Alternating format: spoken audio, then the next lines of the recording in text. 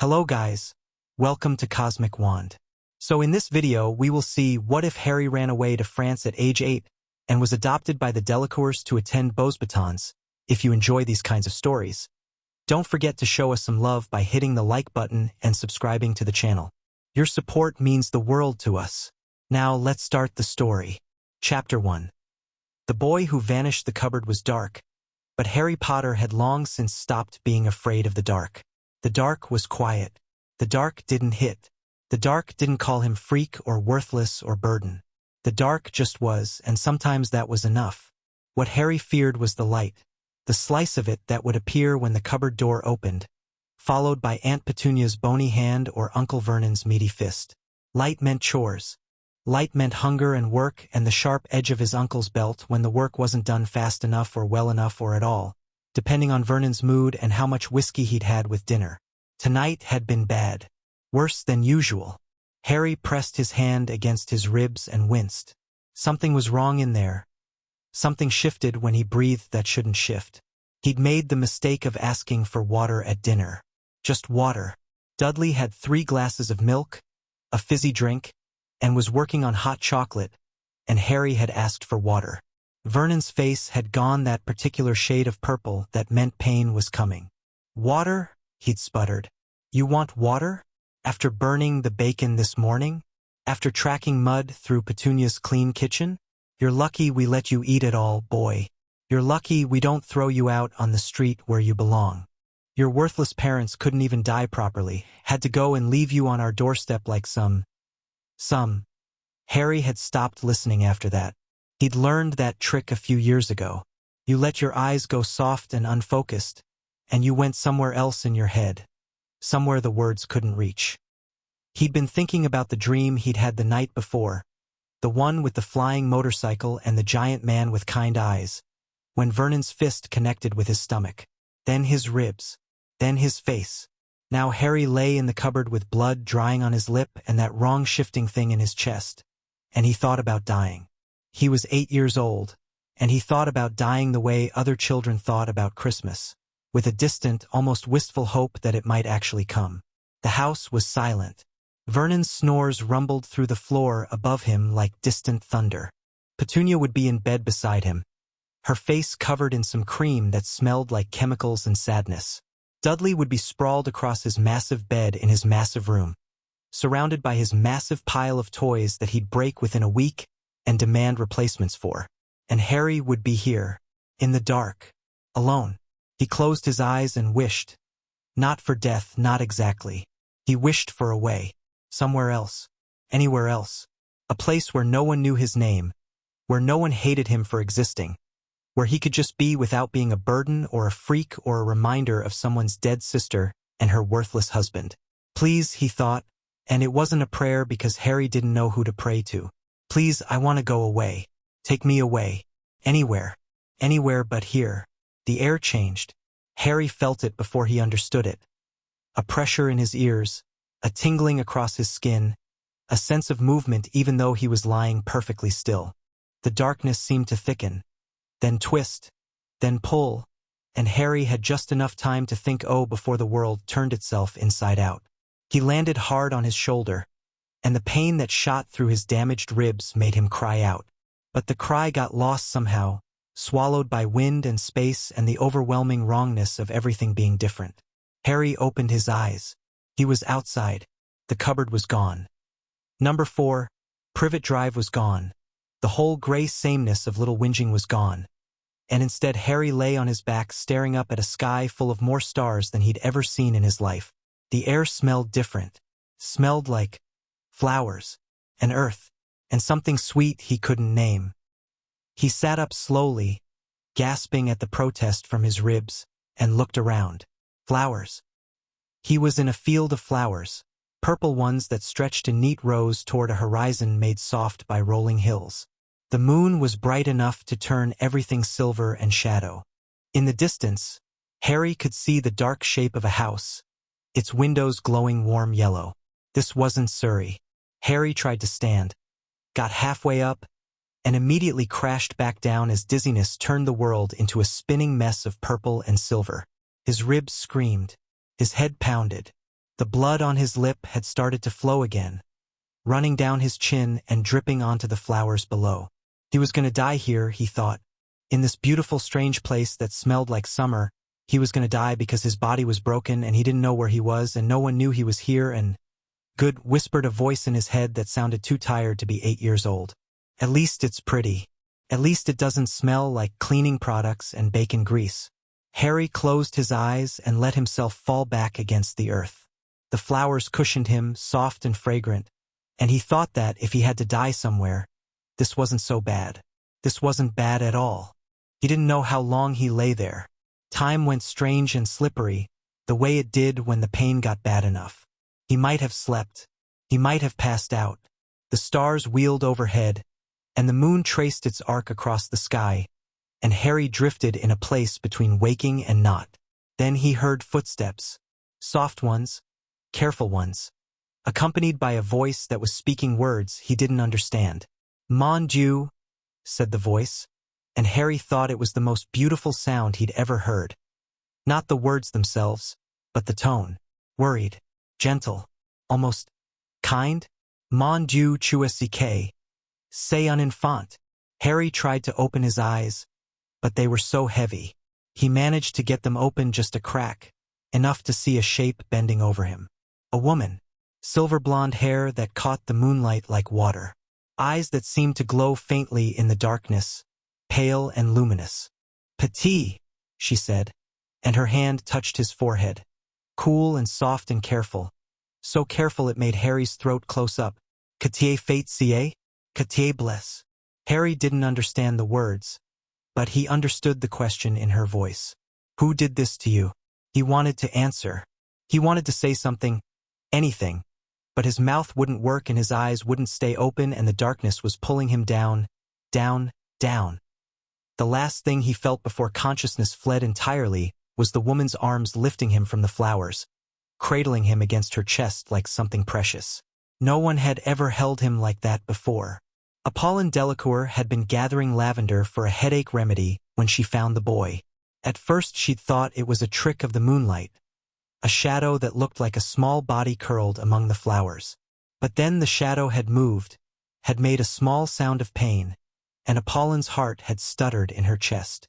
She'd approached slowly, wand drawn out of habit, but what she'd found was no threat.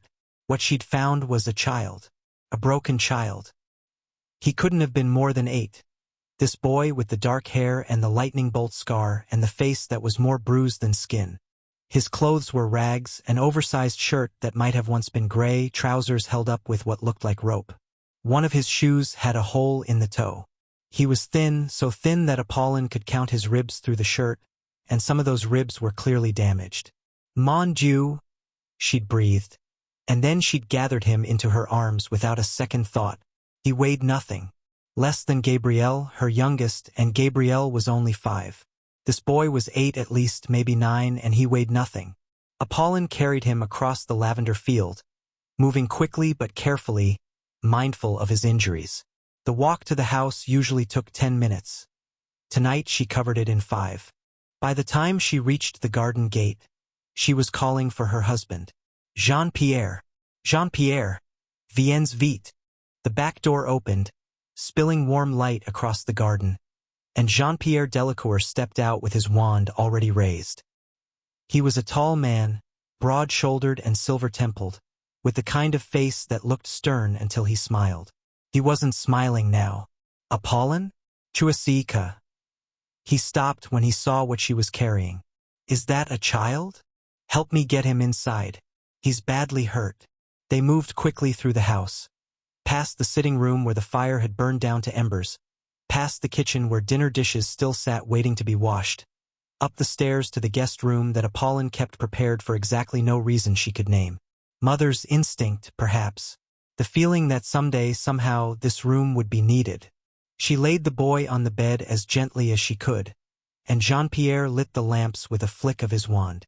In the warm light, the damage was even worse than it had looked in the moonlight.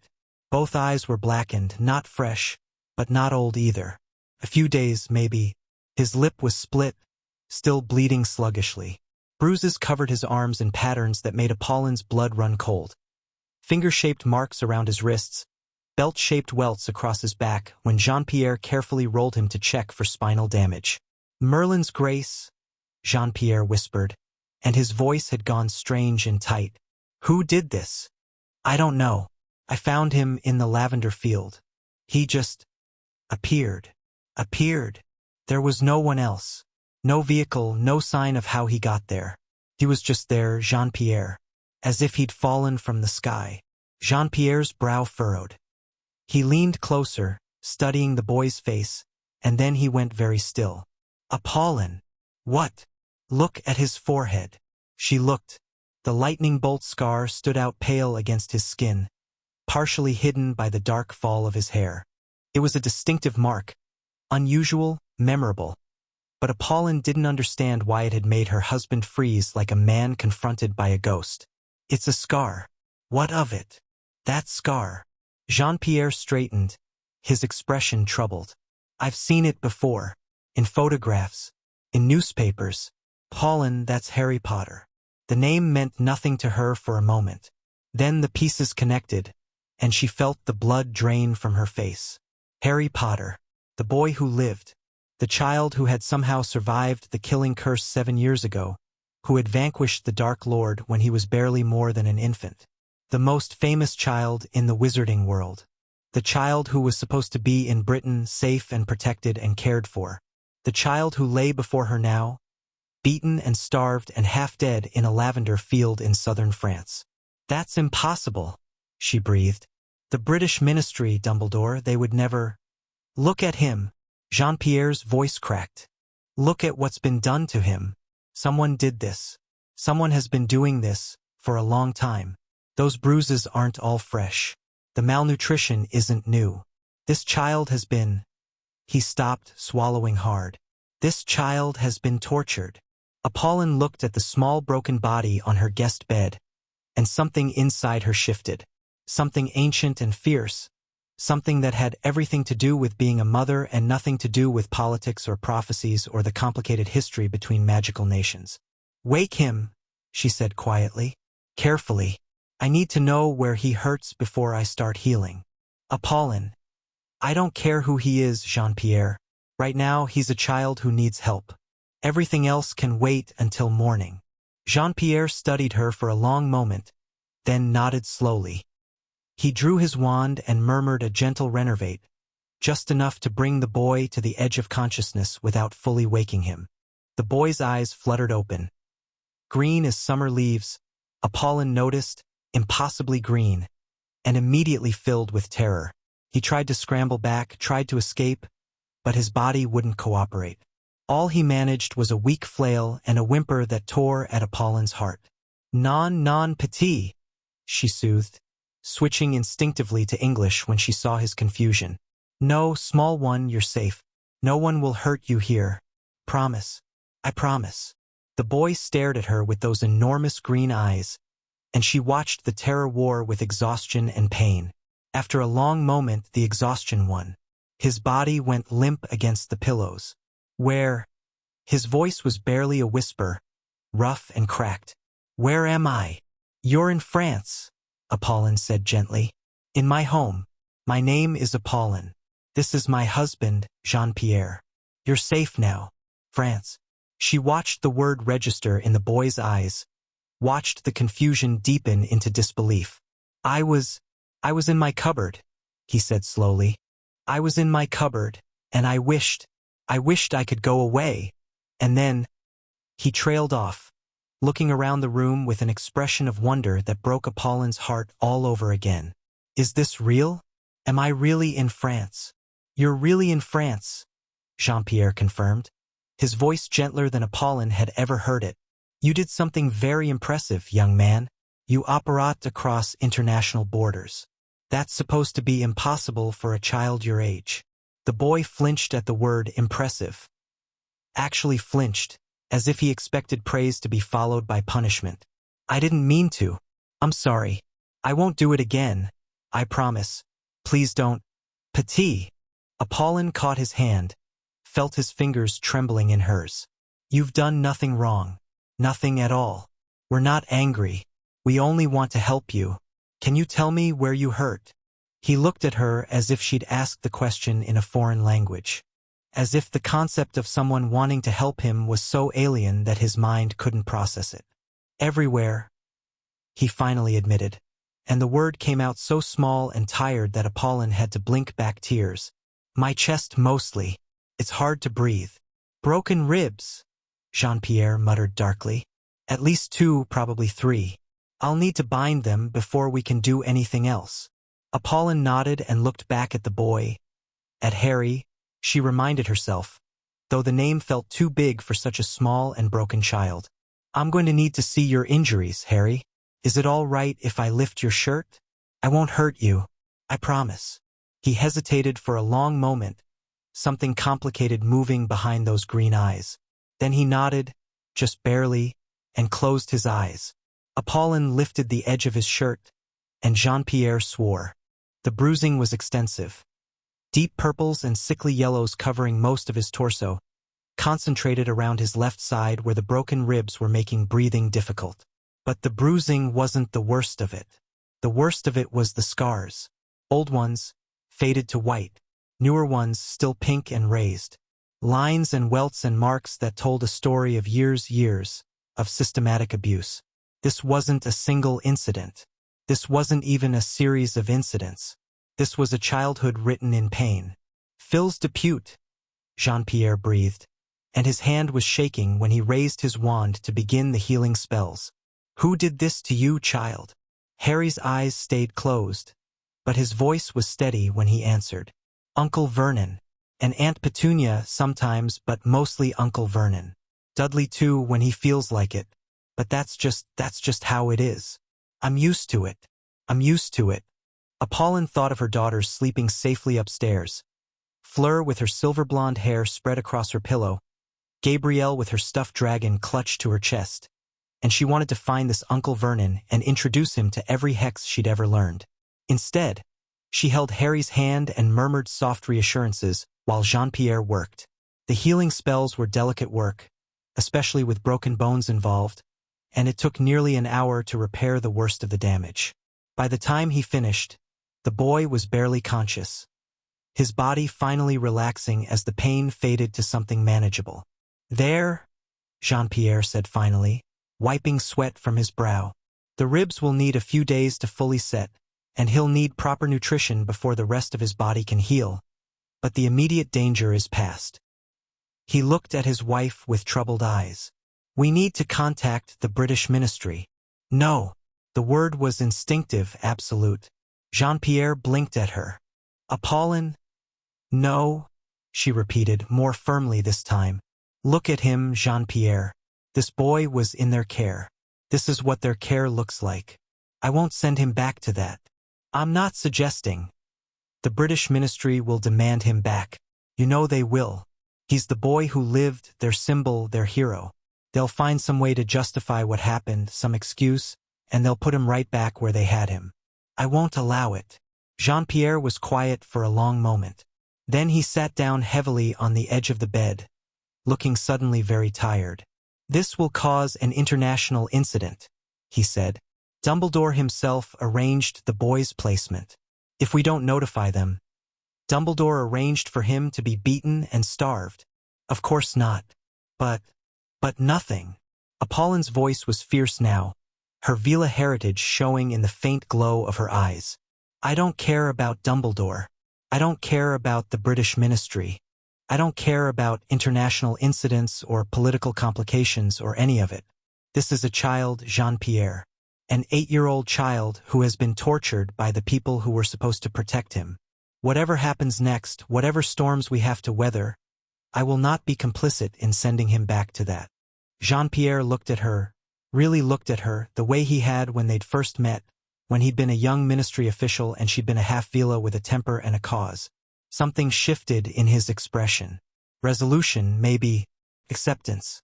We'll need to document everything, he said finally. Photographs of the injuries. A medical assessment from someone reliable. If this goes to the International Confederation, and it will go there eventually, we'll need evidence. Apollon felt the tension in her shoulders ease slightly. You'll help me? Of course I'll help you. He reached out and took her hand, his thumb brushing across her knuckles. "You're my wife. This is our home. And that," he nodded toward the sleeping boy, "that is a child who needs protecting. How could I possibly do anything else?" Apollon leaned into him, resting her forehead against his shoulder. They sat like that for a moment, drawing comfort from each other's presence, while Harry Potter slept peacefully for perhaps the first time in years. "What happens now?" she murmured. "Now we let him rest. Tomorrow we start asking questions. And when the British come looking, because they will come looking, we'll be ready." Harry woke to sunlight and the smell of food. For a long, disoriented moment, he was absolutely certain he was dreaming. The bed beneath him was soft, impossibly soft, softer than anything he'd ever slept on. The sheets were clean and smelled like flowers. The room was bright and warm and quiet, with no sounds of Vernon's snoring or Dudley's television or Petunia's shrill voice calling for him to get up and start his chores. Then the memories came flooding back. The cupboard, the wish, the twisting pull of something strange, the lavender field, the woman with silver gold hair who'd promised him he was safe. And Harry sat up so fast his head spun. He was still in the guest room. The sunlight was streaming through tall windows draped in pale blue curtains. On a small table beside his bed, someone had placed a tray with food, fresh bread with butter and jam, a glass of juice that glowed orange in the light, a bowl of something that smelled like cream and berries. Harry stared at the food, waiting for the catch. There was always a catch. Food at the Dursleys meant chores first. Scrubbing, cleaning, gardening, whatever they needed. And even then it was usually Dudley's leftovers, cold and scraped from plates and barely enough to quiet the hunger gnawing at his stomach. This was different. This was food that had been prepared for him, arranged neatly on a pretty tray, waiting by his bedside as if someone had wanted him to have it. The door opened, and Harry jerked back instinctively, pressing himself against the headboard. But it wasn't Vernon who entered. It wasn't anyone he'd ever seen before. It was a girl. She was maybe 10, with the same silver-blonde hair as the woman from last night and pale blue eyes that studied him with frank curiosity. She wore a simple dress in soft lavender, and she carried herself with the confidence of someone who had never been made to feel small or worthless in her entire life. "You're awake," she said. Her English was accented but clear. "Maman said you might sleep all day. She'll be pleased." Harry opened his mouth to respond, but nothing came out. He wasn't sure what to say. He wasn't sure what was expected of him. At the Dursleys, speaking without being spoken to was dangerous. But this girl was looking at him like she expected an answer. His voice cracked. He tried again. "I'm sorry. Am I in trouble?" The girl's brow furrowed. "In trouble? Why would you be in trouble? For being here? For sleeping so long? I can do chores. I'm good at chores. I can." "What are you talking about?" The girl stepped closer, her head tilted like a curious bird. "You're hurt. Hurt people don't do chores. They rest and eat and get better. That's how it works." Harry had no idea what to do with that information. It sat in his brain like a puzzle piece that didn't fit anywhere. Hurt people didn't do chores?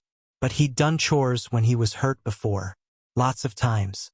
Vernon said that pain was no excuse for laziness. "Oh." The girl's expression shifted into something softer.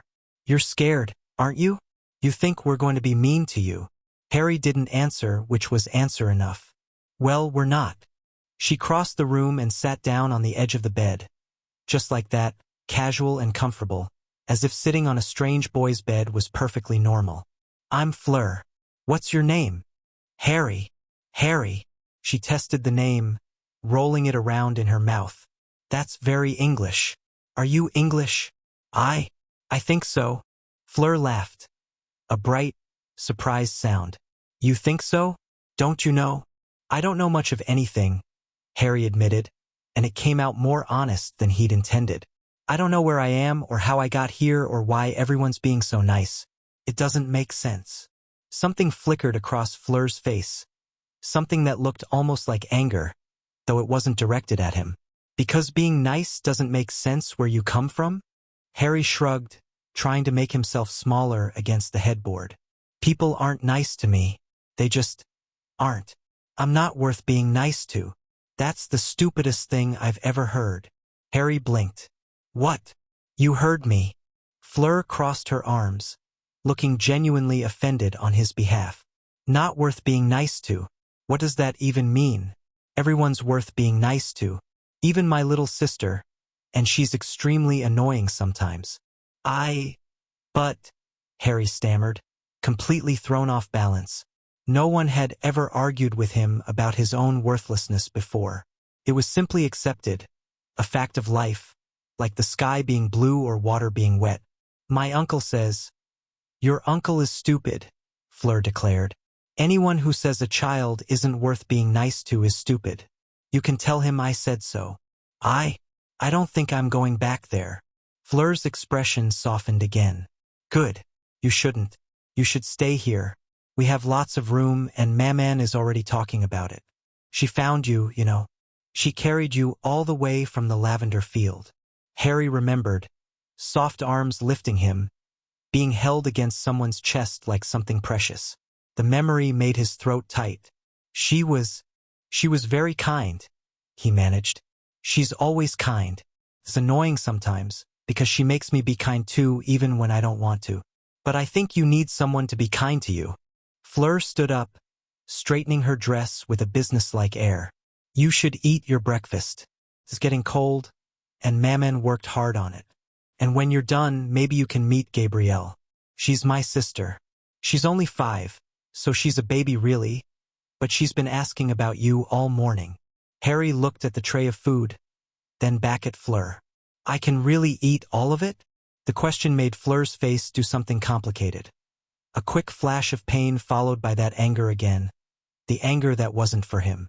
Yes, Harry, you can eat all of it. And if you're still hungry after, we'll get you more. She left before he could respond, closing the door softly behind her. Harry sat in the sunlit room and stared at the food and tried to understand. Everyone's worth being nice to, she'd said. As if it were obvious. As if it were true. Harry didn't believe her. Not yet. But for the first time in as long as he could remember, he wanted to. He reached for the bread with trembling fingers, and he ate. 3 days passed. 3 days of soft beds and warm food and people who spoke gently and moved carefully and never, not once, raised a hand against him. 3 days of Apollin's healing spells and Jean-Pierre's quiet strength and Fleur's bossy kindness and Gabrielle's curious stares from behind doorways. Too shy to approach but too intrigued to stay away. It was the strangest 3 days of Harry's life. He kept waiting for the other shoe to drop. For the moment when they would reveal their true selves. When the kindness would curdle into cruelty. When the smiles would sharpen into sneers. That was how it always worked. The world was not kind to Harry Potter. That was the rule. But the moment never came. Instead, Apollin brought him books with pictures, French ones mostly, but with enough illustrations that he could follow the stories. Jean-Pierre taught him to play wizard's chess, patiently explaining the rules while enchanted pieces bickered with each other across the board. Fleur dragged him outside to show him the gardens, naming every flower in rapid French until he was dizzy with unfamiliar syllables. And Gabrielle, sweet, tiny Gabrielle, finally worked up the courage to approach him on the 3rd morning, holding out a stuffed dragon with solemn eyes. For you, she said, her English heavily accented. Because you look sad. Henri makes everything better. Henri apparently was the dragon. He was purple and missing one button eye and had clearly been loved so thoroughly that his stuffing had compressed into lumps. Harry had never been given anything in his life. Not a real gift, not something someone chose to give him, and he held the dragon with both hands as if it might shatter. I can't take your dragon, he managed. You're not taking. I'm giving. It's different. Gabrielle climbed up onto the sofa beside him, arranging herself with the unconscious confidence of a child who had never been pushed away. Fleur says you're staying. Is that true? Harry looked at her, at this tiny girl with her silver curls and her generous heart, and felt something crack open in his chest. I don't know, he said honestly. I don't know what's happening. Well, I hope you stay. Gabrielle leaned against his arm, apparently deciding that physical contact was also something she was allowed to just do. Fleur says you need a family. We're very good at being a family. We could teach you. The crack in Harry's chest widened, and something that might have been hope started to seep through. Yeah, he said softly. Maybe you could. On the fourth day, everything changed. Harry was in the sitting room with Gabrielle, helping her build a tower out of enchanted blocks that kept trying to rearrange themselves when she wasn't looking. Fleur had gone to visit a friend, and Jean-Pierre was at work, the ministry, whatever that meant, leaving Apollon to putter around the house while keeping one eye on the children. It was peaceful, normal, the kind of quiet afternoon that happened in other people's homes but never in Harry's. Then the fireplace erupted in green flames. Harry flinched back, his arm coming up automatically to shield Gabrielle. But the flames didn't burn. They swirled and coalesced, and then a figure stepped out of them. An old man with a long white beard and half-moon spectacles, dressed in robes of deep purple covered with embroidered stars. Apollon appeared in the doorway, her wand already in her hand. Albus Dumbledore. Her voice was cold enough to freeze fire. You are not welcome in my home. The old man spread his hands in a gesture of peace, but his blue eyes were sharp behind those glasses. They found Harry immediately, locked onto him with an intensity that made Harry's skin crawl. Madame Delacours, I apologize for the intrusion, but surely you understand why I've come. You have someone, who does not belong to you. Belong. Apollon moved to stand between Dumbledore and the children, her body a barrier. Children are not possessions, headmaster. They do not belong to anyone. A poor choice of words. I meant only that Harry has a home, a family waiting for him. The Dursleys are most concerned. Harry made a sound. A small, involuntary noise of pure fear. Dumbledore's eyes flicked to him again. Harry, my boy, your aunt and uncle have been worried sick. They want you to come home. The lie was so enormous, so absurd, that Harry almost laughed. Almost. But the terror was stronger. They don't want me, he heard himself say. His voice sounded strange and distant. They've never wanted me. They hate me. I'm sure that's not true. Perhaps there have been misunderstandings. But blood family is... Blood family? Apollon's voice cracked like a whip. Blood family did this. She pulled something from her pocket. Photographs, Harry realized. The photographs Jean-Pierre had taken that first night, documenting every bruise and scar and mark on Harry's broken body. She threw them at Dumbledore's feet. That is your blood family's work, she said. Years of it, written on the skin of an 8-year-old boy. You placed him with those people. You are responsible for every single mark on his body. Dumbledore bent slowly to pick up the photographs. Harry watched his face as he looked at them, watched something flicker behind those blue eyes. Surprise, maybe, or calculation. It was hard to tell. These injuries are concerning, Dumbledore said finally. But I assure you the situation can be addressed. The Dursleys can be counseled, monitored. The important thing is that Harry returns to Britain, where he can be properly protected. Protected, Apollon laughed, and the sound was sharp enough to cut. You call this protection? Broken ribs? Scars from a belt? A child so malnourished he weighs less than my 5-year-old daughter? If this is your protection, Albus Dumbledore, then Britain can keep it. You don't understand.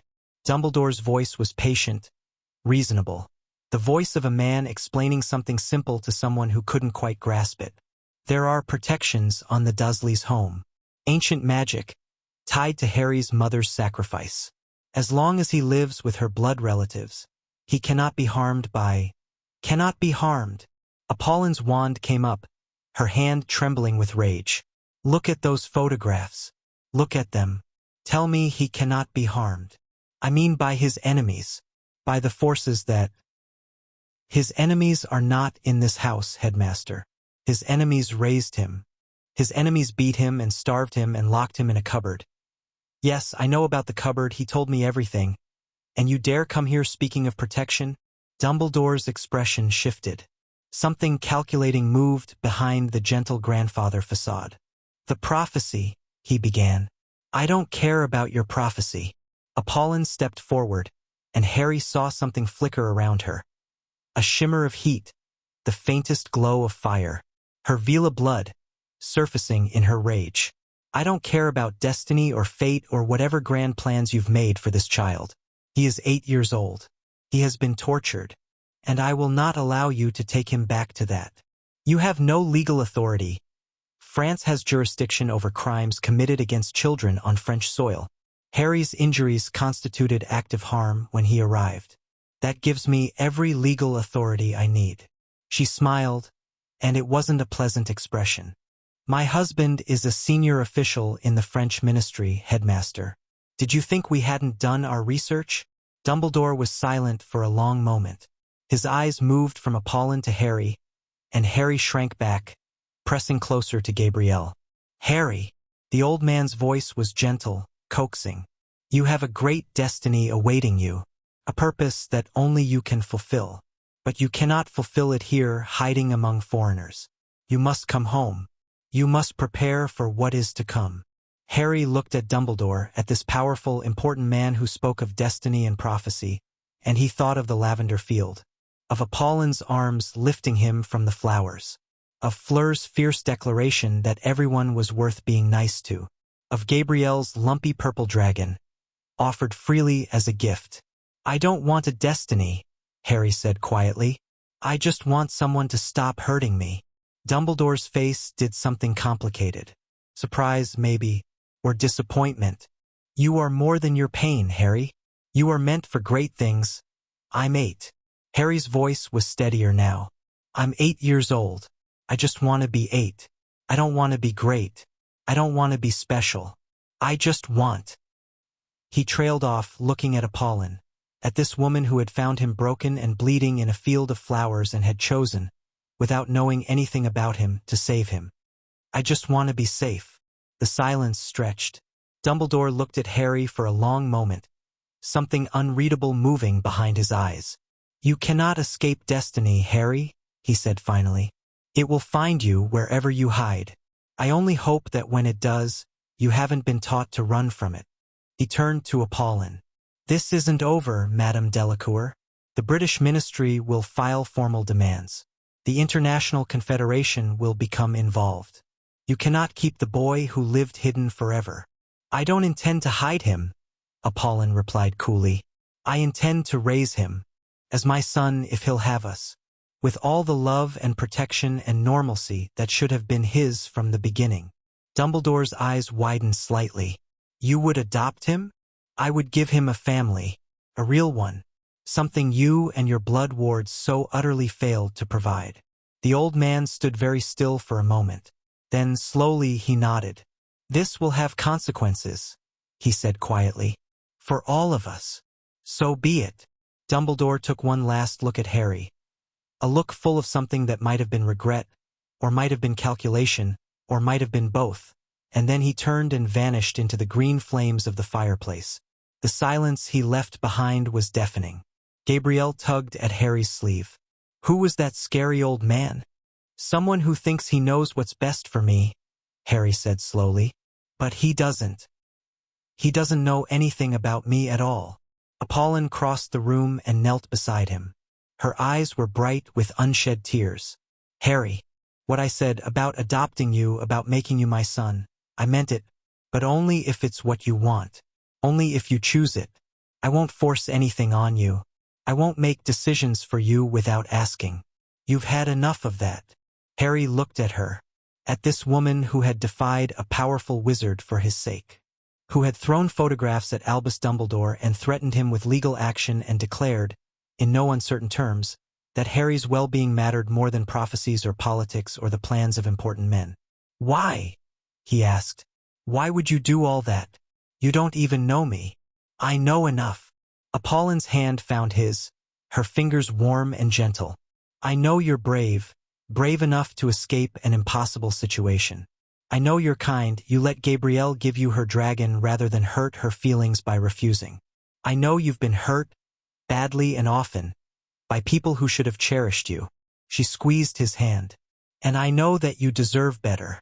That's enough for me. Harry felt the tears coming. Hot and unexpected, spilling down his cheeks before he could stop them. He hadn't cried in years. The Dursleys hated crying. But here, in this sunlit room, with this woman holding his hand and Gabrielle pressed warm against his side, he couldn't hold it back anymore. I don't, he choked on the words. I don't know how to have a family. I don't know how any of this works. What if I mess it up? What if I'm not good enough? Apollon pulled him into her arms, holding him close, and he felt her tears falling into his hair. Oh, mon petit, she whispered. You don't have to be good enough. You just have to be you. We'll figure out the rest together. Harry buried his face in her shoulder and cried. For everything he'd lost. For everything he'd never had. For the strange and terrifying hope that was blooming in his chest despite all his best efforts to crush it. Gabrielle patted his back solemnly. It's okay, she said. Henri will help. Henri helps with everything. And somehow, impossibly, Harry laughed. That night, after dinner and stories and a complicated bedtime ritual that involved multiple glasses of water and at least 3 trips to check on the garden gnomes, Jean-Pierre sat with Apollon in their bedroom. Dumbledore came, Apollon said quietly. It wasn't a question. I heard. Several people in the ministry heard. He made quite a scene at the Flu Authority office, demanding to know who had authorized his travel to a private residence without advance notice. Jean-Pierre's smile was grim. He's not accustomed to being told no. He won't give up. No, he won't. Jean-Pierre took his wife's hand. This is going to be difficult, Apollon. The British will apply pressure. There will be hearings, investigations, potentially even international arbitration. Are you prepared for that? Apollon thought of the small boy sleeping down the hall, sleeping peacefully, without nightmares for the first time since he'd arrived. She thought of the way he flinched at sudden movements, the way he apologized for taking up space, the way he'd asked if he was allowed to eat the food that had been placed beside his bed. I'm prepared for anything, she said firmly. That boy has known nothing but pain his whole life. I'm going to show him something different. I'm going to show him what it means to be loved. Jean-Pierre squeezed her hand. Then we do this together, whatever comes. Apollon leaned into him, drawing strength from his presence. Whatever comes. And in a dark room somewhere far away, a woman received a report. She read it carefully, her expression unchanging. And then she set it aside and turned to face the shadows gathered around her. The Potter boy has vanished from Britain, she said. He's been taken in by the Delacours in France. Do we intervene? Asked a voice from the darkness. The woman considered. Harry Potter, the boy who lived, the subject of a prophecy that had shaped magical politics for nearly a decade. A child of remarkable power, if the reports of his accidental apparition were accurate. A variable that could upset carefully maintained balances if left unchecked. Not yet, she decided. Let the situation develop. The boy may prove useful, or he may need to be removed. But we must be certain before we act. The Covenant does not make hasty decisions. And if he becomes a threat? The woman's smile was cold. Then we deal with him as we've dealt with threats before. No one, not Dumbledore, not the Dark Lord, not a traumatized child, stands above the Covenant's judgment. The shadows murmured their agreement, and the meeting adjourned. Somewhere in France, unaware of the forces beginning to move around him, Harry Potter slept peacefully in a soft bed, clutching a lumpy purple dragon named Henri, dreaming of lavender fields and silver-haired girls and a future that, for the first time in his life, didn't look like more of the same. He didn't know it yet, but everything was about to change. Chapter 1 and Chapter 2. The price of Sanctuary 3 months changed everything and nothing. Harry still flinched sometimes. When doors opened too quickly, when voices rose in excitement, when someone moved toward him with unexpected speed. The body remembered what the mind tried to forget, and 8 years of survival instincts didn't dissolve just because the danger had passed. But 3 months had also taught him things. That food would appear at regular intervals without him having to earn it. That questions weren't traps. That the soft bed in the guest room, his room now, Apollon insisted, would be there every night, waiting for him, and no one would drag him out of it to scrub floors or weed gardens in the dark. 3 months had taught him that Fleur's sharp tongue hid a fierce protectiveness that extended to him now, as naturally as breathing. That Gabrielle's morning hugs were as reliable as sunrise. That Jean-Pierre's quiet presence at the breakfast table meant safety, stability, a world that operated according to rules that made sense. 3 months had taught him that maybe, just maybe, he was allowed to want things. Today Harry wanted to learn. He sat cross-legged on his bedroom floor, surrounded by books that Apollon had brought from the family library. Most were in French, beautiful leather-bound volumes with gilt edges and illustrations that moved when you weren't looking directly at them. But she'd found a few in English too. Beginner's guides to magical theory, children's histories of the wizarding world, a primer on wandless magic that Harry had read 3 times already, fascinated by the idea that the strange things he'd always been able to do had names and explanations. The book open in his lap now was called Les Fondements de la Magie, and even though he couldn't read most of the words, the diagrams were clear enough. Magic flowed through everything, through people, through objects, through the air itself. Wizards and witches were simply people who could touch that flow, shape it, direct it toward purpose. Harry thought about the cupboard, about wanting so desperately to be somewhere else that the world had twisted around him and deposited him in a lavender field hundreds of miles away. He'd touched the flow. He'd shaped it. Without knowing what he was doing, without any training at all, he'd done something that the book said was supposed to be impossible. The bedroom door opened, and Harry's head snapped up before he could stop himself. But it was only Fleur, her silver blonde hair pulled back in a practical braid, her expression caught somewhere between excitement and concern. "Maman wants you downstairs," she said. "Someone's coming." "Who?" Fleur hesitated. That hesitation told Harry everything he needed to know. "The British. Papa says it's Dumbledore again. And someone from the ministry, their ministry, not ours." Fleur crossed the room and sat down beside him, close enough that their shoulders touched. She'd started doing that lately, casual physical contact, the kind that siblings shared without thinking about it. The first few times it had happened, Harry had frozen, unsure how to respond. Now he leaned into it, just slightly, and felt something warm settle in his chest. "They want to take me back," he said. It wasn't a question. "They want to try." Fleur's voice was fierce. "But they won't succeed. Papa's been preparing for weeks. He says the French ministry is fully behind us." There was a vote. Harry blinked. A vote? About me? About jurisdiction? About whether France has the right to protect a child who arrived on French soil seeking refuge from abuse? Fleur smiled, and there was something sharp in it. Something that reminded Harry of her mother's fury when Dumbledore had first appeared in their fireplace. It passed unanimously. Even the people who don't like Papa voted for it. Nobody wants to be the person who sent a beaten child back to his abusers. Harry absorbed this slowly. People he'd never met had voted to protect him. Important people, people with power and influence, had looked at his situation and decided that he mattered. It was still hard to believe. "What do I have to do?" he asked. "Nothing. Just be there. Let them see that you're not a prisoner or a hostage or whatever ridiculous thing they're going to claim."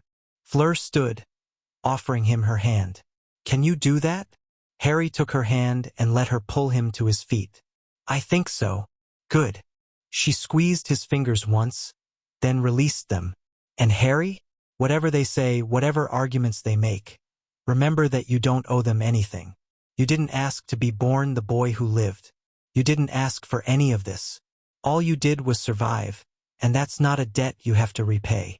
Harry looked at this girl who had gone from stranger to sister in 3 short months, and something shifted in his chest. Not hope, exactly, hope was still too fragile, too easily crushed, but something close to it, something that felt like belonging. "Okay," he said. "Let's go." The sitting room had been transformed. Gone were the comfortable sofas and scattered toys and general cheerful clutter that made the Delacours home feel lived in. In their place stood formal chairs arranged in careful rows, a long table set with documents and folders, and an atmosphere of brittle tension that made Harry's skin prickle. Apollon sat at one end of the table, resplendent in robes of deep burgundy, her posture perfect and her expression carved from ice. Jean-Pierre stood beside her, wearing the formal gray of a French ministry official. Behind them, two people Harry didn't recognize. A severe woman with iron-gray hair and a younger man with ink-stained fingers who was already taking notes.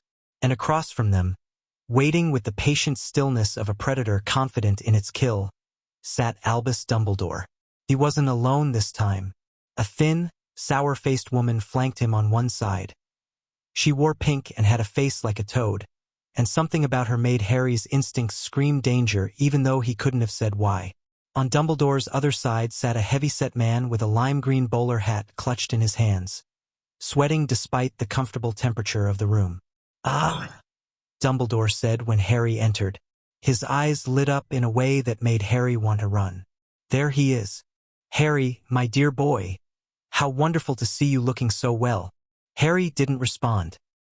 He crossed the room to stand beside Apollon, and her hand came to rest on his shoulder, light, undemanding, but unmistakably claiming. "Let's dispense with the pleasantries," Jean-Pierre said coolly. "You're here to make your case for Harry's return to Britain. Make it." The sweating man, Minister Fudge, Harry learned later, cleared his throat and launched into a rambling speech about international cooperation and the importance of respecting established custody arrangements and the deep concern of the British wizarding community for their young heroes' well-being. He said a lot of words that meant very little, and by the time he finished, Jean-Pierre's expression had gone from cold to contemptuous. "Is that all?" he asked. Fudge sputtered. "Now see here. Because I have documents." Jean-Pierre gestured, and folders began floating across the table, landing in front of the British delegation with soft thumps. Medical assessments from 3 independent healers. Photographic evidence of Harry's injuries upon arrival in France. Testimony from Harry himself regarding the conditions of his upbringing. He paused, letting the silence stretch. Dumbledore reached for a folder, his expression unreadable. Harry watched him flip through the pages. Photographs first, then the healers' reports with their clinical descriptions of malnutrition and old fractures and scar tissue. And for just a moment, something flickered behind those half-moon spectacles. Something that might have been genuine distress. Then it was gone, replaced by careful neutrality. "These are concerning," Dumbledore said slowly. "Most concerning. I assure you, I had no knowledge of the severity. You placed him there." Apollon's voice cut through his measured words like a blade. "You personally selected his guardians. You monitored the blood wards. Are you telling me that in 7 years, you never once checked on the child's welfare?" "I had assurances." "From whom?" "The people who were beating him." Apollon laughed, and it was not a pleasant sound. "How convenient. You could salve your conscience with assurances while a child was being tortured in a cupboard under the stairs." "A cupboard?" The toad-faced woman spoke for the first time, her voice sticky sweet. "Surely that's an exaggeration. Children do tell such tales when they want attention." Harry went very still. "I'm sorry," he said quietly. "Are you calling me a liar?" The woman turned to look at him, and her smile was the smile of someone who had already decided he was worthless. "I'm merely suggesting that children sometimes embellish. It's only natural to want sympathy, especially for a boy who's been through such trauma." "Dolores?" Dumbledore murmured, a warning note in his voice, but Harry was already moving forward, drawn by something hot and fierce that he'd never felt before. Or maybe had always felt and simply hadn't been allowed to express. "My cupboard was 6 feet long and 3 feet wide," he said, his voice steady despite the trembling in his hands. "I know because I measured it when I was 6. I wanted to know if I could stretch out all the way when I slept. Couldn't. The lock was on the outside, and they'd leave me in there for days sometimes when I'd done something wrong. When I'd asked for food I wasn't supposed to have. When I'd existed too loudly." He met the woman's eyes, Umbridge, he learned later, senior undersecretary to the minister, and didn't look away. "I have scars from a belt buckle. I have scars from a frying pan. I have a scar on my back where my cousin pushed me down the stairs and my aunt decided I didn't need a healer because it would raise questions." He pulled up his sleeve, showing the faded marks that even magical healing couldn't entirely erase. Is this embellished enough for you? The silence that followed was absolute. Umbridge's smile had frozen on her face, and something ugly moved behind her eyes. Not sympathy, not shame, but something that looked almost like satisfaction, as if she'd confirmed something she'd already suspected. Fudge was sweating more than ever, his face an alarming shade of red. And Dumbledore was looking at Harry with an expression that Harry couldn't read. It might have been guilt. It might have been calculation. It might have been both, tangled together in a way that made Harry's stomach turn. "Harry," Dumbledore said softly, "I am truly sorry for what you've suffered. If I had known, you should have known." Harry's voice didn't waver. "You put me there. You were supposed to protect me, and you didn't." The Blood Wards kept out his enemies while his family became his enemies instead. Jean-Pierre's voice was cold. "A remarkable oversight, Headmaster. One might almost suspect it was intentional. I would never... Wouldn't you?" Apollon leaned forward, her pale eyes blazing. "You speak of prophecy and destiny, of a great purpose that only Harry can fulfill. Tell me, Headmaster, is it easier to shape a weapon from a child who has never known love? Is that what you were cultivating in that house? A boy so desperate for kindness that he'd follow anyone who offered it." The accusation hung in the air like smoke. Harry watched Dumbledore's face and saw something. A flicker of recognition, maybe, or just very good acting. "That was never my intention," Dumbledore said quietly. "Intentions matter less than outcomes." Jean-Pierre gestured to the folders still spread across the table. "The outcome is a child with a medical file that reads like a catalog of abuse. The outcome is a boy who didn't know he was allowed to eat without permission. The outcome is Harry Potter, raised in hell by the very people you chose to protect him. He must return to Britain." Umbridge's voice was sharp now, stripped of its false sweetness. "Regardless of these allegations, the boy who lived belongs with his own people. It's a matter of national importance." "He's not a national resource," Apollon snapped. "He's a child with responsibilities." To whom? To a country that abandoned him? To a government that never once bothered to check on his welfare? Apollon stood, and Harry felt the temperature in the room spike, her Vila heritage rising with her anger. Harry Potter owes Britain nothing. Britain owes him everything. "Madame Delacour." Dumbledore's voice was gentle, reasonable. The voice of a man who had diffused 1,000 conflicts with patience and wisdom. "I understand your attachment to the boy. Your instincts to protect him are admirable. But you must understand there are larger forces at play here. Harry has a destiny. I don't want a destiny." Harry's voice cut through the room, and everyone turned to look at him. He was shaking now, with anger, with fear, with something fierce and unfamiliar that felt almost like power. 3 months of safety had given him something he'd never had before. The ability to imagine a future that wasn't just more survival. "I don't want to be the boy who lived," he said. "I don't want to be a symbol or a weapon or whatever you're planning to make me. I just want—" His voice cracked, and he hated himself for it, but he kept going. "I just want to be Harry. Just Harry. Can't you understand that?" Dumbledore's expression softened into something that might have been genuine compassion. "Harry, my boy. I'm not your boy." The words came out harder than Harry intended, edged with years of suppressed rage. "I'm not anyone's boy. I'm just a kid who got lucky enough to land in a lavender field instead of dying in a cupboard. And I'm not going back. I'm never going back."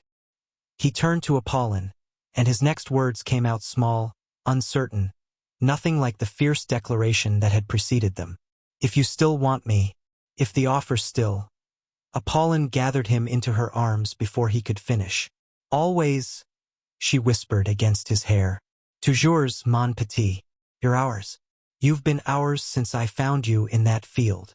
Harry buried his face in her shoulder and breathed in lavender and safety and home.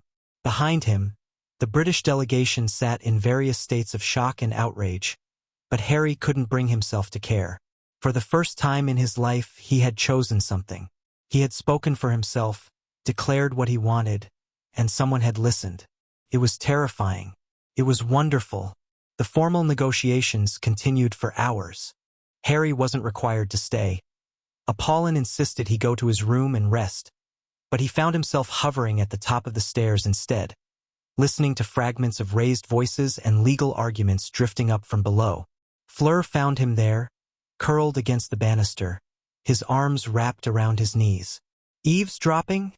she asked, settling down beside him. "I need to know what's happening." "What's happening is that Papa is winning." Fleur's voice was satisfied. "The British case is terrible.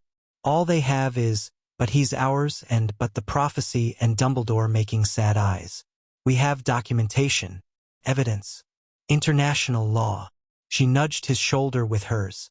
"You're not going anywhere. They'll keep trying. Probably. But trying and succeeding are different things." She was quiet for a moment. Then, "You were very brave. What you said in there." Harry shrugged uncomfortably. "I just told the truth. That's often the bravest thing a person can do." Fleur studied him with those pale blue eyes that saw too much. "You know you don't have to be strong all the time, right?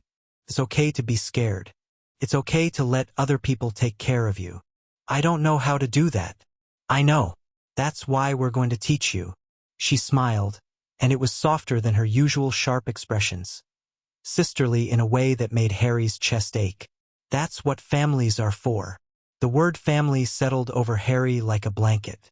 He still wasn't sure he believed in it, wasn't sure he was allowed to believe in it, but for the first time he wanted to try. "Fleur. Thank you. For everything." She rolled her eyes in a way that was pure older sister. "Don't get sentimental. I'm only being nice because Maman made me promise." But she bumped his shoulder again, gentle and deliberate, and Harry understood. The British delegation left late that afternoon, their departure marked by sharp words and sharper looks. Fudge was apoplectic, Umbridge was seething beneath her smile, and Dumbledore had stopped in the fireplace just before departing, turning to look at Harry one last time. "This isn't over," he said quietly. "You cannot escape what you are, Harry. The prophecy will find you, whether you run from it or not." "Then let it find me," Harry replied, surprised by the steadiness in his own voice. "But it'll find me here, with my family." Dumbledore's eyes flickered to Apollon, who stood with one hand on Harry's shoulder and fire in her gaze. "He cannot escape his destiny, Madame Delacour," he said. "I only hope you haven't doomed him by teaching him to run from it." Then he was gone, consumed by green flames, leaving behind the smell of ash and the weight of his warning. The silence stretched for a long moment. Then Jean-Pierre cleared his throat and said, "Well, I believe that went rather well." Apollon let out a breath that was half laugh, half sob, and pulled Harry into another fierce embrace. "It's done. For now, at least. They've been denied." "What happens next?" Harry asked. "Next, we make it permanent." Jean-Pierre crossed the room to stand with his wife and, Harry made himself think the word, his son. "There will be hearings. Formal adoption proceedings. The British will protest, but the law is on our side." He reached out and ruffled Harry's hair, a gesture so casual and affectionate that Harry's throat tightened. "By this time next month, you'll be Henri Jacques Delacour, if that's what you want." Harry looked at them. At Apollon with her fierce love and Jean-Pierre with his quiet strength and, somewhere in the house, Fleur with her sharp protectiveness and Gabrielle with her boundless affection. "Yes," he said, "that's what I want." Apollon's smile was like sunrise. "Then that's what you'll have." The weeks that followed were a blur of legal proceedings and medical examinations and endless paperwork. Harry testified before a panel of French ministry officials, describing his life at the Dursleys in calm, measured tones that belied the trembling in his hands. Healers examined him and produced reports that made the officials' faces go gray with anger. Character witnesses, neighbors, friends of the Delacours, even a stern-faced Auror who'd once worked with Jean-Pierre, spoke about the family's suitability as adoptive parents. The British ministry lodged formal protests. Dumbledore sent letters. At one point, there was even talk of involving the International Confederation of Wizards. But France held firm. "It's not about politics," Jean-Pierre explained to Harry one evening, after another long day of hearings. "Or rather, it's not only about politics. The French magical community has a deep investment in children's welfare. We don't do what Britain does. We don't allow children to be placed in harmful situations for the greater good." "Why not?" Jean-Pierre's expression grew distant. "Because we learned, a long time ago, what happens when you sacrifice children for causes. Grindelwald convinced many families that their sons and daughters were dying for a better world.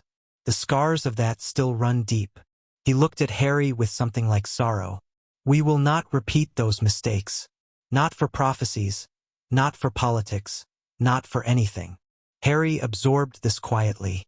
He was learning that the magical world was complicated in ways he hadn't expected, that there were divisions and histories and wounds that went back generations. But he was also learning that some things were simple, that people could choose to protect children because it was right, that not everyone believed the ends justified the means, that maybe, just maybe, he'd landed in the right place after all. On a bright morning in late November, Harry stood in a courtroom in the French Ministry of Magic and became Henri-Jacques Delacours. The ceremony was brief. A few words, a few signatures, a few flashes of light as magical contracts bound themselves into existence. But the weight of it was enormous. When it was over, Harry had a new name, a new family, and a new country. He also had a home. Pauline cried. Jean-Pierre pretended not to. Fleur rolled her eyes at the sentimentality of it all. But Harry caught her wiping her cheeks when she thought no one was looking. And Gabrielle simply threw herself at him and demanded to know if she could call him her brother now. "You could always call me that," Harry said, catching her easily. He'd filled out over the past months. Proper food and healing finally doing their work. "But now it's official." She beamed at him. "Now you're Henri and you're stuck with us forever." Forever. The word used to terrify him. Now it sounded like a promise. They celebrated that night with a feast. Apollin's cooking augmented by dishes from every corner of France, each one more elaborate than the last. Neighbors stopped by to offer congratulations. Friends of Fleur's arrived with gifts and noisy good wishes. The house was full of light and laughter and the warm chaos of people who cared about each other. Henri, he was trying to remember, sat in the middle of it all and felt something crack open in his chest. Not the fragile hope he'd been nursing for months. Something bigger. Something that felt almost like joy. He was home. The letter arrived 3 days later. It was written in elegant script on heavy parchment, sealed with a crest Harry didn't recognize, a circle within a triangle within a vertical line. There was no return address, no signature, no indication of who had sent it or how it had bypassed the wards around the Delacours estate. Harry showed it to Jean-Pierre, who went very pale. "Where did you get this?" "It was on my pillow when I woke up. I don't know how it got there." Jean-Pierre's hand trembled slightly as he took the envelope. He didn't open it. Instead, he studied the seal for a long moment, something moving behind his eyes that Harry couldn't read. "Stay here," he said finally. "I need to speak with your mother." Harry waited, his stomach churning with anxiety, while Jean-Pierre disappeared into the study with Apollon. He could hear their voices through the door, low, urgent, occasionally sharp, but he couldn't make out the words. When they emerged, both their faces were carefully blank. "It's nothing to worry about," Apollon said, and her voice was almost convincing. "Just some political nonsense. We'll handle it." "What did the letter say?" The question hung in the air. Jean-Pierre and Apollon exchanged a look, the kind of look that parents gave each other when they were trying to decide how much truth a child could handle. It said, Jean-Pierre began slowly, that certain people are interested in you, in your potential. They want to meet you. What kind of people? Another shared look. Another silent conversation. "The kind of people who watch," Apollon said finally, "who monitor the wizarding world and make sure certain balances are maintained. They're very old, very powerful, and very secretive. And apparently, your arrival in France has attracted their attention." Harry felt cold. Are they dangerous? They can be. Jean-Pierre's voice was grim. But they're also patient. They observe for years, sometimes decades, before acting. The fact that they've contacted us directly is... He trailed off, searching for the right word. Unprecedented. Apollon finished. It's unprecedented. And it means we need to be very, very careful. Harry looked at the sealed envelope still in Jean-Pierre's hand. What do we do? For now? Nothing. Jean-Pierre tucked the letter into his pocket. We continue as we planned. You settle into your new life. You start preparing for Beauxbatons. You become Henri Delacour in every way that matters. The letter changes nothing about who you are or where you belong. But we'll be watching, Apollon said firmly. Watching and preparing. If these people try to interfere with our family, they'll find that the Delacours are not easily pushed around. Harry wanted to argue, wanted to know more, but the set of their faces told him that this conversation was over, for now. Okay, he said quietly. I trust you. The words were still strange in his mouth, but they were getting easier. And when Apollon pulled him into a hug, when Jean-Pierre's hand landed warm and reassuring on his shoulder, Harry let himself believe that it would be okay. Whatever was coming, he wouldn't face it alone. That night, long after the children were asleep, Jean-Pierre and Apollon sat together in the study with the letter spread between them. The covenant, Jean-Pierre murmured. I thought they were a myth. Apparently not. Apollon's voice was tight. The question is, what do they want with Harry? The same thing everyone wants. His power, his potential, his role in whatever's coming. Jean-Pierre rubbed his temples wearily. The prophecy Dumbledore spoke of, it's real, isn't it? Harry is connected to the Dark Lord somehow. Perhaps. But that doesn't mean he has to be a weapon in anyone's war. Not Dumbledore's. Not the Covenant's. Not anyone's. Can we protect him? Apollon's eyes flashed with Vila fire. We can try. And anyone who threatens our son will learn that there are worse things than Dark Lords in this world. Jean-Pierre smiled despite himself. Have I mentioned lately that I love you? You could stand to mention it more often. But Apollon was smiling too, fierce and fond in equal measure. Whatever comes, we face it together. That's what families do. That's what families do, Jean-Pierre agreed. And somewhere in the darkness beyond their home, in rooms that existed outside of normal space and time, the Covenant watched and waited and made their plans. The Potter boy was interesting. The Delacour family was formidable. And the game that had been playing out for centuries was about to get a new piece on the board. The only question was, which side would he ultimately serve? Chapter 2 End Chapter 3. Beauxbatons. The palace of Beauxbatons rose from the morning mist like something out of a dream. Henri now, though he was still getting used to the name, pressed his face against the carriage window and stared. The building wasn't just large. It was impossible. Towers spiraled toward the sky in defiance of physics, connected by bridges that seemed to be made of crystallized moonlight. Gardens cascaded down the hillside in terraces of impossible color, flowers blooming in shades that didn't exist in nature. Fountains caught the early sunlight and threw it back in rainbows. Close your mouth, Fleur said from beside him, but her voice was fond. You look like a tourist. I am a tourist. You're a student now. Act like it. But even Fleur couldn't quite hide her smile as the carriage descended toward the main courtyard. She'd been attending Beauxbatons for 2 years already, and Harry knew she loved the place. Loved its beauty, its rigor, its culture of excellence that rewarded achievement rather than bloodline. Today was Harry's first day. He was 11 years old, officially Henri Jacques Delacour, and absolutely terrified. The carriage touched down with a gentle bump, and the doors swung open to reveal chaos.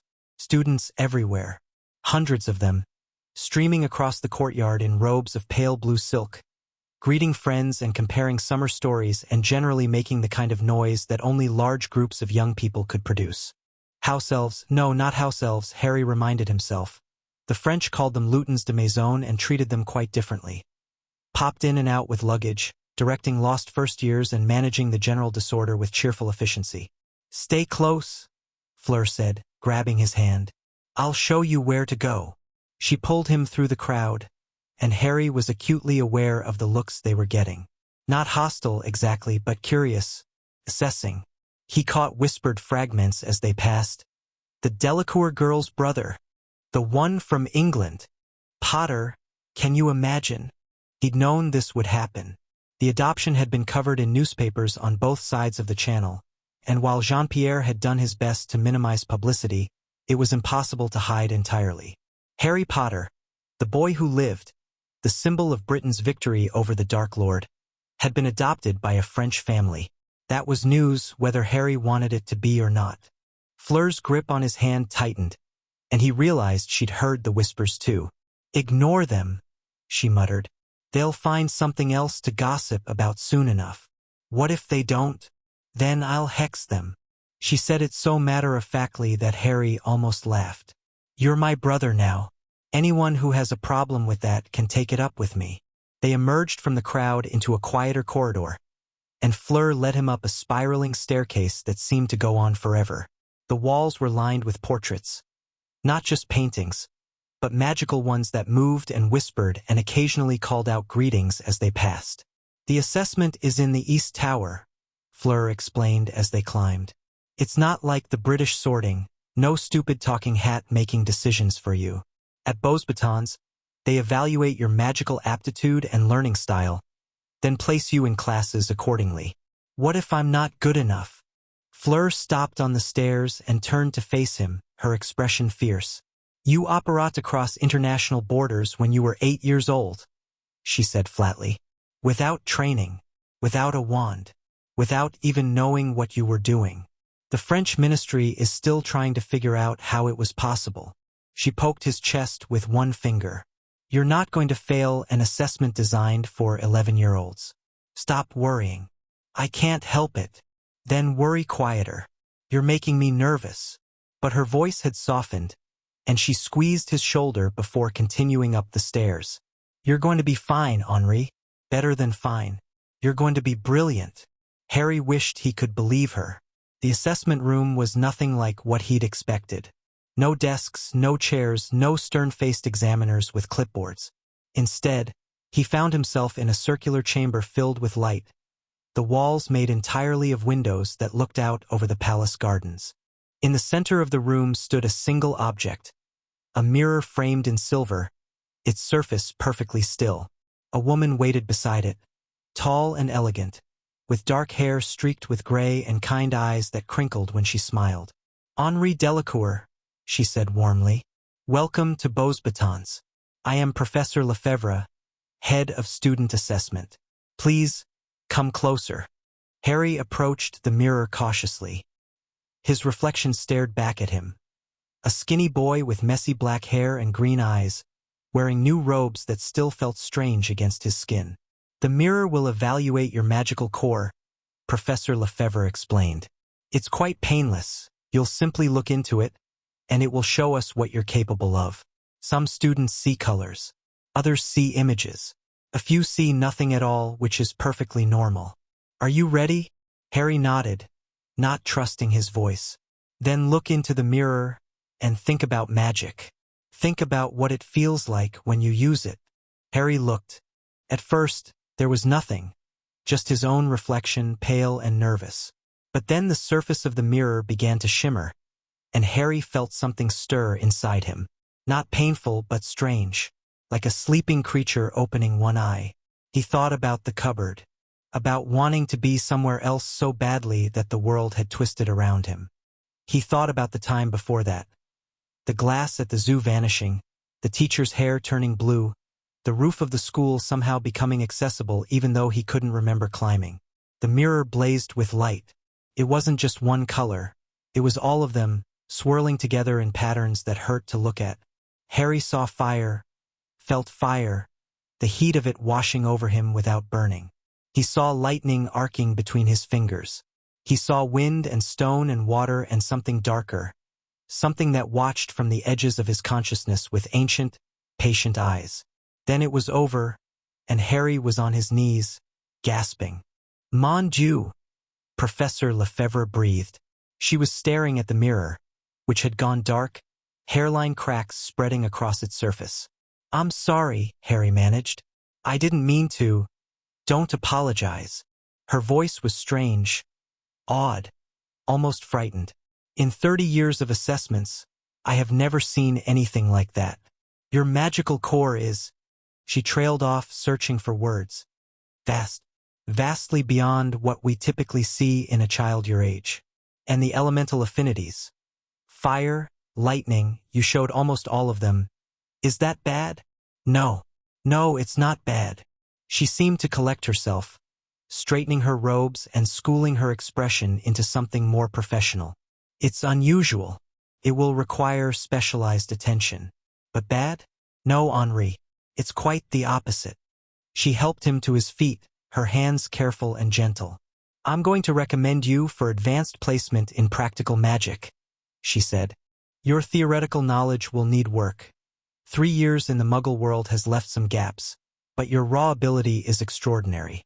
You'll be in standard classes for history, languages, and theory, but your practical sessions will be with older students." Harry's stomach dropped. "Older students? But I won't know anyone." "You'll manage." Professor Lefebvre's smile returned, warm despite the lingering shock in her eyes. "Greatness requires challenge, Henri, and something tells me you were born for challenge." The first week was a blur of getting lost. Beauxbatons was enormous, far larger than it appeared from outside, thanks to expansion charms that had been layered onto the building for centuries. Corridors twisted in ways that defied logic. Staircases rearranged themselves according to schedules that no one had bothered to write down. Harry spent more time wandering in search of classrooms than he did actually sitting in them. But slowly, gradually, he began to find his footing. The other first years were curious about him, but not hostile. His classmates had heard the stories, the boy who lived, the British refugee, the child who'd operated across the channel. But they seemed more interested in who he was now than who he'd been. French magical culture, he was learning, placed less emphasis on bloodlines and famous names than British culture did. What mattered at Bosebatons was what you could do, not who your parents were. Harry could do quite a lot, as it turned out. His practical magic sessions were terrifying at first, surrounded by 3rd and 4th years who knew things he'd never heard of, struggling to keep up with exercises that assumed knowledge he didn't have. But his raw power compensated for his lack of training. When other students struggled to produce sparks, Harry produced flames. When they practiced levitation, Harry sent objects rocketing toward the ceiling. "Control," his practical instructor kept saying. "You have the power of a dragon, Delacours, but you wield it like a child with a wand for the first time. Control must come before strength." So Harry learned control. He learned to breathe through the surge of magic, to direct it rather than unleash it. He learned meditation techniques that felt stupid until they suddenly didn't, until he could feel the flow of power inside him and shape it with thought alone. He also learned that wandless magic, rare and difficult in Britain, was standard curriculum at Beauxbatons. "The wand is a tool," his theory professor explained, "not a crutch. It focuses intent, amplifies power. But a wizard who cannot cast without a wand is a wizard who is helpless if disarmed. At Beauxbatons, we teach you to use both." Harry took to wandless magic like breathing. It felt natural in a way that wand work never quite did, more direct, more honest, like speaking his native language after years of fumbling with translation. His instructors noticed. His classmates noticed. By the end of his first month, he'd developed a reputation.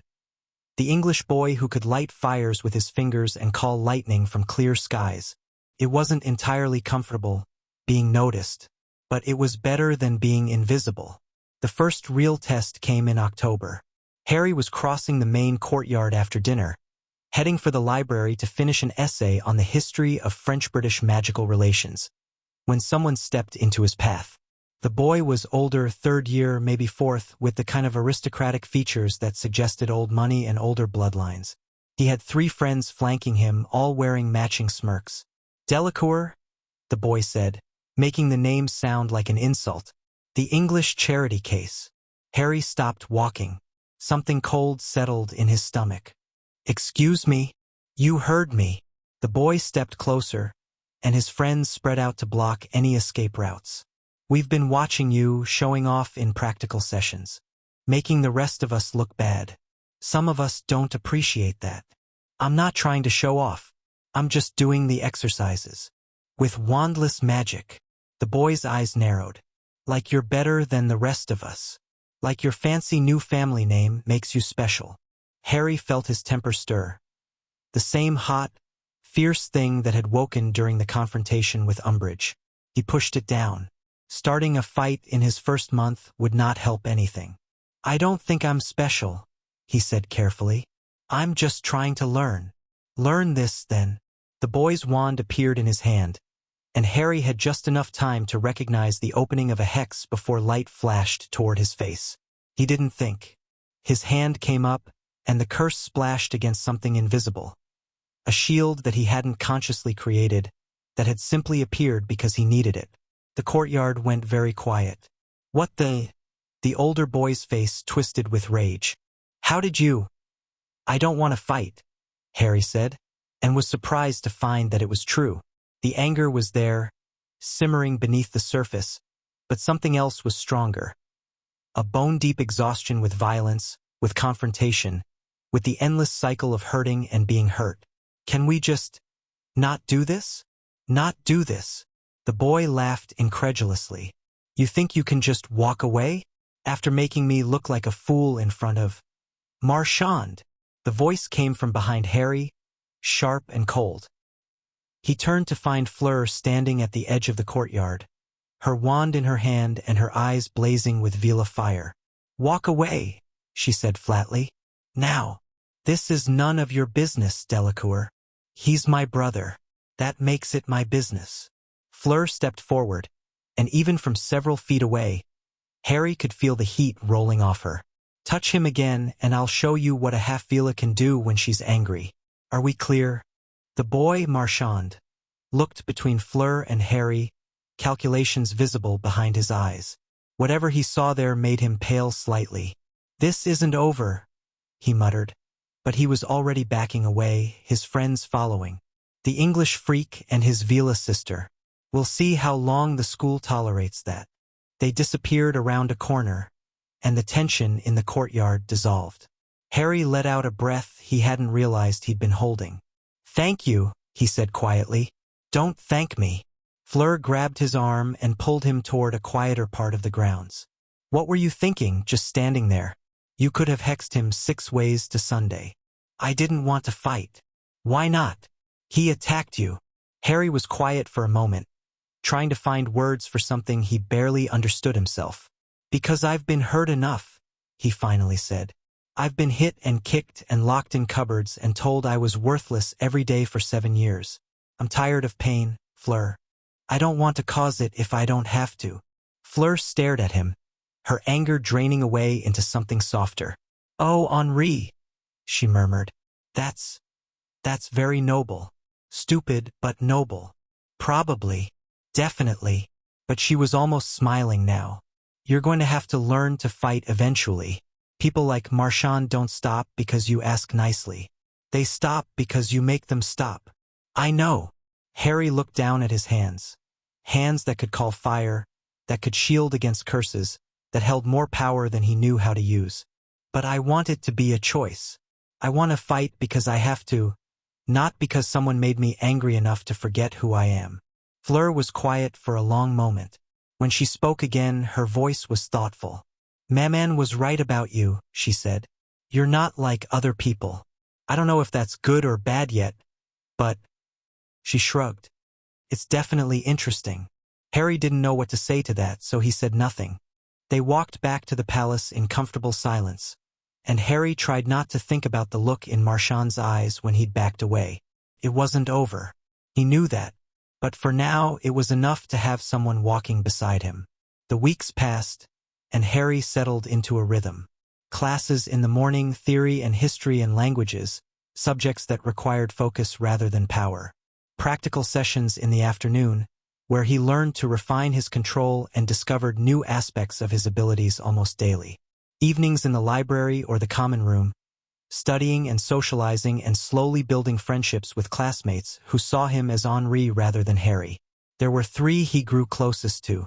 Sophie was a first-year like him, small and dark-haired and possessed of a wicked sense of humor that caught Harry off guard the first time she deployed it.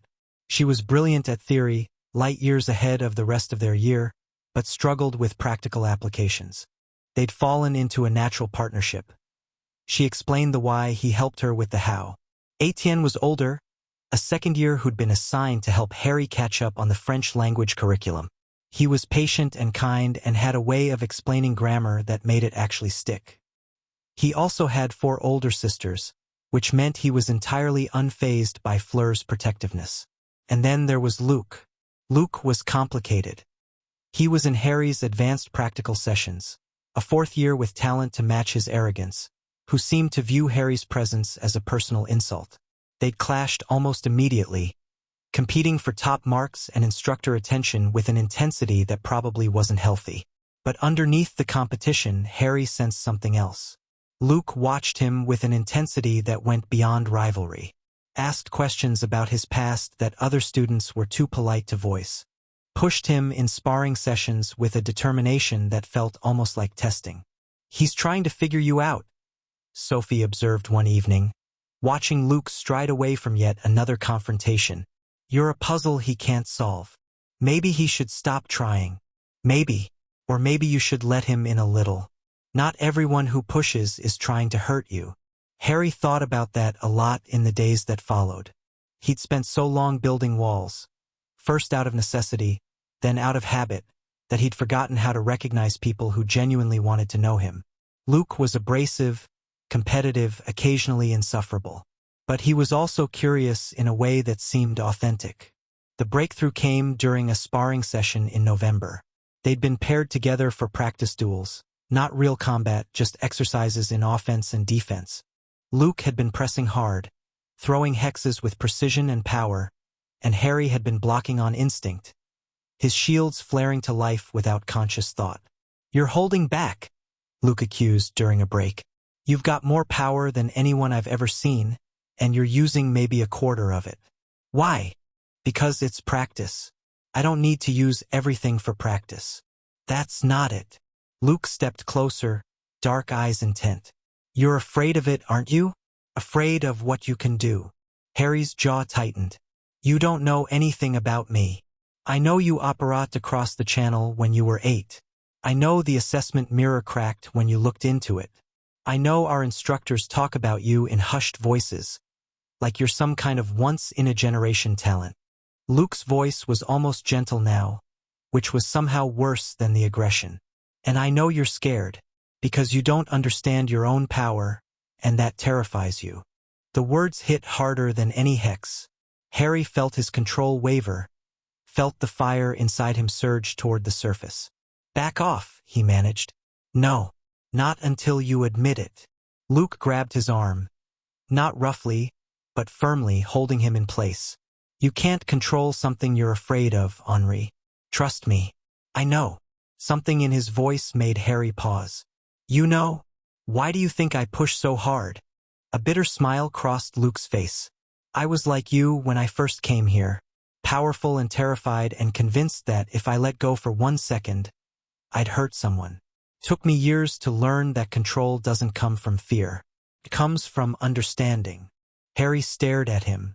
"Why are you telling me this?" "Because you're too talented to waste." Luc released his arm and stepped back. "And because someone should have told me sooner, and they didn't. So consider this me paying it forward." They stood in silence for a long moment. Then slowly Harry nodded. "Okay," he said quietly. "Teach me." Luc's answering smile was sharp, but not unkind. "Finally. I thought you'd never ask." Christmas came quickly. Harry returned to the Delacours estate laden with gifts for his family. A silk scarf for Apollon, enchanted cufflinks for Jean-Pierre, a rare book on defensive magic for Fleur, and a stuffed hippogriff for Gabrielle that he'd found in a Beauxbatons antique shop. The house was warm and bright, filled with the smells of holiday cooking and the sounds of Gabrielle's endless chatter. Fleur arrived the next day, full of stories about her own term and eager to hear about Harry's. They stayed up late comparing notes, arguing about teachers and classmates and the relative merits of different dueling styles. It was, Harry realized, the first Christmas he'd ever actually enjoyed. On Christmas Eve, after Gabrielle had finally been convinced to go to bed, Jean-Pierre asked Harry to join him in the study. "I have something for you," he said, gesturing to a wrapped package on his desk. "Something that belonged to your parents." Harry's heart stuttered. "My parents? Your father, specifically." Jean-Pierre's expression was complicated. It took some doing to acquire. The British ministry wasn't keen on releasing any of the Potter family artifacts, but I called in some favors. Harry unwrapped the package with trembling hands. Inside was a cloak, silvery, shimmering, weightless as water. "An invisibility cloak," Jean-Pierre explained. "Your father's. According to legend, it's been in the Potter family for generations." He paused. "According to certain other sources, it's rather more than that. But those are stories for another time." Harry ran his fingers over the fabric, feeling the magic pulse beneath his touch. His father had worn this. His father had hidden beneath it, laughed beneath it, used it for pranks and escapes and 1,000 other adventures that Harry would never know about. "Thank you," he managed, his voice thick. "There's something else." Jean-Pierre pulled an envelope from his desk drawer. "This arrived last week. From the same source that contacted us when you first came to live with us." The envelope bore the same symbol, the circle, the triangle, the line. "What does it say?" "I don't know. It's addressed to you." Jean-Pierre's expression was grave. "You don't have to open it now. You don't have to open it at all if you'd prefer. But I thought you should know it exists." Harry took the envelope. It was heavier than it looked, weighted with secrets. "I'll open it later," he decided. "Tonight is for family." Jean-Pierre smiled. A real smile, warm and proud. "That's exactly the right answer." Harry opened the letter on Christmas morning, while the rest of the family was occupied with presents and breakfast. "Henri Delacours, ne Potter." It began. "We have watched your progress at Beauxbatons with interest. Your power is considerable, your potential vast. You are, as they say, a significant piece on the board. We do not interfere lightly. The Covenant has maintained balance in the magical world for centuries, and we do not take sides in petty conflicts between nations or factions. But there are larger forces at work, forces that threaten the very fabric of magical society. The Dark Lord you vanquished as an infant is not gone. He waits in shadow, gathering strength, preparing for his return. When he rises again, and he will rise, you will be called upon to face him. This is not prophecy. It is simple observation. Your fates are intertwined. We offer you a choice. Continue as you are, learning and growing in ignorance of what awaits you. Or seek us out when you are ready. We have knowledge that could help you prepare. Weapons that could aid your fight. Understanding that could save your life. The choice is yours. We force nothing. We are patient. We will wait." The letter was unsigned, but at the bottom, written in a different hand. "Be careful, young one. Not all who offer help have your best interests at heart. Trust your family. Trust your instincts. And when the time comes, trust yourself." A friend Harry read the letter 3 times. Then he folded it carefully and tucked it into his pocket. "Everything all right?" He looked up to find Fleur watching him from the doorway, a cup of chocolate in her hands. "Fine," he said. "Just thinking about the future. That's a dangerous habit." She crossed the room and sat down beside him. "The future will come whether you think about it or not. Better to focus on now."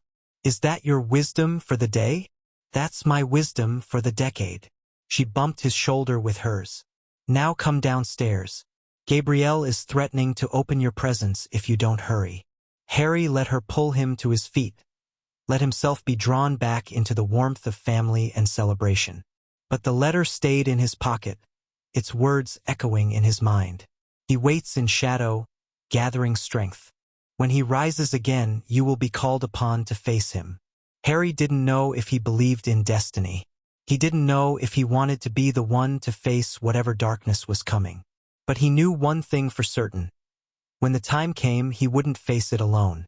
Professor Marchetti requested a meeting in January. He was an odd man, brilliant by all accounts, but strange in ways that were hard to pin down. He taught advanced magical theory, and while Harry wasn't technically old enough for his classes, Marchetti had been observing his practical sessions with increasing interest.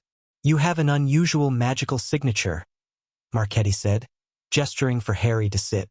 His office was cluttered with books and artifacts, the walls covered in diagrams that made Harry's eyes hurt if he looked too closely. "I noticed it during your assessment. I've been studying it since." "Studying it how?" "Observation, analysis, the usual methods." Marchetti's eyes were sharp behind his spectacles. "Your core doesn't behave like other children's cores. It's larger, certainly, that's obvious to anyone with eyes. But there's something else. Something I've only read about in very old texts." Harry shifted uncomfortably. "What kind of old texts?" "The kind that discuss things like prophecy, destiny, the mechanics of fate." Marchetti leaned forward, intensity radiating from him. "Tell me, Henri, have you ever heard of the Deathly Hallows?" The symbol from the letters flashed through Harry's mind. The circle, the triangle, the line. "I've seen the symbol," he said carefully. "Yes, I thought you might have." Marchetti smiled, and something about it seemed off. Too knowing, too sharp. "The Hallows are ancient artifacts of immense power. Legend says they were created by Death himself, given to 3 brothers as rewards for their cleverness. The Elder Wand, the Resurrection Stone, and the Cloak of Invisibility." Harry's hand moved instinctively toward his pocket, where his father's cloak was folded small enough to carry. "Your cloak," Marchetti said softly. "Yes, I wondered. The Potter family has possessed it for generations, longer than any other invisibility cloak has survived. That's because it's not just any cloak. It's the cloak, one of the 3 Hallows." "How do you know about my cloak?" "I know many things, Henri. Things that others have forgotten. Things that those in power would prefer remain hidden." Marchetti stood, pacing around his desk with restless energy. "The Covenant you've been contacted by, yes, I know about that too. They're very interested in the Hallows. They believe that whoever unites all 3 becomes the Master of Death. Immortal. Unstoppable." Harry's blood ran cold. "And you're telling me this because?" "Because you should know what you possess. Because the game being played around you is larger than you realize. Because—" Marchetti stopped pacing, his back to Harry, his voice dropping to a whisper. "Because the Dark Lord seeks the Hallows too. He always has. And when he returns, when, not if, he will come for what you carry." "Who are you?" Harry demanded, rising from his chair. "How do you know all this?" Marchetti turned, and for a moment, something flickered across his face. Something old and tired and infinitely sad. "I'm a teacher," he said simply, "and I've been watching the patterns of history for a very long time. Long enough to recognize when someone stands at the center of events that will shape the world. I'm 11 years old, and Voldemort was 17 when he created his first Horcrux." Marchetti's voice was gentle now, almost kind. "Age means nothing. Destiny doesn't check your identification." Harry stood frozen, his mind racing. Horcrux. The word was unfamiliar, but something about it made his skin crawl. "I don't want any of this," he heard himself say. "I just want to be normal. I just want—" "I know what you want." Marchetti returned to his seat, suddenly looking less strange and more weary. "And I'm sorry. Truly, I am. But wanting doesn't change reality. You are what you are, Henri. The sooner you accept that, the better prepared you'll be for what's coming." Harry left the office in a daze, Marchetti's words echoing in his mind. You are what you are. He didn't know what he was. He wasn't sure he wanted to find out. But one thing was becoming clear. Normal had never been an option for him. Maybe it never would be. The rest of the year passed in a blur of classes and training and the gradual building of friendships that Harry was learning to trust. Luke became a sparring partner, then an ally, then something close to a friend. Their competitive edge never quite disappeared, but it softened into mutual respect. Sophie helped him survive theory classes with her patient explanations. Etienne introduced him to wizards' chess strategy and French cuisine and the art of actually relaxing sometimes. Fleur remained a constant presence, protective, bossy, utterly devoted in ways that made Harry's chest ache with gratitude. And Gabrielle sent letters every week, illustrated with drawings of hippogriffs and dragons and family portraits that grew more sophisticated as the year progressed. In March, Madame Maxime called him to her office. The headmistress of Beauxbatons was a giant of a woman. Literally, though one wasn't supposed to mention it, with an elegance that transcended her size. She'd been watching Harry all year, he knew. Watching and evaluating and making quiet notes that no one else was privy to. "Monsieur Delacours," she said, gesturing for him to sit. "You've had quite a first year." "Yes, madam. Your instructors speak highly of you. Your practical magic is years ahead of your peers. Your theoretical understanding is improving." A small smile crossed her face. "And you've managed to avoid major disciplinary incidents, despite several provocations." "I try to stay out of trouble." "Trouble, I suspect, finds you regardless." She studied him with dark, knowing eyes. "I've been in contact with your parents, your adoptive parents, I should say, regarding your educational path. They agree that standard curriculum is insufficient for someone of your abilities." Harry's stomach tightened. "What does that mean?" "It means I'd like to offer you something unusual. Private instruction in addition to your regular classes. Advanced techniques, accelerated learning, preparation for challenges that I suspect are coming." She paused. "And some truths about your history that I believe you're old enough to hear." "What kind of truths?" "The kind that explain why Albus Dumbledore is so determined to reclaim you. The kind that explain what you really are." Madame Maxime's expression was grave. "Do you know what a prophecy is, Henri? A prediction of the future? More than that. A prophecy is a piece of magic. Raw, uncontrolled, spoken through a vessel who often doesn't remember the words afterward. True prophecies are rare, and their fulfillment is inevitable. One was spoken before your birth, Henri, about you and the Dark Lord." Harry felt the world tilt slightly. "What did it say?" "I don't know the exact wording, that knowledge is kept locked in the British ministry, but I know the gist. You are marked by the Dark Lord as his equal. You have power he doesn't. And in the end, one of you must die at the hand of the other." The silence that followed was absolute. "I'm supposed to kill Voldemort?" Harry finally managed. "Or he'll kill you. Those are the terms of the prophecy." Madame Maxime's voice was gentle but unflinching. "This is why Dumbledore wants you back. Not because he cares about your welfare, but because you're a weapon he needs. The only weapon capable of ending the Dark Lord permanently. What if I refuse? What if I just don't? Then the Dark Lord will come for you anyway. Prophecies don't wait for acceptance. They simply are." She leaned forward, her expression intense. "But here's the thing about prophecies, Henri. They speak of outcomes, not methods. They say you must face the Dark Lord. They don't say you must face him alone. Untrained, unprepared. You want to train me. I want to give you a choice. A real choice, not the illusion of choice that Dumbledore offered." She sat back, letting the words settle.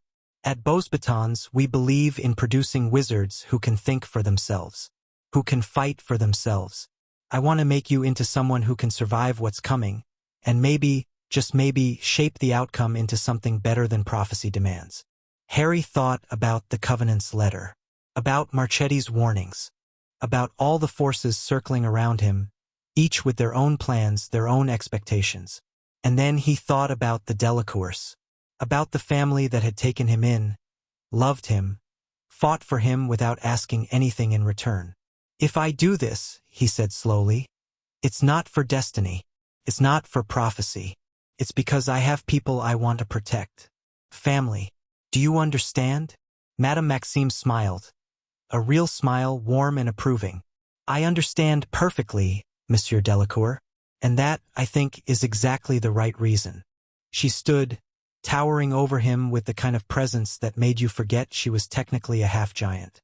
"Come to my office on Saturday," she said. "We'll begin your education in earnest. And Henri, Yes, madam.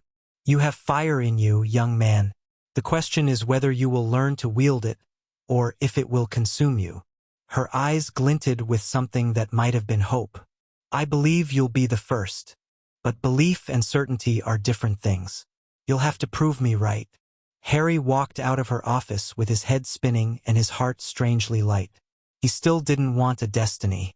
Still didn't want to be anyone's weapon or hero or symbol. But if he had to face what was coming regardless, he'd face it on his own terms. With his family at his back and his fire under his control. Let the Dark Lord come. Let the Covenant plot. Let Britain beg. Harry Delacour was done running. Chapter 3 and Chapter 4. The fire within 3 years changed a boy into something else entirely.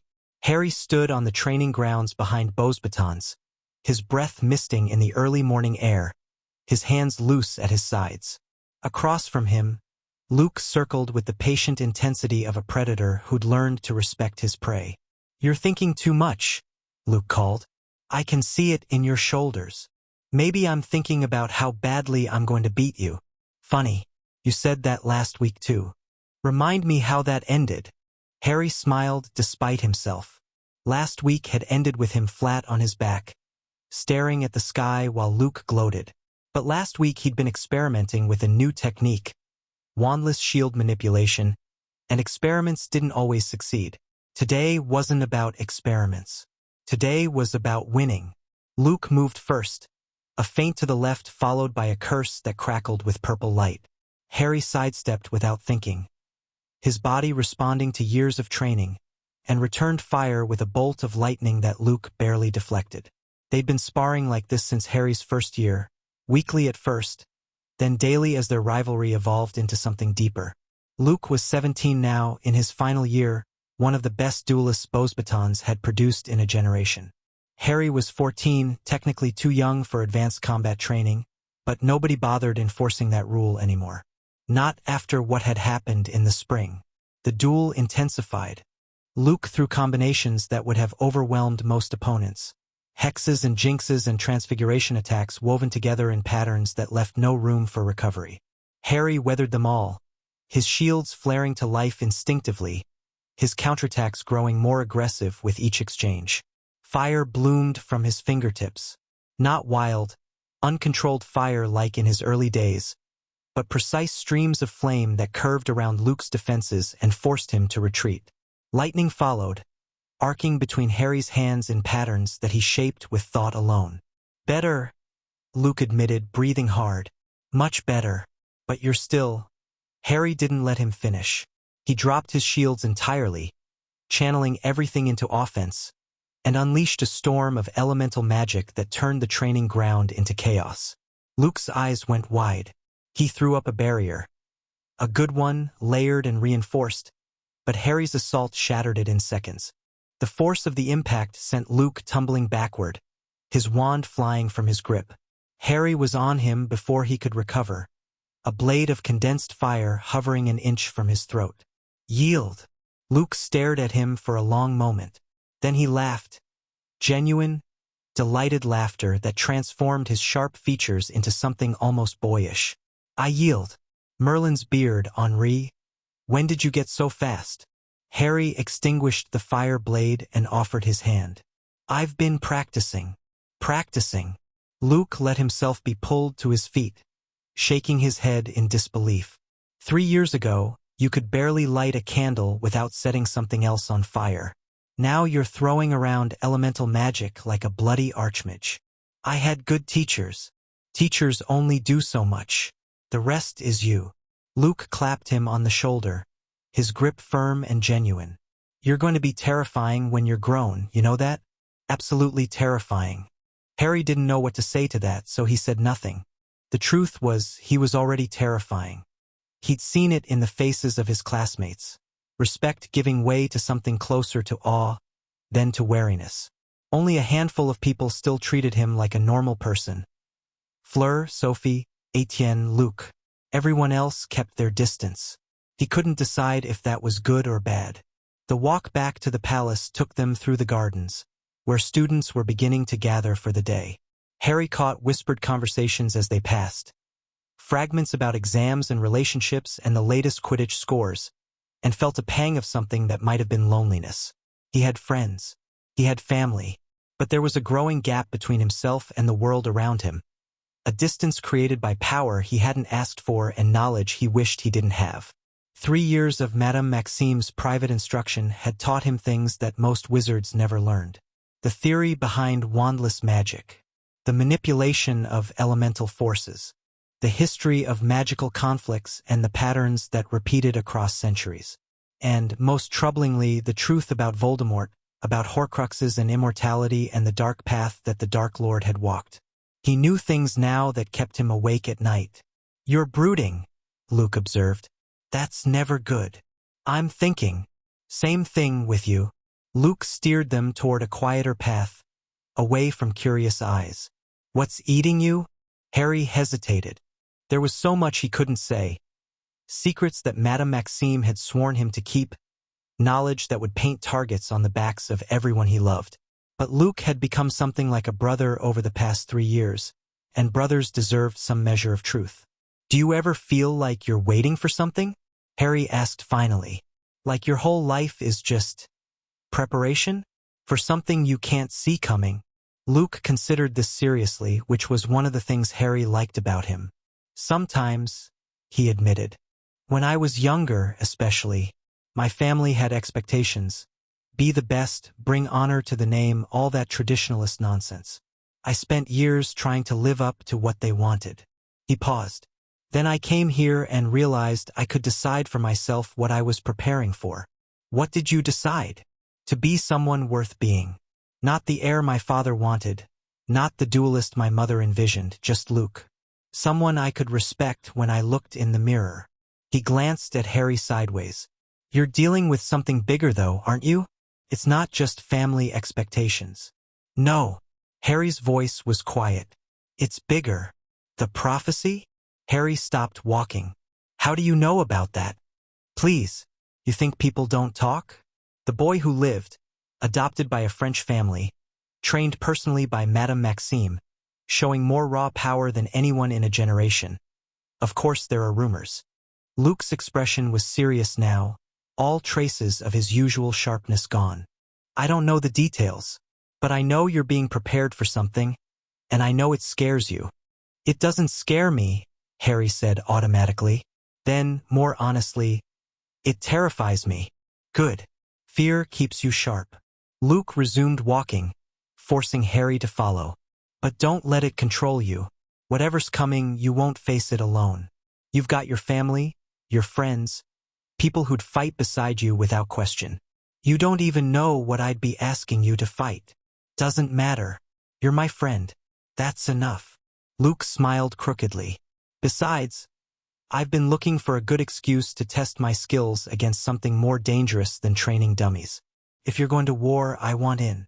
Harry felt something ease in his chest, tension he hadn't realized he was carrying.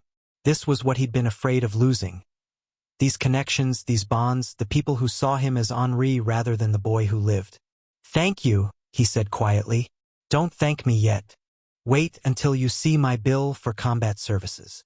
Luke's grin returned, sharp and familiar. "Now come on. We've got theory in 20 minutes, and Professor Beaumont will hex us both if we're late again." The rest of the day passed in the usual blur of classes and meals, and the endless stream of homework that Beauxbatons inflicted on its students. Harry moved through it on autopilot, his mind elsewhere. The Tri-Wizard tournament had been announced last week. Beauxbatons would send a delegation to Hogwarts in October, the first major interaction between French and British magical communities since Harry's adoption had caused its diplomatic incident. Fleur had immediately declared her intention to compete, despite Apollin's protests and Jean-Pierre's cautious concerns. "I'm 17, she'd argued during their last family dinner. "I'm of age, I'm qualified, and I'm going. The question is whether Henri comes with me." The question had sparked an argument that lasted 2 hours. Apollin feared the British would use the tournament as an excuse to try reclaiming Harry. Jean-Pierre worried about political complications. Fleur insisted that hiding Henri away would only make him seem weak. In the end, Madame Maxime had settled the matter with a single statement. The boy will come. He needs to see Britain.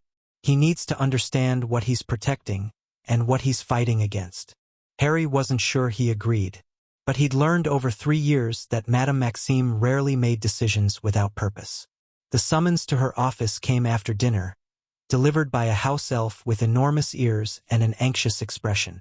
"Madame is requesting Monsieur Delacours most urgently," the elf squeaked. "Is being about the England things, she is saying." Harry followed the elf through the winding corridors of the palace, his stomach tight with anticipation.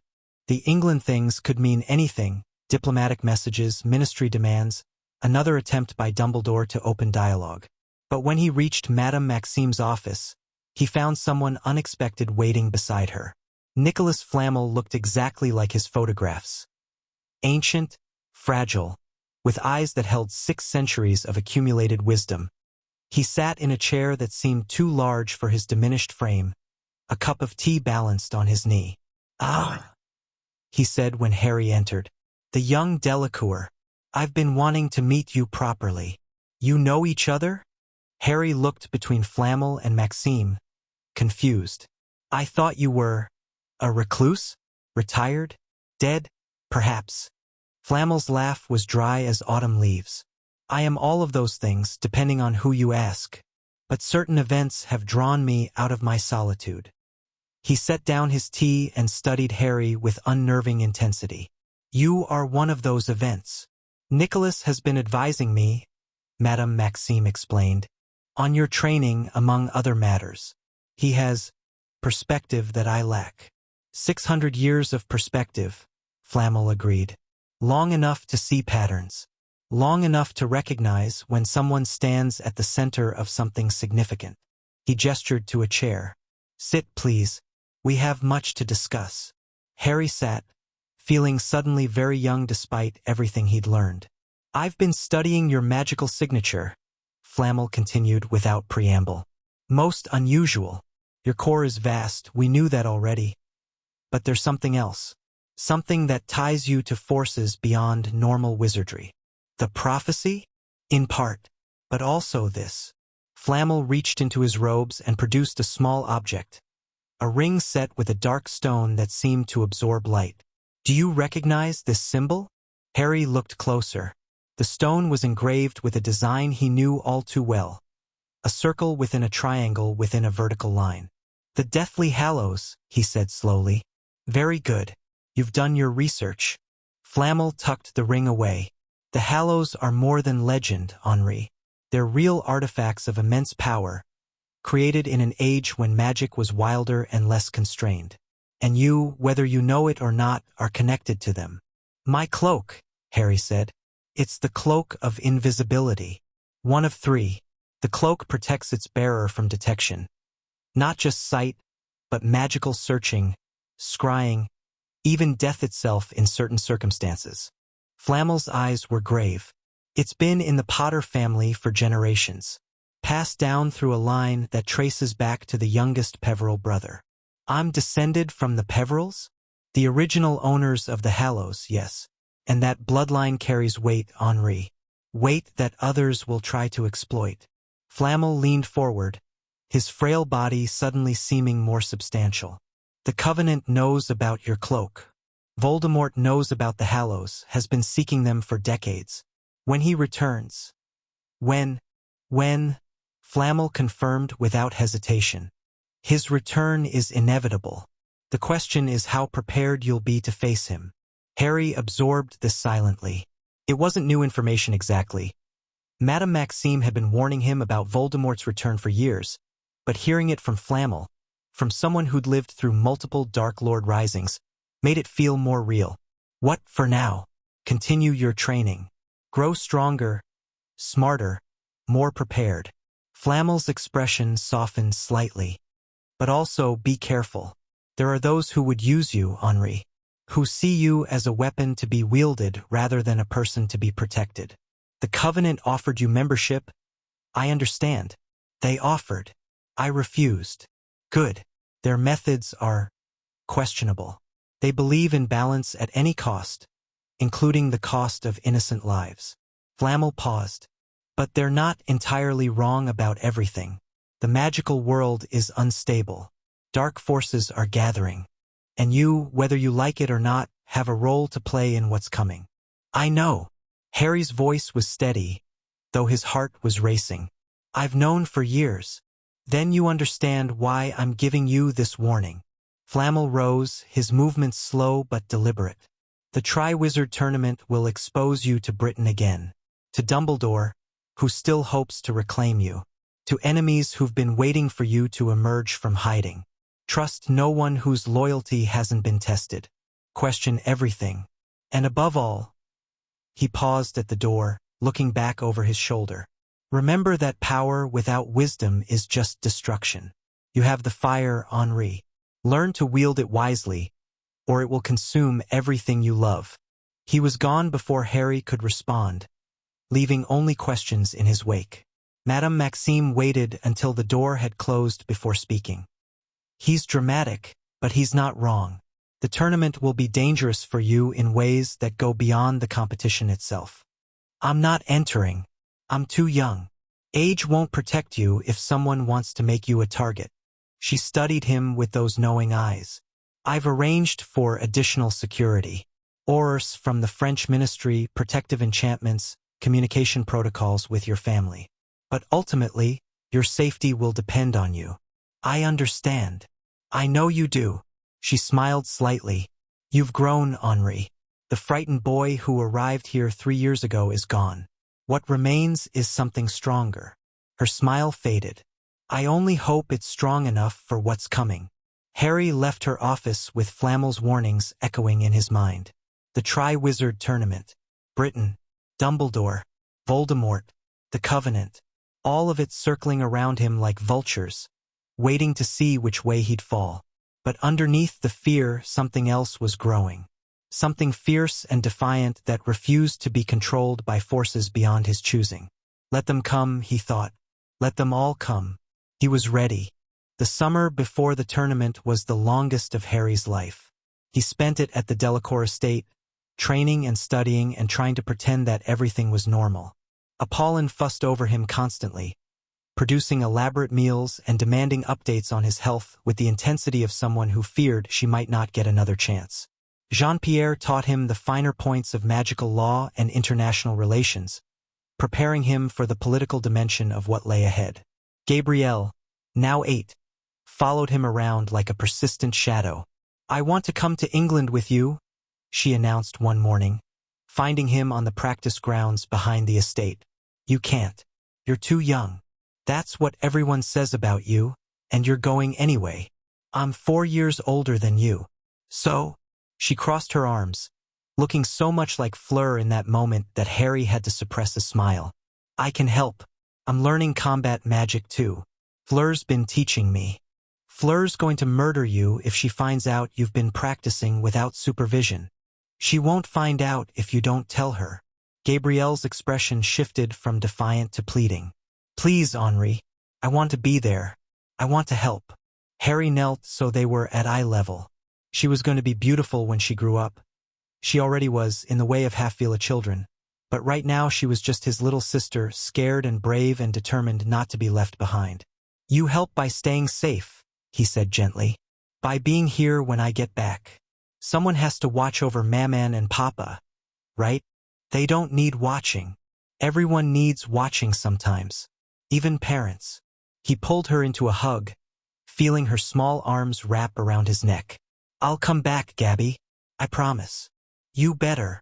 Her voice was muffled against his shoulder. Or I'll come find you and hex you myself. I believe you. He held her for a long moment, memorizing the feel of her against his chest. The weight of family, of people who loved him without agenda or expectation. This was what he was fighting for. This was what made everything else worthwhile. Henri. Yeah. You're going to win, right? Whatever happens over there, you're going to win. Harry thought about the prophecy, about Voldemort waiting in shadow, about all the forces circling around him, each with their own plans for his future. I'm going to try, he said honestly. That's all anyone can do. Gabrielle pulled back to look at him, her pale eyes serious beyond her years. Then try really, really hard. Because I need my brother to come home. Harry smiled. Not his practiced smile. Not his public face. But something genuine and warm that he reserved for family. Deal. The accident happened 2 weeks before their departure for Hogwarts. Harry was in advanced practical class, working through a series of exercises designed to test the limits of his elemental control. The assignment was simple. Create a contained sphere of fire, maintain it for 5 minutes, then transform it into water without losing cohesion. He'd done similar exercises dozens of times. It should have been routine. But something was different that day. His magic felt restless, churning beneath his skin like a creature straining against chains. The sphere of fire came easily, too easily, blazing into existence with an intensity that made his classmates step back. Control, Delacours, the instructor called. Dial it back. Harry tried. He reached for the techniques he'd spent years mastering, the breathing exercises and mental frameworks that kept his power in check. Nothing happened. The fire grew brighter, hotter. Harry felt sweat break out across his forehead as he struggled to contain something that didn't want to be contained. Henri! The sphere exploded. Fire roared outward in a wave of pure destruction, and Harry did the only thing he could think of. He threw himself in front of Sophie and Etienne, who'd been standing closest, and channeled everything he had into a shield. The blast hit him like a physical force. He felt his shield buckle, felt the fire searing across his skin even as it was deflected away from his friends. Pain lanced through him, brief but intense, and then it was over. He was on his knees in a circle of scorched earth, his hands blistered and his robes smoking. Around him, the training ground was devastated. Grass burned to ash, equipment melted, stone cracked from thermal shock. But Sophie and Etienne were untouched. So was everyone else. Mon Dieu, someone breathed. Did you see that? He shielded them. He shielded everyone. The instructor was at his side in seconds, wand already casting diagnostic spells.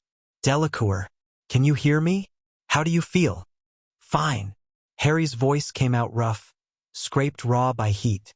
I'm fine. You're not fine. Your hands are burned and your magical core is showing signs of strain. What happened? I don't know. Harry looked at his blistered palms, watching as the healing spells began their work. It just got away from me. That shouldn't be possible. Not with your level of control. But it had happened. And as Harry was helped to his feet and escorted to the infirmary, he couldn't shake the feeling that it meant something. His power was growing, faster than his ability to contain it. And if he couldn't find a way to keep pace, people he loved would get hurt. The infirmary visit turned into an extended stay when Madame Maxime arrived. She swept in like a thunderstorm, all towering presence and barely contained concern, and dismissed the healers with a wave of her hand. Leave us. They left without argument. When the headmistress spoke in that tone, people obeyed. Tell me exactly what happened, she said, settling into a chair that creaked under her weight. Leave nothing out. Harry told her. The restless feeling in his magic, the loss of control, the explosion and his desperate, instinctive shield. When he finished, Madame Maxime was silent for a long moment. This isn't unexpected, she finally said. Your power has been growing steadily since you arrived at Beauxbatons. What happened today is a sign that you're approaching a threshold, a point where your magical core will undergo a fundamental shift. A shift into what? Something more. Something most wizards never experience. She met his eyes with unusual gravity. You know that magical ability exists on a spectrum. Most wizards fall somewhere in the middle, competent, capable, but limited. A rare few push into the upper ranges, becoming what we call mages. And a very, very rare few push beyond even that. Are you saying I'm saying you have the potential to be something extraordinary, Henri? But potential is only the beginning. She leaned forward, her voice dropping. The magical world has seen a handful of truly exceptional practitioners over the centuries. Merlin, the founders of Hogwarts, Grindelwald, Dumbledore, each of them passed through the same threshold you're approaching now. And Voldemort? Him too. She didn't flinch from the name. The difference is in what they did with their power afterward. Some built, some protected, some destroyed. Her eyes bored into his. What will you do, Henri? The question hung in the air between them, heavy, inescapable. I don't know yet, Harry admitted. But I know what I won't do. I won't become someone who hurts people. I won't become a weapon for anyone's cause. Good. She sat back, some of the tension leaving her frame. Hold on to that conviction. It will be tested in ways you can't imagine. The tournament? The tournament is just the beginning. What comes after?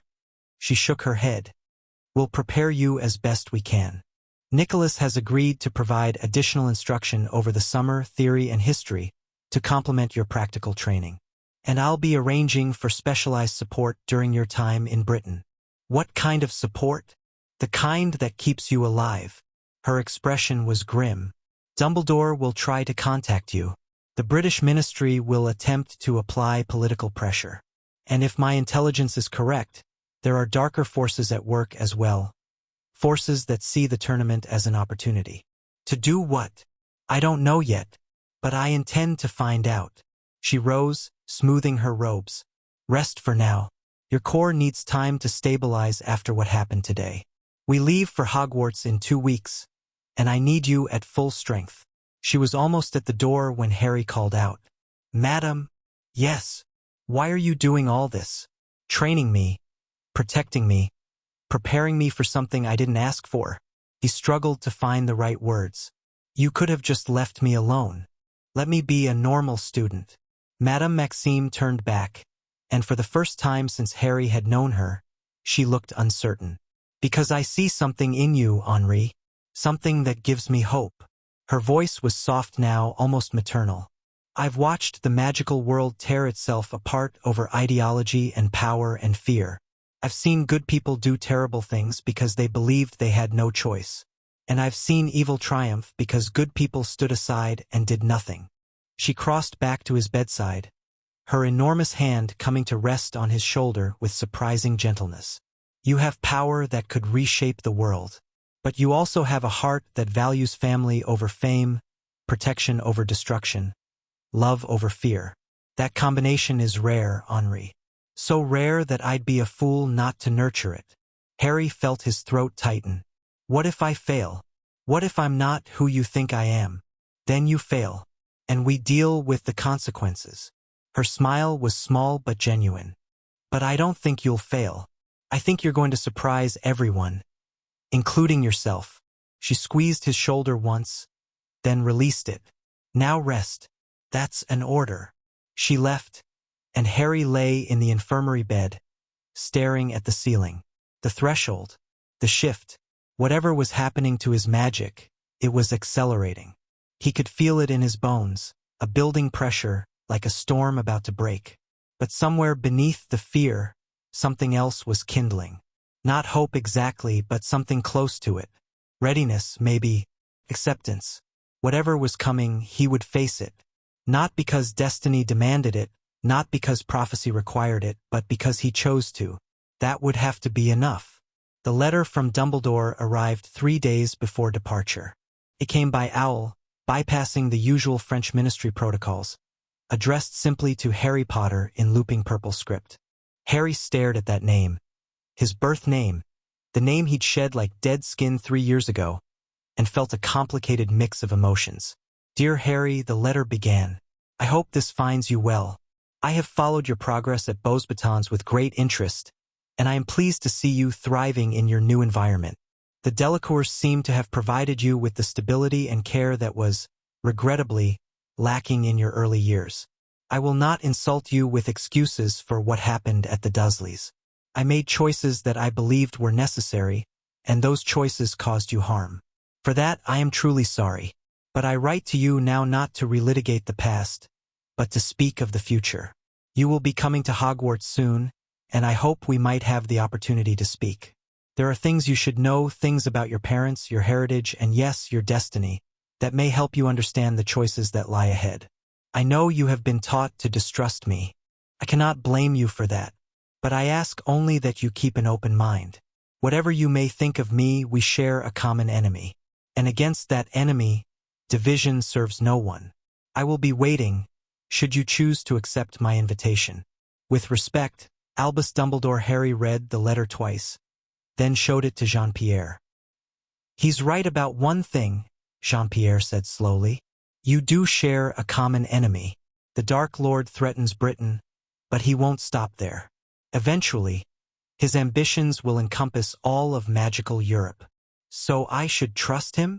I didn't say that. Jean-Pierre handed the letter back. Dumbledore is a complicated man. He's done great good and great harm, sometimes simultaneously. His motives are not always clear, even to himself. He paused. But he's also brilliant, powerful, and deeply invested in Voldemort's defeat. Ignoring him entirely would be foolish. What do you suggest? Listen to what he has to say. Ask questions. Make your own judgments. Jean-Pierre's expression was serious. But remember who you are, Henri. Remember where your loyalties lie. Dumbledore will try to convince you that his way is the only way. It isn't. Harry nodded slowly. I'll be careful. I know you will. Jean-Pierre clasped his shoulder. We've raised a son who thinks for himself. That's the best protection we could give you. That night, Harry wrote his response. Headmaster Dumbledore, I appreciate your letter and your apology. I accept both, though I cannot promise forgiveness. Some wounds take longer to heal than others. I will meet with you at Hogwarts. I have questions of my own about my parents, about the prophecy, about the choices you made on my behalf. I expect honest answers. I should also make something clear. I am Henri Delacours. The boy you knew as Harry Potter no longer exists, except in the memories of people who never really knew him. Whatever happens during the tournament, whatever conversations we have, that fact will not change. I am not your weapon. I am not Britain's champion. I am myself, and I will make my own choices about how to face what's coming. If you can accept that, we may find common ground. If not, we have nothing to discuss. Respectfully, Henri Delacour. He sent the letter and tried not to think about what would happen when he crossed the channel. Britain waited. Hogwarts waited. And somewhere in the shadows, forces darker than Dumbledore were making their own plans. 2 weeks. Then everything would change. The morning of departure dawned gray and cold. Harry stood in his room at the Delacour estate, looking around at the space that had become more home than anywhere he'd ever known. The books on the shelves, the practice wands stand by the window, the photographs of his family that covered one wall.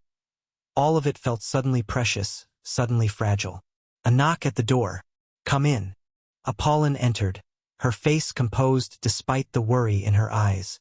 She was dressed for travel, her robes immaculate, but Harry could see the tension in her shoulders. It's time, she said quietly. I know. She crossed the room and took his hands in hers. Her grip was warm and firm, anchoring him. Whatever happens over there, remember who you are. Remember that you have people who love you, not because of prophecy, not because of power, but because of you. Her voice wavered slightly. And if anyone tries to hurt you, if anyone tries to take you from us, I'll come back, Harry said firmly. I promise. Promises are fragile things. She pulled him into a fierce embrace, holding him tighter than she had since those first days after he'd arrived in the lavender field. But I believe you. I believe in you. They held each other for a long moment, mother and son, bound by choice rather than blood. Then Apollon stepped back, straightening his collar with practiced efficiency. Your father is waiting downstairs with Fleur. Gabrielle wants to say goodbye. A small smile crossed her face. She's threatening to stow away in the carriage. She would too. That's why I've asked Jean-Pierre to check the luggage compartments. The smile faded. Be careful, Henri. The British are not our enemies, but they're not our friends either. Trust your instincts. Trust your training. And if everything goes wrong, it won't. But if it does, there's a portkey sewn into the lining of your travel cloak. The activation phrase is Lavender Fields. It will bring you home immediately, no matter where you are. Harry felt a lump form in his throat. Of course they'd prepared for the worst. Of course, they'd given him an escape route. That was what family did. "Thank you," he managed. "Thank us by coming back safe." Apollon kissed his forehead, her lips lingering. "Now go. Your sister is probably hexing the carriage drivers for moving too slowly." Harry laughed despite himself, and the sound eased something in his chest. He was ready.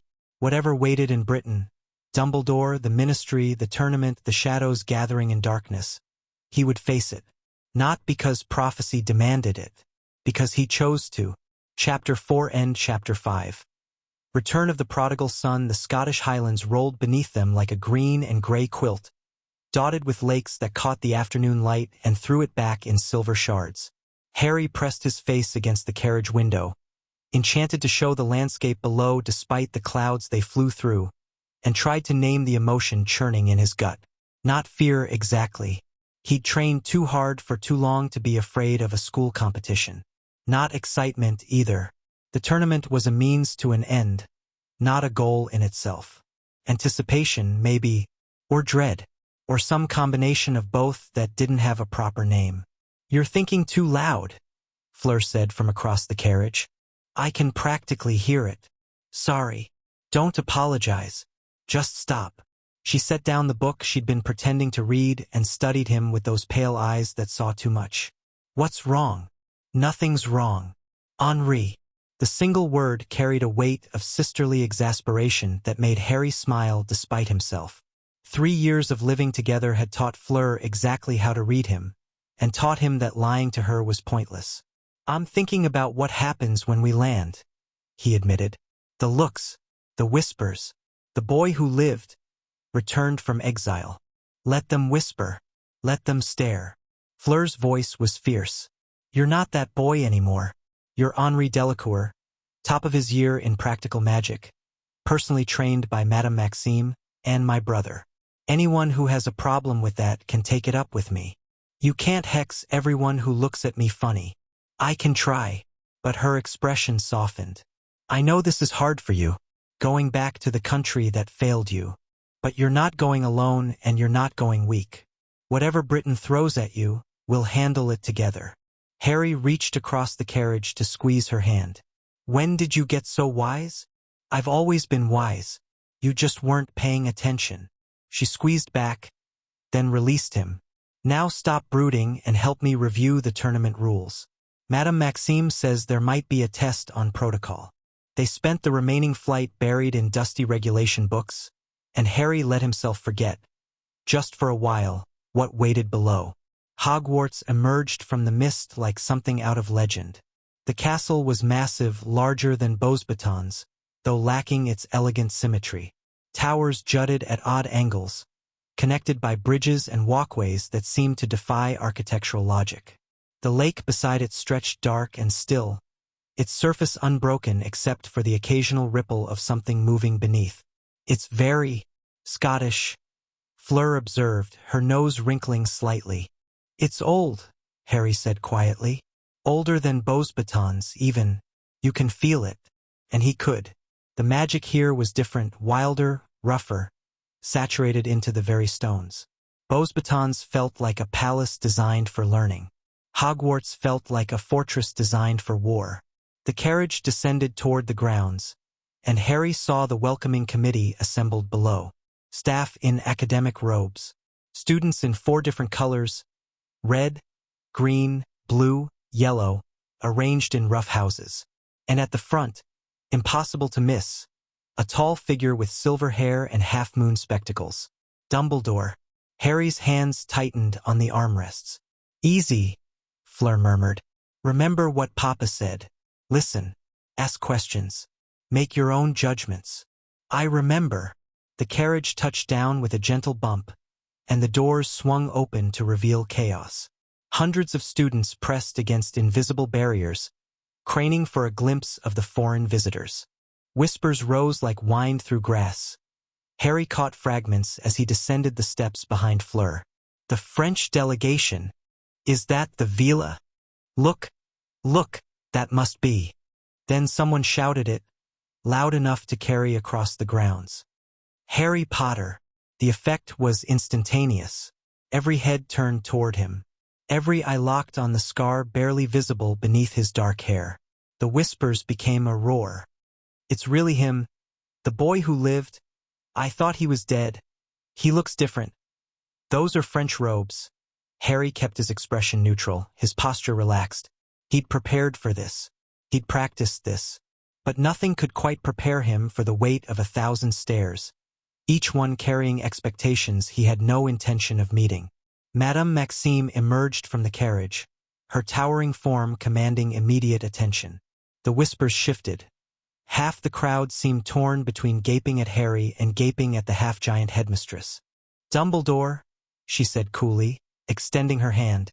"Thank you for your hospitality." "Olymp." Dumbledore's voice was warm, but his eyes, those bright blue eyes that seemed to see everything, slid past her to Harry. "Welcome to Hogwarts. And welcome back, Harry." "It's Henri," Harry said flatly. "Henri Delacours." A ripple of reaction went through the crowd. Dumbledore's expression flickered. Surprise, perhaps, or respect, before settling into gentle acceptance. "Of course, Henri." He gestured toward the castle. "Please come inside. The feast will begin shortly, and I'm sure you're all eager to rest after your journey." They processed toward the castle, the Beauxbatons delegation moving in practiced formation. Harry felt eyes on him every step of the way, felt the weight of history and expectation pressing down like a physical force. But he kept his spine straight and his head high. He was not Harry Potter, frightened child, victim of prophecy and manipulation. He was Henri Delacour, trained warrior, son of a French political family, and no one's weapon but his own. Let them stare. Let them whisper. He had nothing to prove to any of them. The great hall was overwhelming. For long tables stretched the length of the room, each packed with students in their house colors. Candles floated overhead in defiance of gravity, casting flickering light across walls covered in ancient tapestries.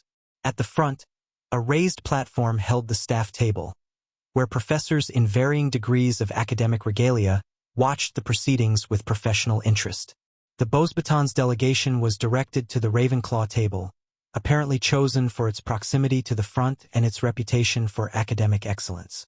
Harry found himself sandwiched between Fleur and Sophie, acutely aware of the whispered conversations happening all around them.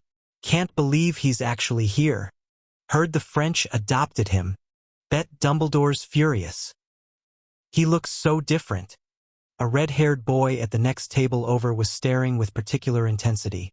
Not hostile, exactly, but curious in a way that made Harry uncomfortable.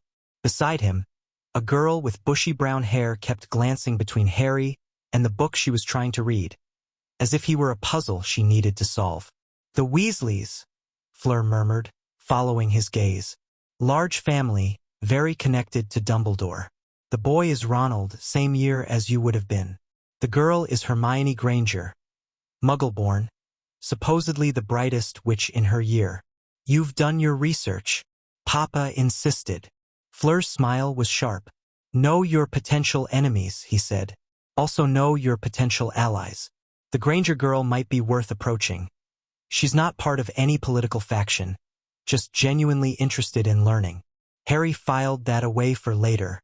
The feast was beginning, and Dumbledore had risen to speak.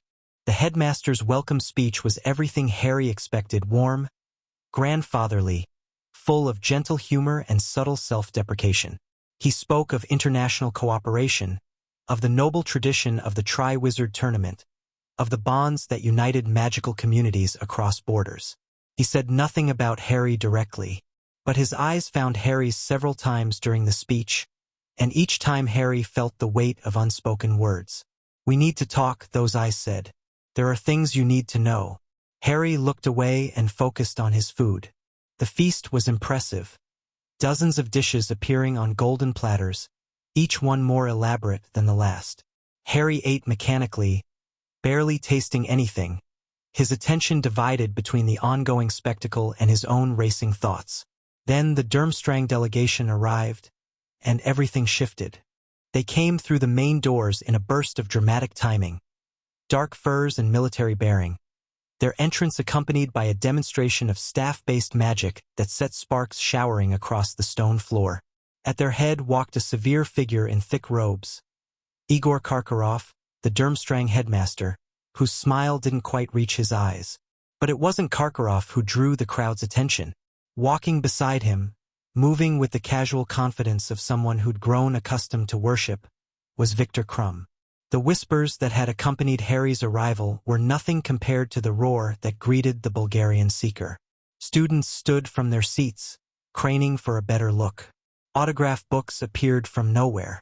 Even some of the professors seemed starstruck. "Krum," Sophie breathed beside him. "I didn't know he was still in school." "He took time off for professional Quidditch," Fleur said, her voice carefully neutral. "But he's apparently finishing his education before pursuing it full-time." Harry studied the famous seeker with professional interest. Krum was everything the papers said. Tall, powerfully built, with a hawk-like profile and dark eyes that swept the room with surprising intelligence. He didn't look like someone who'd coasted on natural talent. He looked like someone who worked for every achievement. Their eyes met across the great hall, and something passed between them, recognition, maybe.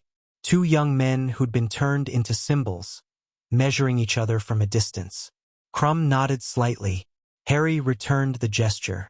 Then the moment passed, and the feast continued. The goblet of fire was revealed after dessert. It sat on a plain wooden stool in the center of the hall, an ancient wooden cup, its flames burning blue-white with contained power. Dumbledore explained the rules.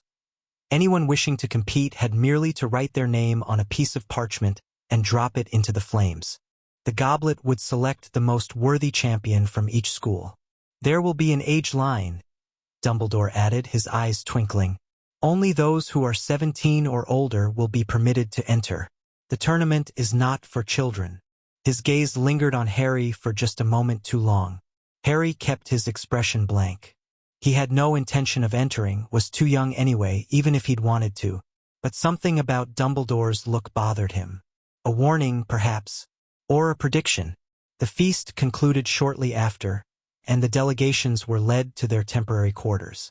Beauxbatons had been given a wing of the castle near the Ravenclaw Tower, comfortable enough, though lacking the elegance of home. Harry was settling into his assigned room when a knock came at the door. He opened it to find the bushy-haired girl from dinner, Hermione Granger, standing in the corridor with an expression caught between determination and nervousness. "I'm sorry to bother you," she said quickly.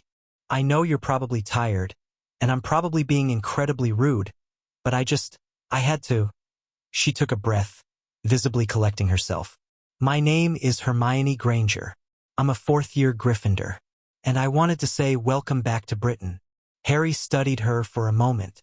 There was no calculation in her face, no hidden agenda. Just genuine curiosity and a slightly manic energy that reminded him of Sophie on a research binge.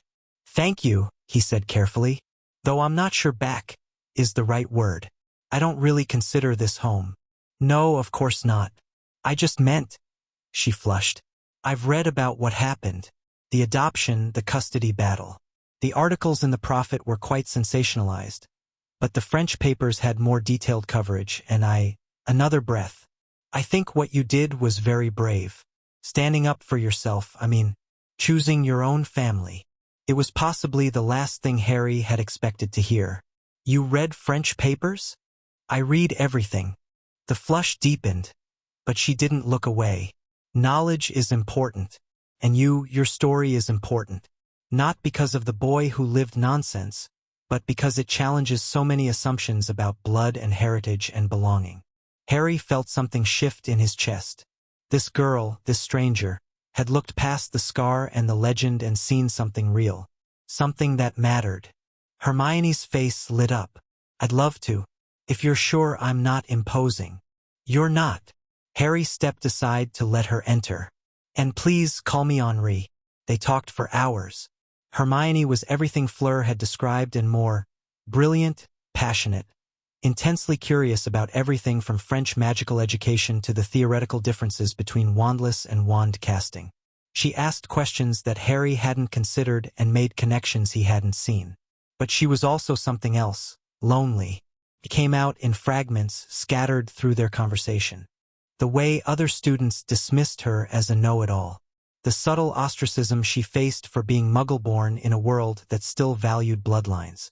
The frustration of having a mind that raced faster than those around her could follow. "Ron doesn't understand," she admitted at one point. "He thinks I'm showing off when I answer questions in class. But I'm not. I'm just excited to learn. Is that so wrong?" "No," Harry said quietly. "It's not wrong at all." She looked at him with something like gratitude. "It's different at Beauxbatons? They value academic achievement. They value competence. In any form." Harry thought about his own journey, the struggles, the breakthroughs, the gradual acceptance. It's not perfect. There are still politics, rivalries, people who look down on others for various reasons. But the culture is different. They care more about what you can do than who your parents were. That sounds wonderful. It can be. He hesitated, then added, "You know, if you ever wanted to study in France, there are exchange programs, transfer options. It's not easy, but it's possible." Hermione's eyes went wide. "You think I could? I mean, I've thought about it, but I never. My parents are here and everything I know is here and I'm not saying you should leave, just that you have options." Harry smiled slightly. "Knowing you have choices makes everything easier. Trust me." She was quiet for a long moment. Then slowly she nodded. "I'll think about it," she said. "Thank you, Henri, for talking to me, for treating me like a person instead of a source of information or someone to be avoided." "You're welcome." Harry rose, realizing how late it had gotten. "We should probably both get some sleep. The champions are being selected tomorrow, right?" "Yes, of course." Hermione stood, smoothing her robes. I hope we can talk again? While you're here. I'd like that." She smiled. A genuine, unguarded smile that transformed her face, and slipped out into the corridor. Harry stood by the door for a long moment after she'd gone, thinking. He'd come to Britain expecting enemies, expecting complications and manipulations and the weight of a past he'd tried to leave behind. He hadn't expected to find a friend. The champions were selected at dinner the following evening. The great hall was packed, every seat taken, the air thick with anticipation. Harry sat with the Bosebatons delegation, acutely aware of the eyes on him from every direction. The goblet of fire burned at the front of the room, its flames dancing with barely contained power. Dumbledore rose to speak, and the hall fell silent. "The moment has arrived," he said, his voice carrying effortlessly. "The goblet is almost ready to make its decision. When the champions are called, I ask that they come up to the top of the hall, proceed through the door behind the staff table, and wait in the receiving chamber." He stepped back, and the goblet's flames turned suddenly red. A piece of charred parchment shot from the cup, spinning in the air. Dumbledore caught it smoothly. "The champion for Durmstrang will be Victor Krum." The hall erupted. Krum rose from the Slytherin table, where Durmstrang had been seated, and made his way to the front amid thunderous applause. He moved with quiet dignity, not playing to the crowd, simply accepting his selection as his due. The flames turned red again. "The champion for Beauxbatons will be Fleur Delacours." Harry was on his feet before he realized it, applauding as his sister rose with perfect grace. She caught his eye as she passed, a flash of nervousness beneath her poise, and he nodded encouragement. She would be brilliant. He knew it. The flames turned red a third time. "The champion for Hogwarts will be Cedric Diggory." The yellow-clad table, Hufflepuff, Harry remembered, exploded with cheers. A handsome boy with gray eyes and an easy smile made his way forward, shaking hands and accepting congratulations with genuine warmth. Dumbledore smiled. "Excellent. We now have our 3 champions. I am sure I can count upon all of you to give them every ounce of support you can muster." He stopped. The goblet's flames had turned red again. A 4th piece of parchment shot from the cup, drifting downward with impossible slowness. Dumbledore caught it, and Harry watched his face go pale. Harry Potter. The silence that followed was absolute. Harry felt the blood drain from his face. Around him, 1,000 heads turned, 1,000 eyes fixed on his position at the Ravenclaw table. "Harry Potter," Dumbledore repeated, his voice strained. "Please come to the front of the hall." "My name," Harry said clearly, his voice carrying in the silence, "is Henri Delacour, and I didn't enter my name." The silence shattered into chaos. Students shouting, professors conferring, the Beauxbatons delegation closing ranks around Harry like a defensive formation. Sophie grabbed his arm.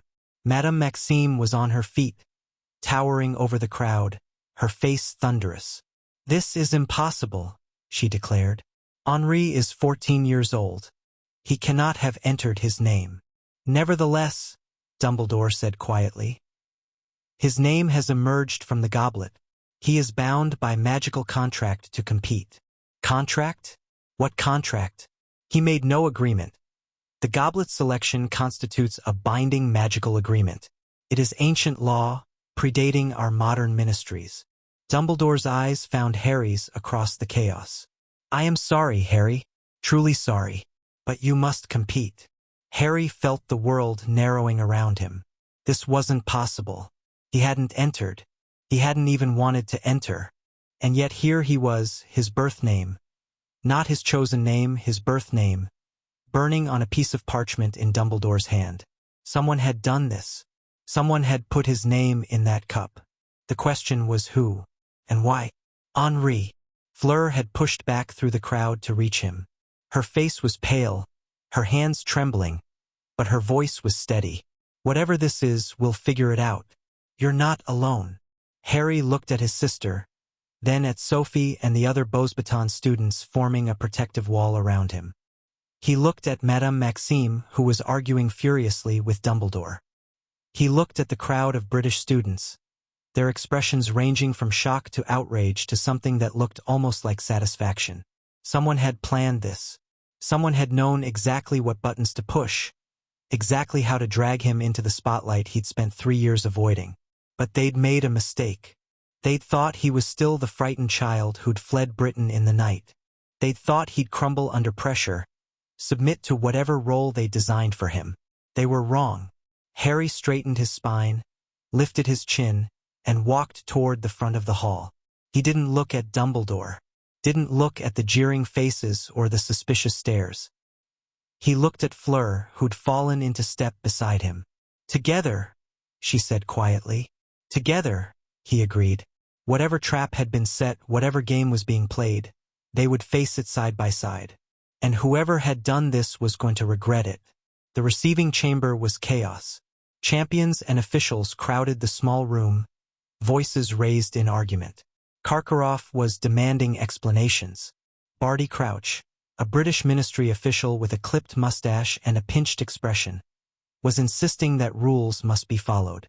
Ludo Bagman, head of magical games and sports, seemed caught between excitement and confusion. Harry entered with Fleur, and the arguments died away. "Potter," Karkaroff spat. "I should have known.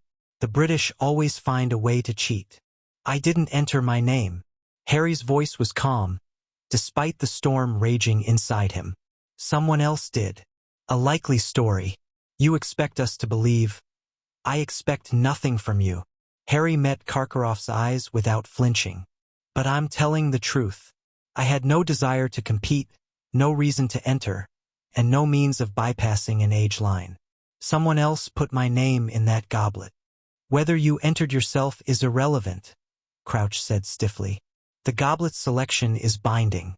You are now a Triwizard champion, Mr. Potter, and you will compete or forfeit your magic. My name is Delacour."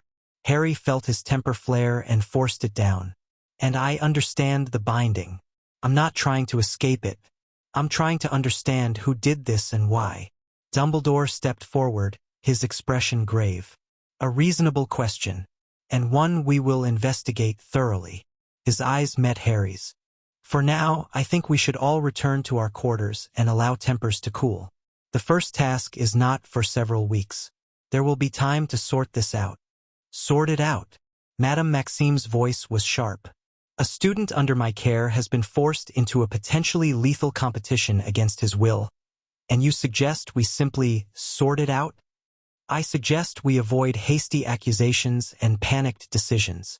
Dumbledore's voice was gentle but firm. Whatever has happened here tonight, we must approach it with clear heads and careful investigation. Maxime looked ready to argue further, but Harry caught her eye and shook his head slightly. She was right to be angry, he was angry too, but Dumbledore was also right. Panic wouldn't help anyone. Fine, Maxime said finally, but I will be conducting my own investigation. And if I find that anyone at Hogwarts was involved in this, then we will deal with them together, Dumbledore said smoothly. I have no more desire to see students harmed than you do, Olymp. The meeting broke up in uneasy truce. Harry found himself walking back to the Beauxbatons wing with Fleur, both of them silent, processing. Someone planned this, Fleur said finally. The timing, the execution. It was too perfect to be coincidence. I know. Do you have enemies here? Someone who would want to force you into the tournament. Harry thought about Dumbledore's knowing eyes, about the British Ministry's demands for his return, about the Covenant's cryptic warnings and Voldemort's gathering shadows. I have nothing but enemies here, he said quietly. The question is which one did this. They reached his room, and Fleur paused at the door. Whatever happens, she said, you're not facing it alone. You know that, right? I'm competing too. We're in this together. Harry felt some of the tension ease from his shoulders. I know. And Fleur? Thank you for always being there. She smiled. A real smile, warm and sisterly. That's what family is for. She left, and Harry closed the door behind her. Alone in the darkness, he let the mask fall. Fear, anger, confusion. They washed over him in waves, each one threatening to drag him under. Someone had done this. Someone had reached into his carefully constructed life and torn it apart with 4 syllables on a piece of parchment. Harry Potter. Not Henri Delacours. Not the person he'd become. The ghost of the person he'd been. The weapon they all wanted him to be. Harry crossed to the window and looked out at the Scottish night. Somewhere out there, his enemy was waiting, watching, planning. Fine, he thought, and felt the fire stir in his chest. You want to play games? Let's play. But when I find out who you are, you're going to wish you'd never heard my name. The next morning brought a new complication. Harry was crossing the courtyard toward breakfast when someone stepped into his path. Not threateningly, the body language was almost casual, but deliberately enough that Harry's instincts prickled. Victor Crumb stood before him, dark eyes assessing. Potter, he said. Or is it Delacours now? Delacours. Harry kept his voice neutral. Can I help you with something? Perhaps. Crumb fell into step beside him as Harry continued walking. I have heard stories about you. The boy who lived, raised by Half-Vila in France. Prodigy of wandless magic. Trained personally by Olymp Maxime. Stories are often exaggerated. True, but I am good at recognizing talent. Crumb's expression was unreadable. Last night, when your name came from the goblet, you were not surprised. Angry, yes, but not surprised. You expected something like this. Harry considered lying, then discarded the idea. Crumb was too sharp. I expected trouble, he admitted. Not this specific trouble, but... Yes, I knew coming to Britain would be complicated. Because of the Dark Lord. The words were so casual, so matter-of-fact, that Harry nearly stumbled. What? I am not a fool, Delacour. I know what my headmaster was before he became my headmaster. I know what kind of people are interested in you and why. Crumb's voice dropped. I also know what it is like to be treated as a symbol rather than a person. To have your choices made for you by people who do not see you at all. They'd reached a quieter part of the grounds, away from curious eyes. Crumb stopped walking and turned to face Harry directly. I do not know who entered your name in the goblet, but I know it was not you. No one chooses this kind of attention who has spent 3 years running from it. His expression softened slightly. I also know that you will need allies. Whatever game is being played, you are at the center of it, and you cannot win alone. Harry studied the older boy carefully. Are you offering to be an ally? I am offering recognition. We are both trapped in this tournament against our will. You literally, me by expectations I cannot escape. We are both surrounded by people who want to use us for their own purposes. Crumb shrugged. Perhaps we can be useful to each other. And what would you want in return? Nothing unreasonable. Sparring practice, perhaps. I have heard your combat abilities are exceptional. Information sharing, if we learn anything about who is manipulating this tournament. And, he hesitated. Friendship, if that develops naturally. I have very few real friends. It is difficult when everyone sees the famous Quidditch player instead of the person. Harry understood that more than Crumb could know. All right, he said slowly. I'm not promising anything, but I'm willing to try. Crumb nodded, something like satisfaction crossing his features. Good. Then we begin with this. Last night, I saw something strange. A man near the goblet, just before the champions were selected. He was watching you with unusual intensity. Harry's instincts sharpened. What did he look like? Old. Scarred. One leg replaced with a wooden prosthetic. He was introduced as a professor, but Crumb's brow furrowed. But there was something wrong about him. The way he moved. The way he watched. It did not match the stories I have heard about Alastor Moody. Harry filed the information away. He didn't know who Alastor Moody was, had never heard the name before. But if Crumb's instincts were flagging someone as wrong, it was worth investigating. Thank you, he said. I'll look into it. And I will keep watching. Crumb extended his hand. Good luck, Delacours. I suspect we will both need it. Harry shook the offered hand, feeling the strength in Crumb's grip. Good luck to you too. They parted, and Harry continued toward breakfast with a new weight on his mind. Someone was watching him. Someone didn't fit their reputation. The game was becoming clearer. Now he just had to figure out the players. The great hall was subdued when Harry entered. Conversations died as he passed, replaced by whispered speculation and not-so-subtle pointing. He ignored it, making his way to the Ravenclaw table where the Beauxbatons delegation had gathered. Sophie looked up as he sat down. You're famous. More famous than before, I mean. Wonderful. The Prophet already has an article. The boy who returned, Harry Potter enters Tournament of Champions. She slid a newspaper across the table. They're calling it Destiny, saying you couldn't escape your true nature forever. Harry scanned the article, his jaw tightening with each paragraph. It was everything he'd expected, sensationalized, inaccurate, designed to paint him as a prodigal son returning to his rightful place in British wizarding society. Lies, he said flatly. All of it. We know that. They don't care. Sophie's expression was sympathetic. What are you going to do? Compete. Win. Prove that whoever did this underestimated me. Harry set the newspaper aside. And find out who's responsible. How? I'm still working on that part. A commotion near the entrance drew his attention. The red-haired boy from before, Ron Weasley, was arguing loudly with someone, his face flushed with anger. Beside him, Hermione was trying to calm him down. Her expression caught between embarrassment and exasperation. Can't believe he's back, acting like he belongs here. Ron, please, you're making a scene. He abandoned Britain, ran off to France like a coward, and now he waltzes back in and expects us to. Harry rose from his seat. The movement drew attention, and the argument stopped mid-sentence. Ron's eyes met Harry's across the hall, and something shifted in his expression. Anger giving way to uncertainty, then hardening back into hostility. Harry walked toward him.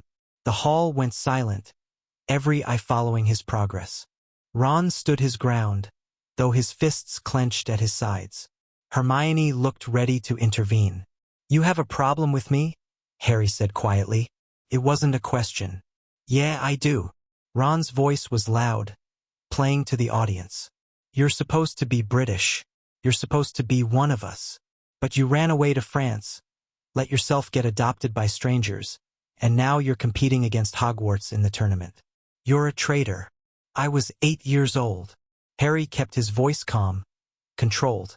I was locked in a cupboard and beaten until I couldn't breathe. When I wished hard enough, I accidentally operated across the channel.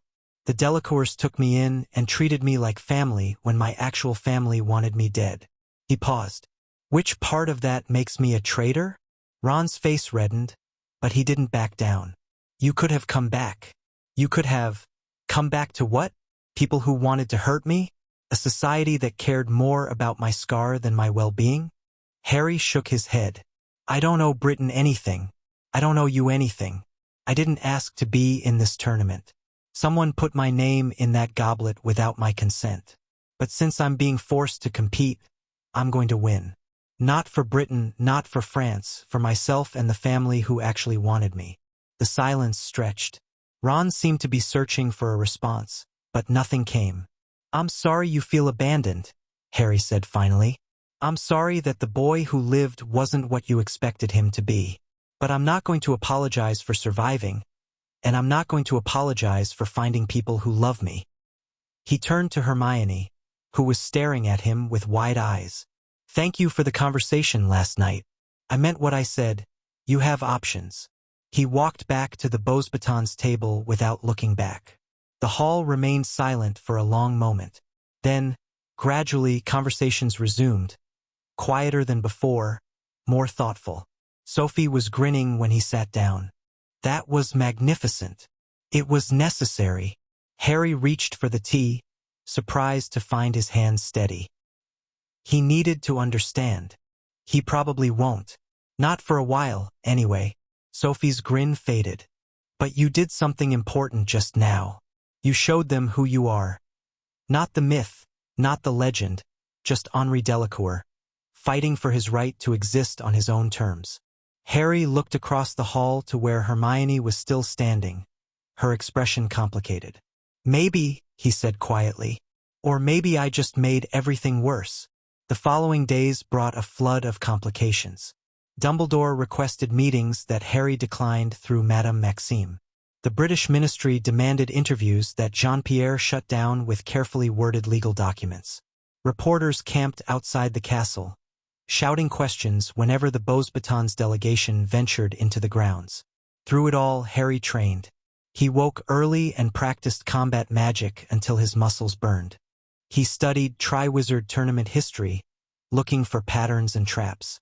He worked with Fleur on coordination strategies, comparing notes on their respective training. And he investigated.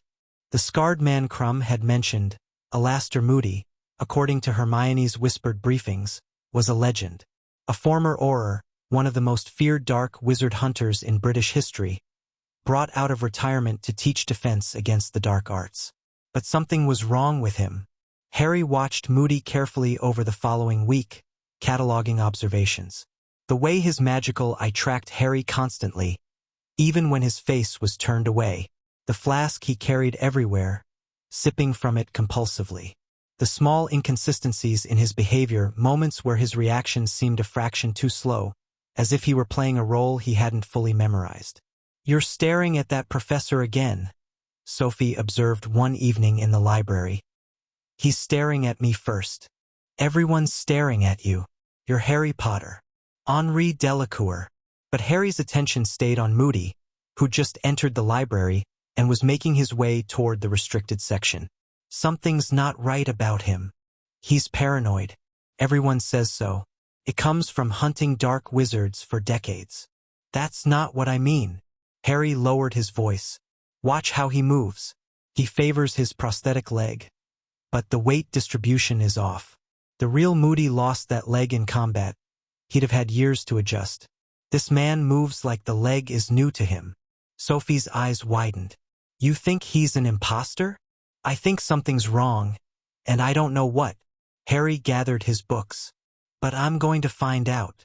The first task loomed closer, and with it, the first real test. Harry learned what was coming through a combination of research and eavesdropping. Dragons.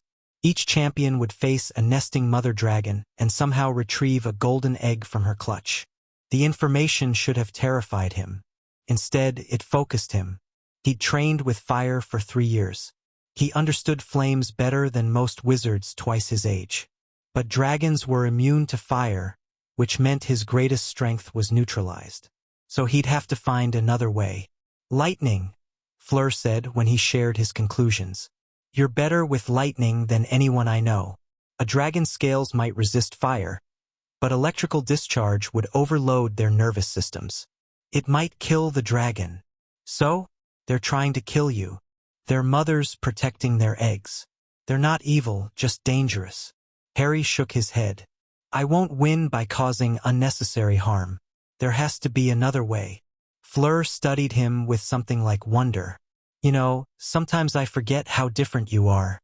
Anyone else would be focusing on survival. You're focused on ethics. I had good teachers. Harry smiled slightly. You and Maman especially. They worked late into the night developing strategies. Not how to defeat the dragon, but how to outmaneuver it. Speed over strength. Misdirection over confrontation. By the time the first task arrived, Harry was ready. Or as ready as anyone could be to face a dragon. Chapter 5 and Chapter 6. The lions share the morning of the first task dawned gray and cold. Mist rising from the black lake like ghosts seeking escape. Harry stood at his window watching the groundskeepers prepare the arena. A massive enclosure of stone and iron that hadn't existed yesterday, conjured overnight by a small army of ministry workers. Somewhere inside that arena, a dragon was waiting. A knock at his door pulled him from his thoughts. Enter. Jean-Pierre stepped inside, his face drawn with worry he was trying to hide. He'd arrived late last night, operating directly from Paris after receiving Harry's owl about the situation. Apollon had wanted to come too, but someone needed to stay with Gabrielle, and the political optics of both parents descending on Hogwarts would have been complicated. How are you feeling? Jean-Pierre asked. Ready. Harry turned from the window. As ready as I can be. Your mother wanted me to give you this.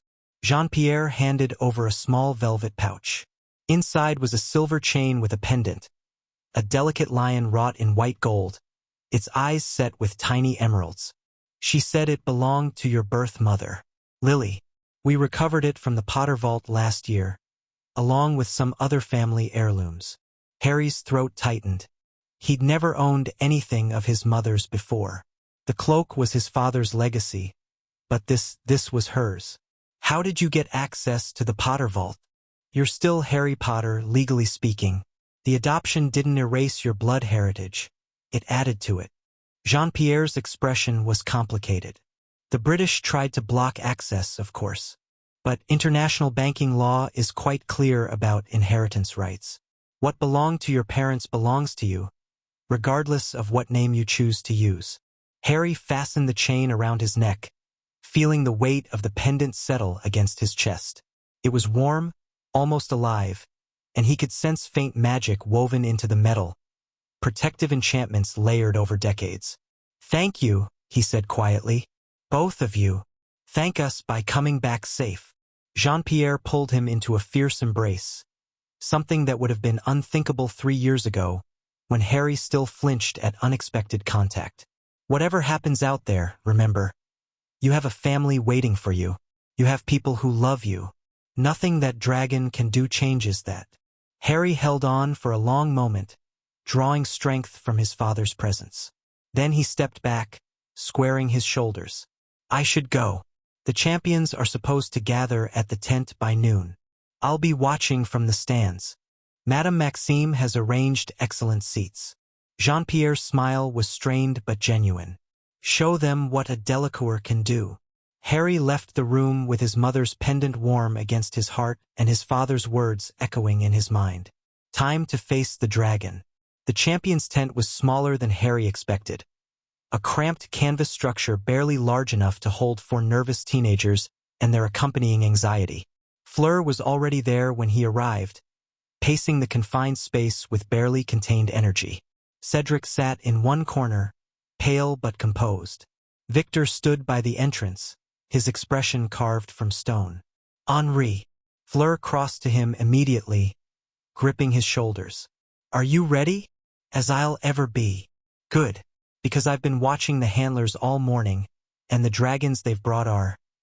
She broke off, shaking her head. Terrifying. Absolutely terrifying. But we've trained for this. We can do this. Before Harry could respond, the tent flap opened and a cluster of officials entered. Ludo Bagman, beaming with inappropriate enthusiasm. Barty Crouch, stiff and formal. And behind them, moving with that strange mechanical gait that had been bothering Harry for weeks, Alastair Moody. Harry's eyes tracked the scarred professor as he took position near the entrance. The magical eye swiveled toward Harry immediately, fixing on him with unsettling intensity. Champions! Bagman clapped his hands together. Wonderful, wonderful. Are we all present? Excellent. Now, let me explain what you'll be facing today. He produced a small silk bag, holding it up with theatrical flair. Inside this bag are miniature models of the creatures you'll each be facing. You'll draw one at random, and that will determine both your opponent and your order of competition. His smile widened. The task is simple. Each dragon is guarding a clutch of eggs. Among those eggs is a golden one. You must retrieve the golden egg without too much damage. The egg contains a clue for the second task. Simple. Harry nearly laughed. Nothing about facing a nesting dragon was simple. Ladies first. Bagman extended the bag toward Fleur. She reached inside, her face pale, and withdrew a tiny model dragon, green and serpentine with a number 2 around its neck. The common Welsh green, Bagman announced. Second to compete. Excellent. Mr. Crumb. Victor drew the Chinese fireball, marked with number 3. Splendid. Mr. Diggory. Cedric pulled out the Swedish short snout. Number 1, which left only one dragon. Harry reached into the bag, already knowing what he would find. His fingers closed around something hot and spiky, and when he withdrew his hand, a miniature Hungarian horntail snarled up at him with tiny fury. Number 4, last to compete, and facing the most dangerous dragon of them all. Oh my, Bagman breathed, his enthusiasm dimming slightly. The horntail. Yes. Well. He cleared his throat. Best of luck, Mr. Potter. Delacours, Harry said automatically. But his attention was on the tiny dragon in his palm. It snapped at his fingers, smoke curling from its nostrils. The horntail was legendary, more aggressive than any other breed, with tail spikes that could punch through solid steel and fire hot enough to melt stone. Dragon handlers called it the most dangerous creature on 4 legs, and Harry was going to face one in less than 2 hours. Henri. Fleur was at his side again, her voice low. Don't let this rattle you. You've faced worse. Have I? You've faced Uncle Vernon. Her smile was grim but real.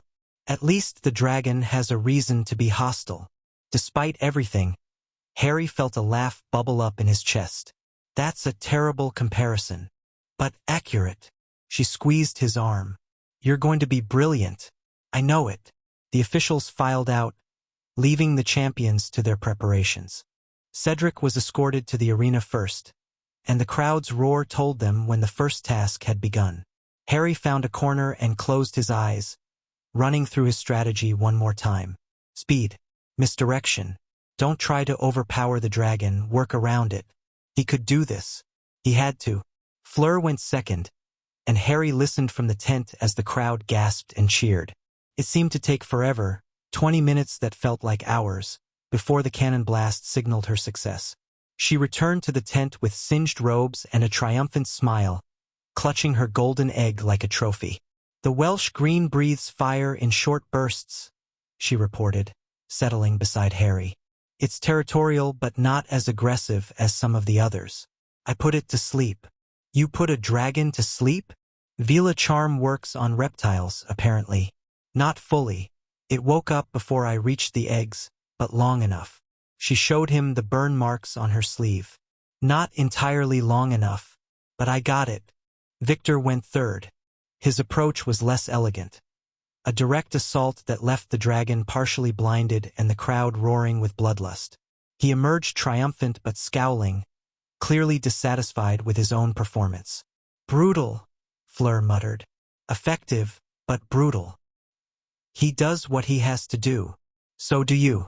But you find better ways. She caught his eye. Don't forget that. The cannon sounded, signaling Victor's completion. Which meant, "Mr. Potter." A tournament official appeared at the tent entrance.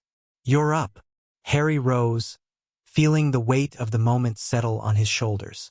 Fleur pulled him into a fierce hug. "Show them who you are," she whispered. "All of them." Then he was walking toward the arena, and there was no more time for doubt. The enclosure was massive, 100 meters across, ringed by towering stands packed with spectators. Harry barely noticed the crowd. His attention was fixed on the creature waiting at the center of the arena. The Hungarian horntail was everything the legends promised. 40 feet of scaled fury, its hide the color of old bronze, spikes running the length of its tail like a medieval weapon. Its eyes, intelligent, malevolent, tracked Harry the moment he emerged from the entrance tunnel. A low growl rumbled from its throat, flames flickering between teeth longer than Harry's forearm. Behind it, nestled in a hollow of churned earth, a clutch of eggs glinted in the afternoon light. One of them was gold. Harry drew a breath and let his magic unfurl. He'd spent weeks preparing for this moment. Not training to fight the dragon, training to understand it. Dragons were creatures of instinct, he'd learned. They reacted to threats with overwhelming force, but they could be confused, misdirected, manipulated. He couldn't beat the horntail, but maybe he could outthink it. Harry raised his wand and conjured a flock of birds. Not real ones, but magical constructs that glittered with convincing life. The horntail's head snapped toward them, fire gathering in its throat. The birds scattered, drawing the dragon's attention upward. Harry moved. He sprinted along the edge of the arena, keeping low, using the scattered boulders as cover. The horntail noticed the movement and abandoned the birds, swinging its massive head toward this new threat. Fire roared across the arena. Harry threw himself behind a boulder, feeling the heat wash over him. The stone cracked from thermal shock, and he could smell his robes beginning to smolder. Not good. The dragon was faster than he'd anticipated. He needed a new approach. The horntail was stalking toward him now, its movements predatory and precise. In 30 seconds, maybe less, it would be on top of him. Harry thought about fire, about how he'd spent 3 years learning to master it, to shape it, to make it do his bidding. Dragons were immune to fire. Everyone knew that. But were they immune to the absence of fire? Harry reached deep inside himself, past the familiar warmth of his elemental magic, into something colder, something he'd barely touched in his training because it frightened him. He pulled. The air around the horntail's head turned to ice. Not physically, the temperature dropped maybe 20 degrees, not enough to freeze anything. But the oxygen vanished, consumed by Harry's magic, leaving a bubble of vacuum around the dragon's snout. The horntail choked. It wasn't hurt, couldn't be hurt by something so simple, but it was confused. Dragons breathed fire. Fire needed air. For 3 crucial seconds, the horntail couldn't produce flame, couldn't understand why. 3 seconds was enough. Harry sprinted across the open ground, his legs pumping, his lungs burning. The nest was 50 feet away. 40. 30. The horntail recovered, roaring with fury. Its tail swept around in a devastating arc. Harry jumped. The spikes passed inches beneath him, close enough to shred his robes and leave bloody furrows across his shin. But he was past the dragon now, behind it, scrambling toward the nest. The golden egg gleamed among its mundane siblings.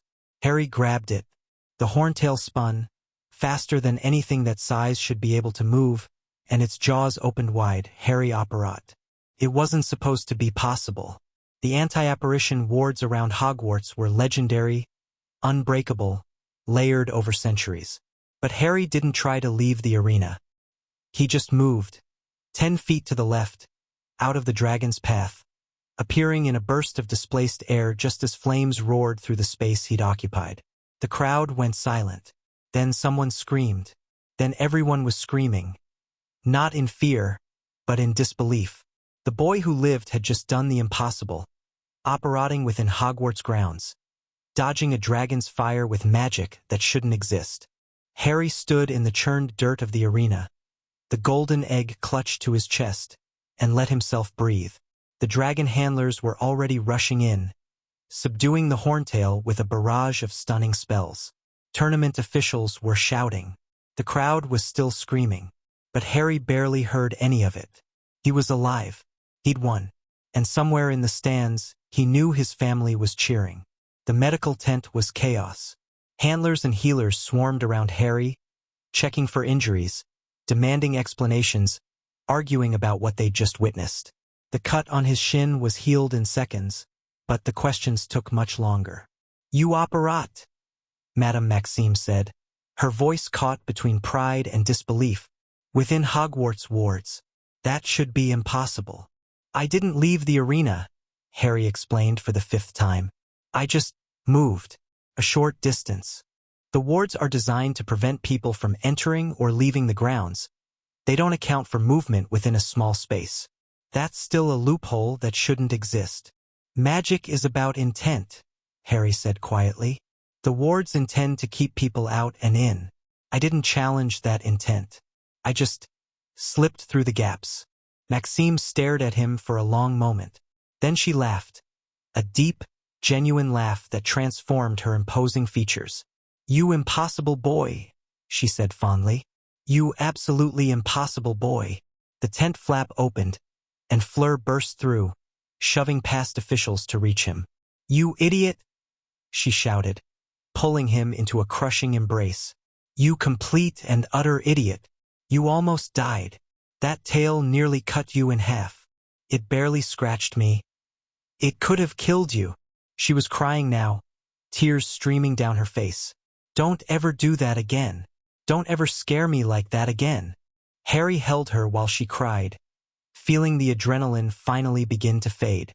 His hands were shaking, he realized. His whole body was shaking. He'd done it. He'd actually done it. "The scores," someone called from outside. "They're posting the scores." The champions gathered at the edge of the medical area, looking toward the judges' platform. Numbers began to appear in glowing light.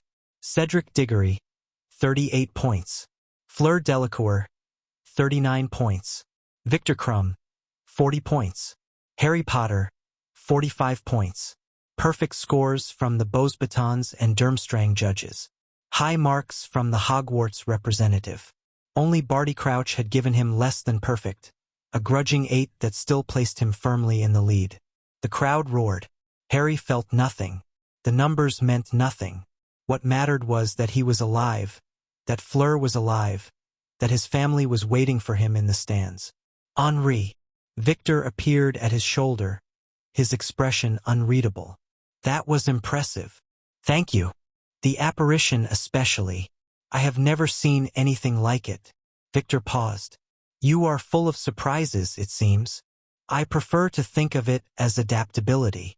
Victor's lips twitched, almost a smile. "A useful trait. We should talk more when the chaos has settled. I believe we have much to discuss." He walked away before Harry could respond, leaving questions in his wake. But there was no time for questions now. Jean-Pierre was pushing through the crowd, his face wet with tears he wasn't bothering to hide. "My son," he said, pulling Harry into an embrace. "My brilliant, impossible son." Harry let himself be held. For now, that was enough. The celebration that night was subdued by Delacours standards, which meant it was merely excessive rather than outrageous. Madame Maxime had arranged for a private dinner in the Bosebatons wing, attended by the French delegation and a handful of invited guests. Jean-Pierre sat at Harry's right hand, beaming with pride. Sophie and Etienne had claimed seats nearby, peppering him with questions about the apparition technique. Even Victor came, accepting Maxime's invitation with surprising grace. He and Harry ended up in a corner, comparing notes on their respective dragons. "The fireball was faster than I expected," Victor admitted. "I had to blind it. There was no other way to create an opening." "You did what you had to do." "Yes, but I wonder if there was a better way." Victor's dark eyes were thoughtful. "You found one. You used your magic creatively, not destructively. The dragon was not harmed. It was still pretty chaotic. Chaos is not the same as cruelty." Victor took a drink from his goblet. "I think perhaps I have been trained too well in one approach." Durmstrang values power above all else. But power without finesse is just brute force. You're hardly a brute. I am when I need to be. That is the problem. Victor was quiet for a moment. You mentioned options earlier. Choices that most people do not see. I begin to understand what you meant. They talked for another hour, ranging across topics from Quidditch strategy to international politics to the various ways their respective schools had shaped their approaches to magic. Victor was sharper than his public image suggested, thoughtful, analytical, hungry for perspectives outside his usual experience. By the time the dinner wound down, Harry found himself with an unexpected ally. We should spar sometime, Victor suggested as the guests began to disperse. I would like to see what else you can do. That could be arranged. Good. Victor clasped his shoulder briefly. Rest well, Delacours. The tasks ahead will not be easier. He left, and Harry watched him go with a complicated mix of emotions. The tournament was supposed to be a trap. Someone had entered his name against his will, trying to force him into danger, trying to control his fate. But they'd miscalculated. Harry wasn't alone. He had Fleur, his family, his training. And now he had Victor, another piece on the board that wasn't playing the game everyone expected. Let them scheme, Harry thought. Let them plot and manipulate and try to control the outcome. He was done being a pawn. The next morning brought Tonks. Harry was crossing the courtyard toward breakfast when he spotted her. A young woman in aura robes, her hair cycling through colors like a mood ring having a seizure. She was arguing with one of the castle guards, her voice rising with frustration. I'm assigned to tournament security. Check the roster.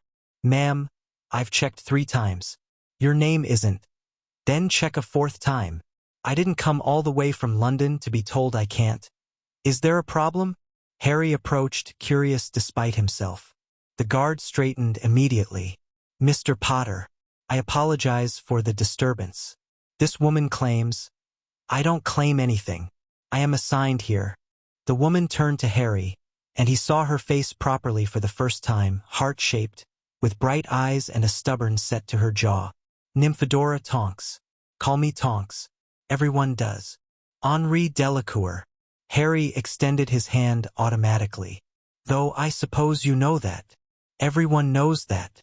She shook his hand with a firm grip, then promptly tripped over her own feet and nearly fell. Harry caught her elbow, steadying her. Sorry, she muttered, her cheeks flushing pink. Then literally turning pink, the color spreading across her face like a blush made visible. I'm not usually this clumsy. Actually, that's a lie. I'm always this clumsy. It's a family curse or something. Harry blinked. Your face just changed color.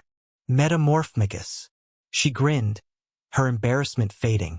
I can change my appearance at will. Hair, face, body shape, anything really. It's useful for aura work. Less useful for hiding when I'm embarrassed. A metamorphmagus. Harry had read about them but never met one. The ability was incredibly rare, rarer than Vela blood or natural legitimacy. That's fascinating, he said honestly. Is it difficult to control? When I was younger. Now it's like breathing. I don't even think about it unless I'm trying to look like someone specific. She demonstrated by shifting her nose through several shapes in quick succession. See? Easy. Impressive. Thanks. Her grin widened. So, you're the boy who lived, raised by Vela in France, training for a death tournament. How's that working out for you? The bluntness startled a laugh out of Harry. It's complicated. Life usually is, especially for people like us. She fell into step beside him as he continued toward the Great Hall. I heard about your dragon thing yesterday. The apparition. People are going mental trying to figure out how you did it. I exploited a loophole in the ward structure. Yeah, that's what the unspeakables are saying. Doesn't make it any less impressive. She glanced at him sideways. You're not what I expected, you know? What did you expect? I don't know. Someone more British. More boy who lived. Why? She waved a hand vaguely. The papers make you sound like either a hero who abandoned his country or a traitor who never deserved the title. You seem more like just a person. That's because I am just a person. The rest is other people's stories about me. Tonks nodded slowly, something shifting in her expression. I know something about that. Being reduced to one thing. People look at me and see the metamorphmagus, the useful trick, the walking disguise kit. They don't see me. Then they're missing the interesting part. She stumbled again. Whether from surprise or natural clumsiness, Harry couldn't tell, and he caught her arm for the second time. You're good at that, she said a bit breathlessly. At what? Making people feel seen. Her eyes met his, and for a moment, her face settled into something entirely her own. No shifts, no changes, just Tonks. Thank you. Harry felt something warm stir in his chest. You're welcome. They'd reached the great hall, where the bustle of breakfast was already underway. Tonks straightened her robes, professional demeanor clicking back into place. I should find my supervisor, sort out this roster mess. But maybe, if you're not too busy with all the tournament stuff, we could talk more sometime. I'd like that. Yeah. Her grin returned, bright and genuine. Great. I'll find you. Try not to apparate anywhere unexpected before then. She disappeared into the crowd, and Harry watched her go with a confused tangle of emotions. He hadn't come to Britain looking for connections. Hadn't expected to find people who understood him, who saw past the legend to the person beneath. But here was Hermione, with her relentless curiosity and her loneliness that mirrored his own. Here was Victor with his unexpected depth and his hunger for different perspectives. And now here was Tonks, stumbling and shape-shifting and somehow cutting straight through to something real. Maybe Britain wasn't entirely made of enemies after all. The days following the first task settled into something like routine. Harry trained. He studied. He decoded the golden egg's screeching message with Fleur's help, holding it underwater as Tonks had half-jokingly suggested during one of their increasingly frequent conversations. Come seek us where our voices sound. We cannot sing above the ground. Mere people. The Black Lake. An hour to retrieve something precious. They're going to take someone, Harry realized, his stomach dropping. Someone important to each champion. Fleur went pale. Gabrielle. They wouldn't. She's too young. She's visiting for Christmas. It makes her the obvious choice. Then we stop her from coming. And tip our hand? Show them we know what's happening? Harry shook his head. If we act differently than expected, whoever set me up will know their plan is compromised. They might try something else, something we can't predict. So we just let them take my sister? We let them think they're in control. Then we take her back. Harry met Fleur's eyes. I won't let anything happen to Gabrielle. I promise you that. Fleur stared at him for a long moment. Then she nodded slowly. I trust you, she said quietly. I hate this, but I trust you. It wasn't much comfort, but it was something. The Yule Ball was announced in early December. Harry learned about it through Hermione, who appeared at the Beauxbatons table one morning with a letter clutched in her hand and anxiety written across her face. I've been asked, she said breathlessly. To the ball. By Victor Crumb. Harry raised an eyebrow. Congratulations. I don't know if it's congratulations. I barely know him. We've talked a few times in the library and he seems nice enough, but... She sat down heavily, ignoring the curious looks from the Beauxbatons students. Everyone's going to stare. Everyone's going to talk. Did you hear? The bookworm went with the famous Quidditch player.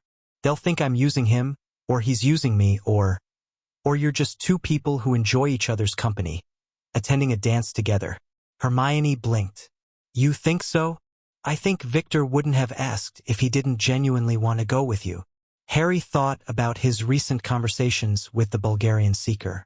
He's not the type to play social games. If he asked, it's because he wanted to. But why would he want to go with me? I'm nobody. I'm just... You're brilliant, Harry said firmly.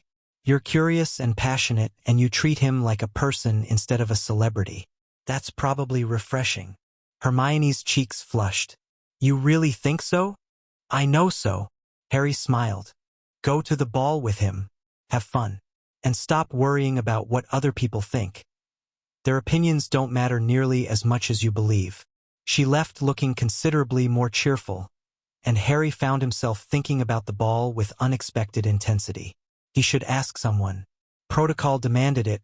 Champions were expected to open the dancing, which meant he needed a partner. Fleur was already being swarmed with invitations, which she was rejecting with increasing irritation. Victor had claimed Hermione. Cedric was taking his girlfriend, some Ravenclaw girl Harry had seen him with, which left Harry with a question he wasn't sure how to answer. The solution presented itself 3 days later, when Tonks found him in the library. "Hey!" She dropped into the chair beside him, her hair currently a vivid purple that clashed impressively with her aura robes. "What are you studying?" "Underwater breathing techniques." "Fun. Listen, I need to ask you something, and you can absolutely say no, but..." She took a breath. "Do you want to go to the ball with me?" Harry looked up from his book, surprised. "I know I'm older," Tonks continued quickly, "and I'm technically working security, and it's probably inappropriate, and you probably have 100 better options, but I don't know anyone here, really, and you're the only person who talks to me like I'm actually interesting, and I thought maybe, yes." She stopped mid-ramble. Yes, I'd like to go to the ball with you." "Really?" Her face cycled through several colors before settling on a pleased pink. "You're not just saying that to be nice?" "I'm not that nice." Harry smiled. "I was actually trying to figure out how to ask you. You beat me to it." Tonks stared at him for a moment. Then she burst out laughing. "Merlin's pants," she said. "We're both idiots." "Apparently." "Well then." She grinned, bright and genuine. "It's a date." She left the library with a bounce in her step that made Harry's chest feel strangely light. A date with a metamorphomagus auror who tripped over her own feet and saw him as a person instead of a legend. For the first time since arriving in Britain, Harry was actually looking forward to something. The night of the Yule Ball arrived with winter's first real snowfall. Harry stood before the mirror in his room, adjusting his dress robes, deep blue silk that Apollon had sent from France, paired with silver accents that matched his mother's pendant. The lion gleamed against his chest, warm and reassuring. A knock at the door. "Ready?" Fleur asked, sweeping into the room in robes of silver that made her look like moonlight given form. "Your date is waiting downstairs." "She's nervous." "How can you tell?" "Her hair keeps changing color. It's been through the entire rainbow twice." Fleur smoothed a wrinkle from Harry's collar. "She's pretty, this Tonks. A bit clumsy, but pretty." "She's more than pretty. She's genuine." "I know. That's why I approve." Fleur stepped back, surveying him with critical eyes. "You'll do. Try not to fall over. One of you tripping is charming. Both of you tripping is a disaster." Harry laughed despite himself. "I'll do my best." They descended to the entrance hall together, where the champions were gathering with their partners. Cedric stood with a pretty Asian girl, both of them looking slightly overwhelmed. Victor was beside Hermione, who had done something complicated with her hair that made her almost unrecognizable. And there was Tonks. She'd chosen robes of deep burgundy that shifted subtly as she moved, catching the light like liquid fire. Her hair was a rich auburn tonight, swept back from her face to reveal features that she'd settled into something entirely her own. Not copying anyone, not hiding behind a mask, just Tonks. She was beautiful. She was also, Harry noticed with amusement, standing with one foot slightly raised, as if ready to catch herself when she inevitably stumbled. "You look amazing," he said, reaching her side. "You too." Her eyes traveled over his robes appreciatively. "Very French. Is that a compliment?" "Absolutely." She grinned. "Shall we?" The champions led the opening dance, and Harry discovered that Tonks was actually quite graceful when she concentrated. They moved through the steps together, her hand warm in his, her eyes bright with pleasure. "This is nice," she murmured as the music swelled. "I expected to hate it, crowds and formality and everyone watching. But this is nice." "It's the company," Harry said. "Good company makes everything better." She looked up at him, her expression softening. "You're different, you know, from what I expected." "You keep saying that." "Because it keeps being true." She was quiet for a moment, focusing on a complicated turn. When I heard the boy who lived was coming to Hogwarts, I don't know what I thought. Some traumatized kid clinging to his legend, maybe. Or an arrogant jerk who'd let the fame go to his head. And instead I got Henri Delacours. Quietly confident, fiercely loyal, genuinely kind. She smiled. It's a nice surprise. The dance ended, and they drifted toward the edge of the floor. Harry found a quiet corner by a window, looking out at the snow-covered grounds. Can I ask you something? Tonks said, settling beside him. Of course. Why did you leave? Britain, I know the official story, the abuse, the apparition, but that's not what I'm asking. I'm asking why you stayed away. Why you never came back, even after everything. Harry was quiet for a long moment, watching the snow fall.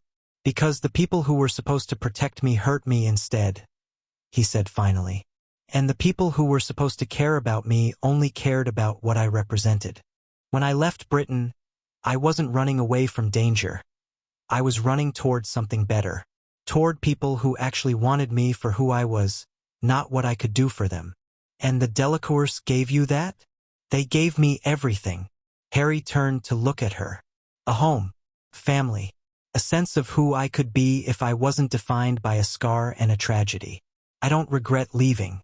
I only regret that I had to. Tonks was silent, processing. Then she reached out and took his hand. I'm sorry, she said quietly, for what you went through, for what Britain failed to give you. She squeezed his fingers. But I'm glad you found something better. Everyone deserves that. Harry squeezed back. Thank you. They stood together in comfortable silence, watching the snow, and Harry felt something shift in his chest. Not just attraction, though that was there too, but something deeper. Connection. Understanding. The beginning of something that might become important. The night continued around them, full of music and laughter, and the complicated dance of teenage romance. But in their quiet corner by the window, Harry and Tonks existed in their own space. It was, Harry decided, almost perfect. The almost perfection shattered 2 hours later. They'd moved from the great hall to the gardens, walking among the enchanted rose bushes that had been conjured for the occasion. Snow fell gently around them, catching in Tonks's hair and melting on Harry's shoulders. A flash of light caught Harry's eye. He turned, instinct screaming, just in time to see a figure crouching behind a hedge with something that glinted like a camera. Hey! Tonks's aura training kicked in instantly. She was already moving, wand drawn, advancing on the hidden figure. The figure bolted. They gave chase, crashing through the decorative hedges, but the mystery photographer was fast. By the time they reached the edge of the garden, they'd vanished into the darkness beyond. Rita Skeeter, Tonks spat. I'd bet my badge on it. She's been snooping around the tournament since it started. She got pictures of us, walking together, maybe holding hands. Tonks's face was grim. By tomorrow it'll be front-page news. The boy who lived and his exotic metamorphmagus lover. They'll twist everything into something sordid. Harry felt a cold weight settle in his stomach. Not for himself. He'd stopped caring about the prophet's opinion long ago. But for Tonks, who was just starting her career, who didn't deserve to have her reputation destroyed for the crime of walking in a garden with someone famous. I'm sorry, he said quietly.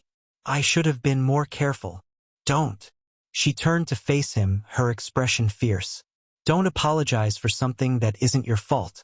Skeeter is a parasite who makes her living destroying people. Whatever she writes, it won't be about anything we actually did. It'll be about whatever narrative sells the most papers. That doesn't make it okay. No, but it doesn't make it your fault either. She stepped closer, taking his hands. I knew who you were when I asked you to the ball. I knew what it might mean. I did it anyway, because... She hesitated. Because you're worth it. Because this, whatever this is worth more than some hack journalist's opinion. Harry looked at her. At this woman who barely knew him, who'd chosen to stand beside him anyway, who was facing down the prospect of public humiliation with nothing but defiance and determination. You're remarkable, he said. You know that. I'm stubborn. It's different. But she was smiling now, the tension easing from her shoulders. Come on. We should get back before people wonder where we disappeared to. They returned to the ball hand in hand, and if anyone noticed, neither of them cared. The morning after brought exactly what Tonks had predicted. The Boy Who Loved. Harry Potter's Secret Romance with Ministry Metamorph. Hermione slid the paper across the breakfast table, her expression caught between sympathy and outrage. It gets worse from there. Harry scanned the article. It was everything he'd expected. Insinuation, speculation, quotes from anonymous sources that were probably fabricated entirely. Rita Skeeter painted him as a mysterious seducer and Tonks as either his victim or his accomplice, depending on which paragraph you were reading. Disgusting, Fleur declared. Absolutely disgusting. This woman should be arrested for defamation. British libel law is surprisingly toothless when it comes to public figures, Jean-Pierre said grimly. He'd stayed for the ball and was now sharing breakfast with the Beauxbatons delegation. The prophet has been printing nonsense about Henri for years. This is just more of the same. Where's Tonks? Harry asked. Called away early this morning. Ministry business. Jean-Pierre's expression suggested he knew more than he was saying. She asked me to give you this. He handed Harry a sealed envelope. Inside was a short note in handwriting that somehow managed to trip over itself on paper. Henri, don't let the bastards get you down. Last night was wonderful, article be damned. We'll talk soon. Tonks, P.S. I meant what I said. You're worth it. Harry read the note twice, then carefully tucked it into his pocket. The article was bad. The fallout would probably be worse. But somehow, knowing that Tonks was still in his corner made it easier to bear. What now? Sophie asked, watching his face. Now we focus on what matters. Harry set the newspaper aside. The second task is in 2 months. We have work to do.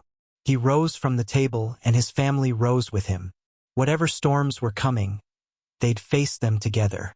Chapter 6 End Chapter 7. Fire and scale. The weeks between the Yule Ball and the second task passed in a blur of preparation and paranoia. Harry trained underwater until his lungs burned and his fingers pruned. He mastered the bubblehead charm, then discarded it in favor of gillyweed after Fleur pointed out that a charm could be disrupted while transformed biology could not. He studied the Black Lake's topography, its currents, its inhabitants, and he watched. The scarred professor, Moody or whoever was wearing his face, had grown bolder since the first task.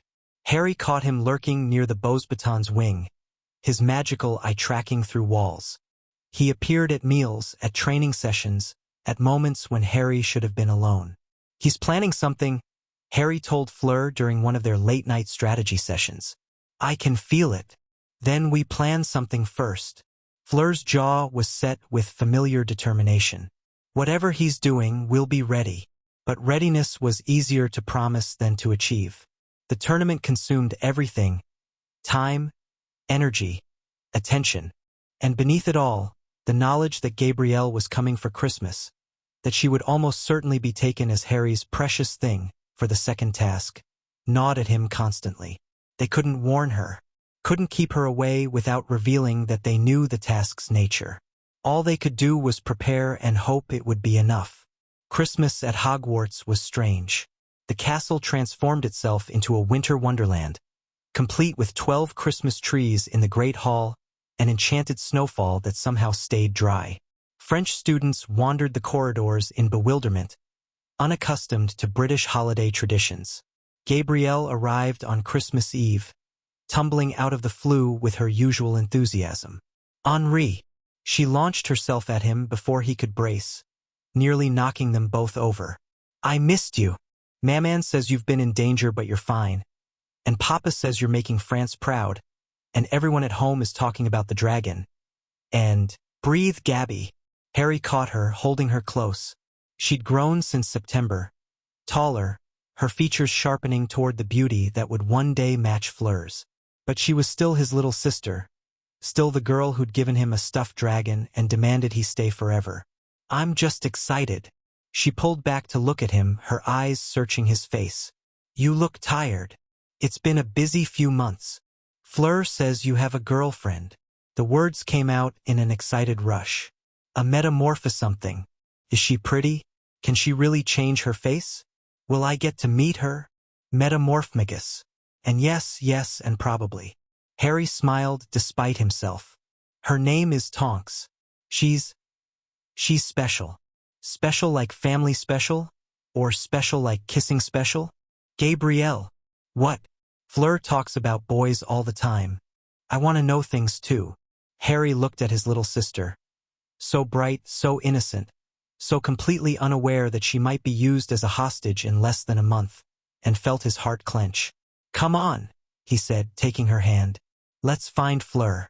She'll want to see you. They walked through the castle together, and Harry tried not to think about what was coming. Christmas dinner was a small affair by Delacours standards. Just the family, Madame Maxime, and a few invited guests. Tonks appeared midway through, her hair cycling through festive reds and greens, bearing gifts she'd clearly wrapped in a hurry. Sorry I'm late, she said, sliding into the seat Harry had saved. Last-minute security briefing. Apparently someone tried to smuggle something into the castle through the flu network. Something dangerous? They're not sure yet. Probably just contraband, students trying to get around the import restrictions on certain potions' ingredients. She accepted a plate from a house elf with a grateful smile. But with everything that's happened, they're being careful. Gabrielle leaned across the table, studying Tonks with undisguised curiosity. You're the metamorpho thing, she announced. Can you make your nose look like a pig? Gabrielle. Fleur sounded horrified, but Tonks just laughed. Watch this. Her nose transformed, elongating, flattening, developing a distinctly porcine quality. Gabrielle shrieked with delight. Do a duck. Do an elephant. Do. That's enough, little one. Apollin's voice was gentle but firm. She'd arrived that morning, unwilling to let both her daughters spend the holiday without her. Let the poor woman eat her dinner. Tonks restored her nose and caught Harry's eye, her expression warm with amusement. I like your family, she said quietly. They like you too. Harry glanced at Apollon, who was watching them with a complicated expression. Even Maman, though she'll never admit it. She's protective. That's a good thing. Tonks's hand found his under the table. I'd be worried if she wasn't. The dinner continued, full of laughter and stories, and the warm chaos of family gathered together. Harry let himself exist in the moment, pushing aside worries about the tournament and the mysterious professor and the darkness gathering on the horizon. For tonight, at least, he could just be Henri Delacour. Surrounded by people who loved him, it was almost enough to make him forget what was coming. The second task loomed. February brought gray skies and bitter cold, the black lake frozen at its edges, ice creeping toward the deeper waters where the mere people made their home. Harry stood on the shore in the pre-dawn darkness, watching his breath cloud in the air. Gabrielle had been taken. He'd known it was coming, had watched her sleep the night before the task, had seen the way the castle's magic shifted around her in the small hours. But knowing and experiencing were different things. When he'd woken to find her bed empty, her stuffed dragon abandoned on the pillow, the fury that rose in him was almost overwhelming. Someone had taken his sister. Someone was going to pay. Henri. Fleur appeared at his shoulder, her face pale in the moonlight. The task starts in an hour. We should prepare. I'm ready. No, you're angry. That's different. She turned him to face her, her hands on his shoulders. I know what you're feeling. She's my sister too. But anger will cloud your judgment, slow your reactions. You need to be cold right now. Cold and focused. They took her. And we're going to get her back. Both of us. Together. Fleur's eyes were fierce. But we do it smart, not angry. That's how we win. Harry forced himself to breathe. In through the nose, out through the mouth. The technique Madame Maxime had drilled into him for 3 years, designed to channel emotion into focus rather than letting it control him. Slowly, the fury receded. Not gone, it would never be entirely gone, but contained. Directed. Better, Fleur said approvingly. Now let's go get our sister. The starting platform floated in the center of the lake, a wooden structure barely large enough to hold the 4 champions and the officials who would send them off. Harry stood at his designated position, gillyweed clutched in one hand, watching the crowd gathered on the shore. Jean-Pierre was there, his face a mask of controlled worry. Apollon stood beside him, gripping his arm hard enough to leave bruises. Madame Maxime towered over the other spectators, her expression grimly focused, and somewhere in the depths below, Gabrielle was waiting. Along with the other hostages, Hermione for Victor, Ron Weasley for Fleur, an insult that had made her spit with fury, and Cho Chang for Cedric. The cannon sounded. Harry swallowed the gillyweed and dove. The transformation was immediate and unsettling. His neck tore open, gills flowering across his skin. His fingers webbed, his feet stretched into flippers. For a terrible moment he couldn't breathe. The air was wrong, his body wasn't working, and then water rushed across his gills and everything clicked into place. He was underwater. He was breathing. He was moving. The black lake was darker than he'd expected, the depths swallowing light within meters of the surface. Harry let his eyes adjust, then oriented himself by the magical beacon the tournament officials had established. The village was northwest, maybe 300 meters down. He swam. The merpeople found him before he found them. They emerged from the darkness like ghosts, gray-skinned and sharp-toothed, their expressions hostile. One of them brandished a trident at his chest. "Champion," it said, its voice strange and distorted by the water. "You seek the treasure? I seek my sister. She waits with the others. Follow the path. But be warned, the hour is not infinite. Return too late, and what you seek will be lost." The merperson gestured toward a trail of glowing markers that led deeper into the lake. Harry didn't waste time with questions. He swam past the guards, following the trail, pushing himself faster than he'd ever moved in the water. 300 meters became 200. 100. 50. The village appeared. It was built into a rocky formation at the bottom of the lake, crude dwellings of stone and seaweed, lit by bioluminescent plants that gave everything an eerie green glow.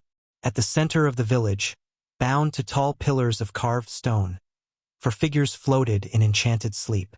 Gabrielle was the smallest. Her silver hair drifted around her face like a halo, her expression peaceful despite the ropes that held her. Harry's heart lurched. He reached the pillars just as Victor arrived from a different direction. The Bulgarian's approach had been aggressive. Harry could see blood in the water, probably from a Grindylow encounter, but he looked alert enough. "Hermione," Victor said, nodding toward the bushy-haired figure. "Gabrielle." Harry didn't waste time with conversation. His wand appeared in his hand, and he sliced through the ropes binding his sister. She began to rise immediately, her enchanted sleep keeping her from drowning. Harry caught her, pulling her close, and turned to assess the situation. Victor was freeing Hermione. Good. That left Fleur's hostage and Cedric's. But where were they? Harry scanned the depths, looking for any sign of the other champions. Nothing. The hour was passing. He could feel it in his bones, and if Fleur hadn't arrived yet, the Grindylows found them. They came from everywhere at once. Dozens of the little demons, all claws and teeth and mindless aggression. Victor snarled something in Bulgarian and started casting, but he was encumbered by Hermione's unconscious form. Harry made a decision. "Get her to the surface," he told Victor. "I'll hold them off. You cannot. Go." Harry shoved Gabrielle toward the Bulgarian. "Take them both. I'll catch up." Victor hesitated for just a moment. Then he grabbed Gabrielle, tucking both unconscious girls under his arms, and began swimming upward. Harry turned to face the swarm. Fire was useless underwater. Lightning would hurt him as much as the Grindylows. But he'd spent 3 years learning to be more than a one-trick caster. He reached for something different, something cold. The water around him crystallized. It wasn't ice, not exactly. More like a lattice of compressed matter, solid enough to form a barrier between himself and the creatures. The Grindylows slammed into it and recoiled, hissing with frustration. Harry held the barrier with effort, feeling his magic drain. This wasn't sustainable. The gillyweed was already wearing off. He could feel his gills starting to close. He looked toward the remaining hostages. Ron Weasley and Cho Chang, still bound to their pillars, still waiting for champions who might not come. He could leave them. The rules didn't require him to save everyone. Just his own hostage. Victor had Gabrielle. Harry could surface now, claim his points, let the others fend for themselves. But he thought about Fleur. About the fear in her eyes when she'd learned Gabrielle was taken. About what she would feel if she arrived to find her hostage gone. Taken by merpeople who'd grown tired of waiting. He thought about Cedric, who'd been decent to him when he didn't have to be. Who deserved better than to lose someone he cared about because the task had gone wrong. The Grindylows were breaking through his barrier. Harry made his choice. He dropped the shield and dove for the pillars. Fleur never arrived. Harry learned later that she'd been ambushed by Grindylows near the surface. A massive swarm that had targeted her specifically, delaying her past the point of rescue. By the time she fought through, the hour was nearly up. But her hostage was safe. So was Cedric's. Harry surfaced with Ron Weasley under one arm and Cho Chang under the other. His lungs screaming for air. His gillyweed transformation collapsed and leaving him gasping. Victor was already on the platform. Gabrielle and Hermione safely delivered. Cedric had arrived while Harry was underwater, and his face was a mask of confusion and relief. "You saved her," he said as handlers pulled Harry onto the platform. "You saved Cho. I thought, the Grindylows. You would have done the same." "Maybe." Cedric's voice was strange. "Maybe I would have. But you actually did it." The scoring came later. Harry placed first on time but was awarded additional points for moral fiber, a term that made him want to laugh and scream in equal measure, as if saving people's lives was a bonus rather than a baseline. But none of that mattered. What mattered was Gabrielle waking in his arms, coughing up lake water, her small hands clutching his robes. "Henri." Her voice was confused, frightened. "What happened? I was sleeping, and then, it's okay." He held her close, breathing in the scent of her hair, feeling his heart finally start to slow. "It's okay.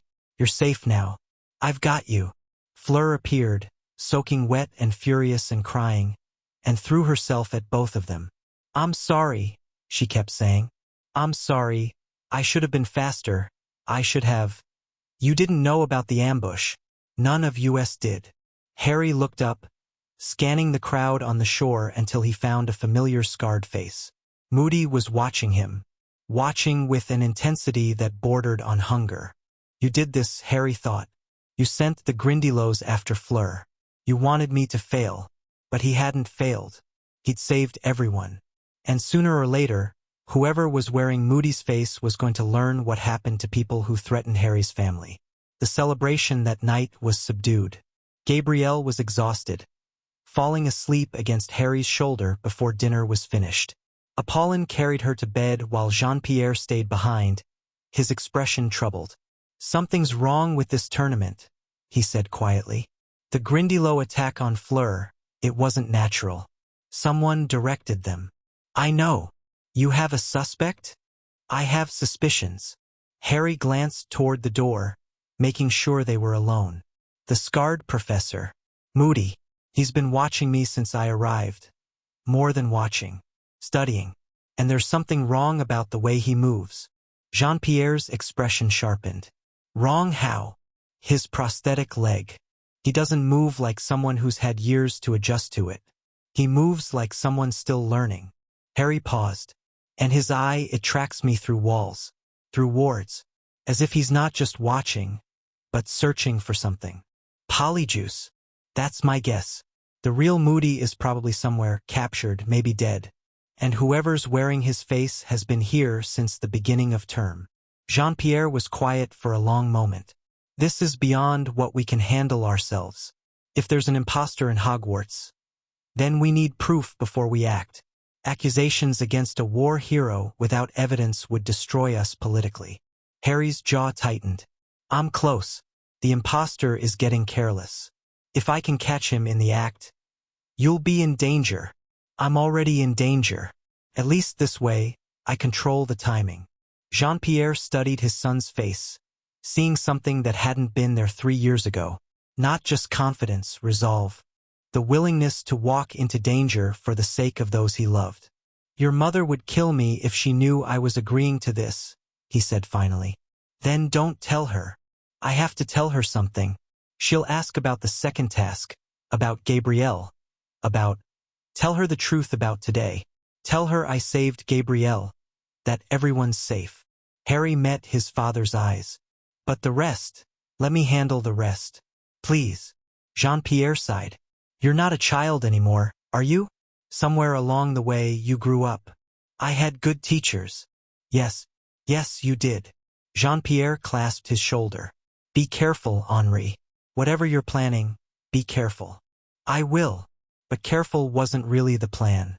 The plan was to draw out the imposter, force him into the open, and end whatever game was being played before the third task. The plan was war. Victor found him the next morning. Harry was on the grounds, running through combat forms, trying to burn off the adrenaline that still sang in his veins. Victor watched from a respectful distance until Harry paused, then approached. You saved them, Victor said without preamble. All of them, even the ones who weren't yours. It was the right thing to do. Yes, but the right thing is rarely the easy thing. Victor's expression was thoughtful. I was going to leave them. I had Hermione, I had your sister. I was going to surface and let the others fend for themselves. But you didn't, because you shamed me into it, by being better than I was prepared to be. Victor shook his head slowly. You are a strange person, Henri Delacours, full of contradictions. Aren't we all? Perhaps. But few contradictions are as interesting as yours. Victor paused. The professor who attacked Fleur. You suspect him, don't you? Harry went still. What makes you say that? I saw you looking at him after the task. Like you were memorizing his face for later revenge. Victor's voice dropped. I know that look. I've worn it myself. He's involved in something. I don't know what yet. But he's been watching me since I arrived. And the Grindylow attack on Fleur was too convenient to be coincidence. What are you going to do? Find proof. Force his hand. End it. Alone. Harry looked at Victor, at this competitor who'd become something like a friend over the course of the tournament. I don't know yet. If you need help, I am available. Victor's expression was serious. We began as rivals. But after what you did yesterday, he shrugged. Debts matter where I come from, and I owe you one. You don't owe me anything. I owe you the truth about myself, that I was going to be a coward, and you stopped me. Victor extended his hand. Whatever you're planning, count me in. Harry shook the offered hand, feeling the strength in Victor's grip. He still didn't trust easily, probably never would.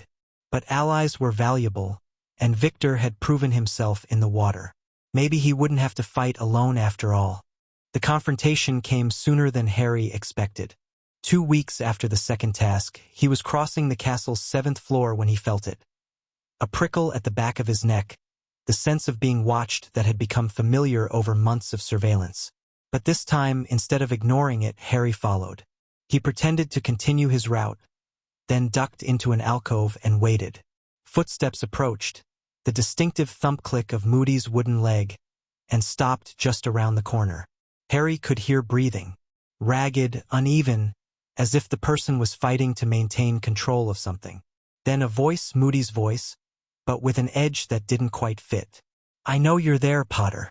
I can see through walls, remember? Harry stepped out of the alcove. It's Delacours. And yes, I remember. The scarred face twisted into something that might have been a smile. Clever boy. You've been watching me too, haven't you? Putting pieces together. You're not Moody. No, I'm not. The false Moody drew his wand. Casually, almost lazily. As if this were a conversation rather than a confrontation. But you won't be telling anyone that. Not alive, anyway. Harry's wand was already in his hand. You're the one who entered my name in the goblet. Guilty as charged. Though I have to say, you've exceeded expectations. The dragon, the lake, very impressive. My master will be pleased. Your master, the Dark Lord. The name came out with reverent intensity. He's been waiting for you, Potter. Waiting and planning. Tonight. The false Moody grinned, and the expression was terrifying on that scarred face.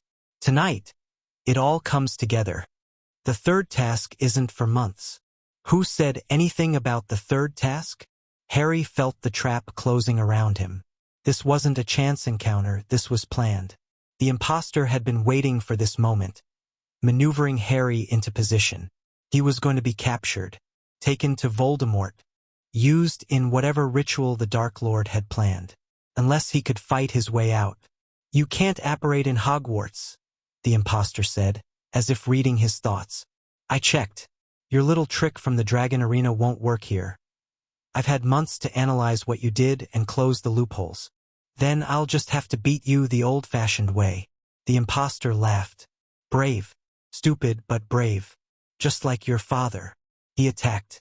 The curse was fast. Faster than Harry expected. But he'd been training for years against opponents who didn't pull their punches.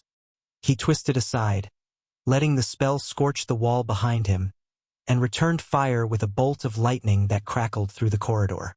The imposter deflected it with a shield that shouldn't have been possible. His technique was excellent, far better than any Hogwarts professor had any right to be. Impressed, the false Moody advanced, casting as he moved. I spent 12 years in Azkaban, Potter. 12 years with nothing to do but practice. You're good, very good. But you're not going to beat me in a straight duel. He was probably right. The imposter's experience showed in every movement, every spell choice. Harry was fighting for his life against someone who'd been doing this longer than he'd been alive. But Harry had something the imposter didn't. He had backup. Fleur's arrival was heralded by fire. A column of flame roared down the corridor, forcing the imposter to break off his attack and throw up a hasty shield. Behind the fire came Fleur herself, her Vila heritage blazing at full force, her face a mask of cold fury. Get away from my brother, the imposter snarled. The Vila girl. Another complication. More than you know. Fleur took position beside Harry, her wand steady. Are you all right? I've been better. He's the one who's been behind everything. The goblet, the Grindylows, all of it. I know. I've been watching him too. Her smile was sharp. Did you think you were the only one who noticed? Victor's voice came from behind the imposter. You are not. The Bulgarian had appeared from a side corridor, cutting off the imposter's retreat. His wand was raised, his expression cold. 3 against 1, Victor observed. Poor odds for you. The imposter looked between them, calculating. His magical eye spun wildly, seeking escape routes that didn't exist. This changes nothing, he said finally. Even if you stop me, the Dark Lord will rise. The ritual will happen. Potter's blood will be staying in Potter's body, Fleur interrupted. Where it belongs. She attacked. The duel that followed was brutal, chaotic, and brief. 3 skilled young wizards against 1 experienced Death Eater. The math was overwhelming, even for someone with 12 years of Azkaban training. The imposter fought like a demon, but he couldn't cover 3 angles at once. Harry's lightning found its mark first, a glancing blow that disrupted the imposter's shield. Victor followed with a hex that staggered him, and Fleur finished it with a burst of Vila fire that burned through his remaining defenses. The imposter collapsed. For a moment, they stood in silence, breathing hard, watching the fallen figure. Then the polyjuice began to wear off. The scarred face shifted, melted, reformed into someone younger. Someone with hollow cheeks and feverish eyes and a dark mark tattooed on his forearm. Bartemius Crouch Jr., Victor said slowly. I thought he was dead. Apparently not. Harry kept his wand trained on the unconscious figure. Fleur, go get Madame Maxime. Victor, watch the corridor. I'll make sure he doesn't wake up. They moved to obey, and Harry was left alone with the man who tried to deliver him to Voldemort. He could kill him, right now, with no witnesses. 1 curse and the threat would be ended permanently. But he was not that person. Not yet. Maybe not ever. Instead, Harry bound the imposter with conjured ropes and waited for help to arrive. The game was over. Now came the consequences. The discovery of Barty Crouch Jr. caused an immediate uproar. Ministry officials descended on Hogwarts within hours, led by a shaken Cornelius Fudge who kept insisting that this was impossible, that Crouch was dead, that there must be some mistake. The real Alastor Moody was found in a trunk in the imposter's office. Alive but barely, kept sedated for months while his hair was harvested for polyjuice. Dumbledore's expression when he learned the truth was complicated. Relief, perhaps, or guilt. Harry couldn't tell and didn't particularly care. What mattered was that the threat was neutralized. What mattered was that his family was safe. "They want to question you," Jean-Pierre said, finding Harry in the Beauxbatons wing after the chaos had settled. "The Ministry, about how you discovered the imposter. I noticed inconsistencies in his behavior and set a trap." Harry's voice was flat, exhausted. "That's all they need to know. They'll want more detail than that. They can want whatever they like. I don't owe them explanations." Harry met his father's eyes. "Is Gabrielle safe?" "She's with your mother on her way back to France. Apollon didn't want her near any of this." Jean-Pierre paused. "Fleur told me what happened. The three of you against a Death Eater. You could have been killed. But I wasn't. That's not the point." "It's exactly the point." Harry's voice cracked, all the emotion he'd been suppressing finally breaking through. "I'm tired, Papa. I'm tired of being hunted and manipulated and used as a piece in someone else's game. All I've ever wanted is to be normal, to have a family, to not have to fight just to exist." Jean-Pierre was quiet for a long moment. Then he crossed the room and pulled Harry into an embrace. "I know," he said softly. "I know it's not fair. I know you didn't ask for any of this. But you've handled it brilliantly, better than anyone could have expected. You've protected your family. You've defeated your enemies. You've proven that Henri Delacours is so much more than Harry Potter ever was. That doesn't make it easier." "No, it doesn't." Jean-Pierre pulled back, his hands on Harry's shoulders. "But it means something. It means that whoever you become, whatever happens next, you'll face it with the strength you've built and the love you've earned. That's not nothing, Henri. That's everything." Harry let himself be held for a moment longer. Then he straightened, wiping his eyes, and managed something like a smile. "The third task is in 3 months," he said. "And Voldemort is still out there. I know. This isn't over. I know that too." Jean-Pierre's expression was grave. "But for tonight, for this moment, it's okay to rest. You've earned it." Harry nodded slowly. "Okay, for tonight." He let his father lead him toward the common room, where Fleur and Victor were waiting with tea and blankets and the quiet comfort of people who understood. For tonight, he would rest. Tomorrow, the war would begin again. Chapter 7 and Chapter 8. What lies beneath the weeks following Crouch's capture were supposed to be calm. They weren't. The British ministry launched investigation after investigation, each one seeming designed more to assign blame than uncover truth. Fudge demanded explanations for how a dead Death Eater had infiltrated Hogwarts under Dumbledore's nose. The Prophet ran daily stories questioning security, competence, and whether the foreign students had somehow been involved in the deception. Harry ignored most of it. He had more pressing concerns. "The ritual Crouch mentioned," he said during one of his increasingly frequent meetings with Madame Maxime. "He said Voldemort needed my blood. Why? There are many dark rituals that require the blood of an enemy." Maxime's expression was troubled. "Most are designed to strengthen the caster, nullify protections, or create a physical anchor for incorporeal beings. Voldemort is incorporeal? He was destroyed by your mother's sacrifice. Whatever survived, his soul, his essence, has been without a body for 13 years. She paused. The ritual Crouch was planning would likely have given him flesh again. Your blood, specifically, because it carries your mother's protection. Harry absorbed this slowly. So by using my blood, he'd overcome the thing that killed him in the first place. Exactly. It's elegant, in a horrifying way. The protection that destroyed him becomes the foundation of his resurrection. And now that Crouch has failed? He'll try another way. The Dark Lord is patient, Henri. He's been planning his return for over a decade. One setback won't stop him. Harry stared out the window at the snow-covered grounds. Somewhere out there, in whatever shadow existence Voldemort occupied, plans were being adjusted. New schemes were being hatched. The game wasn't over. It had barely begun. Tonks found him in the library that evening. She looked exhausted, dark circles under eyes that kept shifting color unconsciously. Her usually vibrant hair a muted brown that spoke of depleted energy. The Ministry had been running the Auricor ragged since the Crouch revelation, and Tonks had been caught in the middle of it. "Hey," she said, dropping into the chair beside him. "Mind if I hide here for a while?" "From what?" "Everything. My supervisor wants a report on tournament security failures. Fudge wants someone to blame who isn't himself. And my mother keeps sending owls asking if I'm eating properly."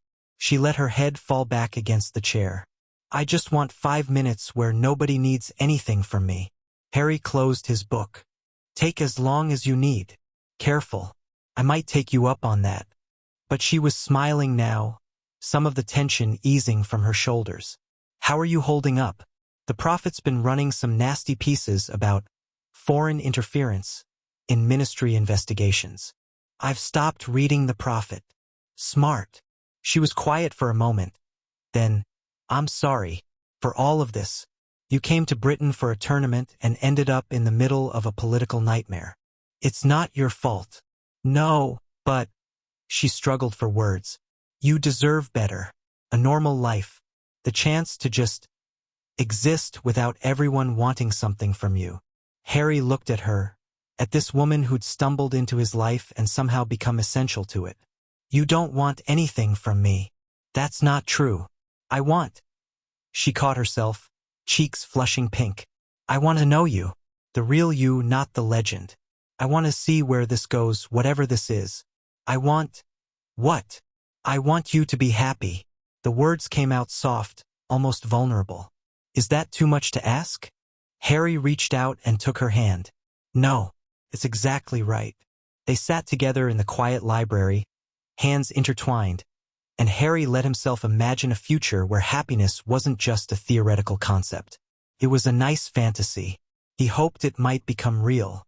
The Yule Balls article had faded from public memory, replaced by newer scandals and more pressing concerns. But Skeeter's shadow still lingered, and Harry learned just how long her reach extended when Hermione appeared at his breakfast table with fury blazing in her eyes. "She's done it again." Hermione slapped a newspaper down between them. "Read this." The headline screamed, "Granger's Game. Muggle-born social climber uses tournament champions for fame." Harry scanned the article with growing disgust. Skeeter had painted Hermione as a calculating manipulator, using her relationships with Victor and Harry to elevate her social standing. There were invented quotes, fabricated incidents, and insinuations that bordered on libel. "This is garbage," he said flatly. "Of course it's garbage. But people believe it." Hermione's voice cracked. "I've gotten howlers. Hate mail. Some of the Slytherins have started calling me..." She stopped, blinking back tears. "Calling you what?" "It doesn't matter. The point is, she's destroying my reputation with lies, and there's nothing I can do about it." Harry looked at the article again, something cold settling in his chest. Skeeter had targeted him, had targeted Tonks, and now Hermione, whose only crime was being associated with the wrong people. "How does she do it?" he asked slowly. "Get information she shouldn't have? Be places she couldn't be?" "I don't know. I've been trying to figure it out for weeks." Hermione's expression shifted from hurt to analytical, the sign that her formidable mind was engaging the problem. "She's never where you expect her. She appears at private events, quotes conversations she couldn't have overheard. It's like she's invisible. Invisible. Or very, very small." Harry's mind raced through possibilities. Shape-shifting was rare but not impossible. Invisibility cloaks existed, but Skeeter couldn't be invisible everywhere. Someone would have noticed the distortion. What if she wasn't invisible? What if she was something else entirely? An animagus, he said suddenly. She's an unregistered animagus. Hermione's eyes widened. That's actually brilliant. If she transforms into something small enough, she could hide anywhere. A mouse or a bird, or a beetle. Harry remembered something. A flash of iridescent wings at the Yule Ball, just before the photographs appeared. She's a beetle. I saw one the night she got the pictures of me and Tonks. An unregistered animagus is a serious crime. If we could prove it, then we'd have leverage. Harry's smile was not particularly nice. Find me proof, Hermione. I'll handle the rest. The proof came faster than expected. Hermione was nothing if not thorough. Within a week, she'd compiled a dossier on Skeeter's impossible appearances, cross-referenced them with times and locations, and identified the distinctive markings that would confirm the beetle's identity. Markings around the eyes, she explained, spreading her evidence across a table in the room of requirement. A miraculous space that Victor had discovered and shared with them. All animagi retain some physical characteristic from their human form.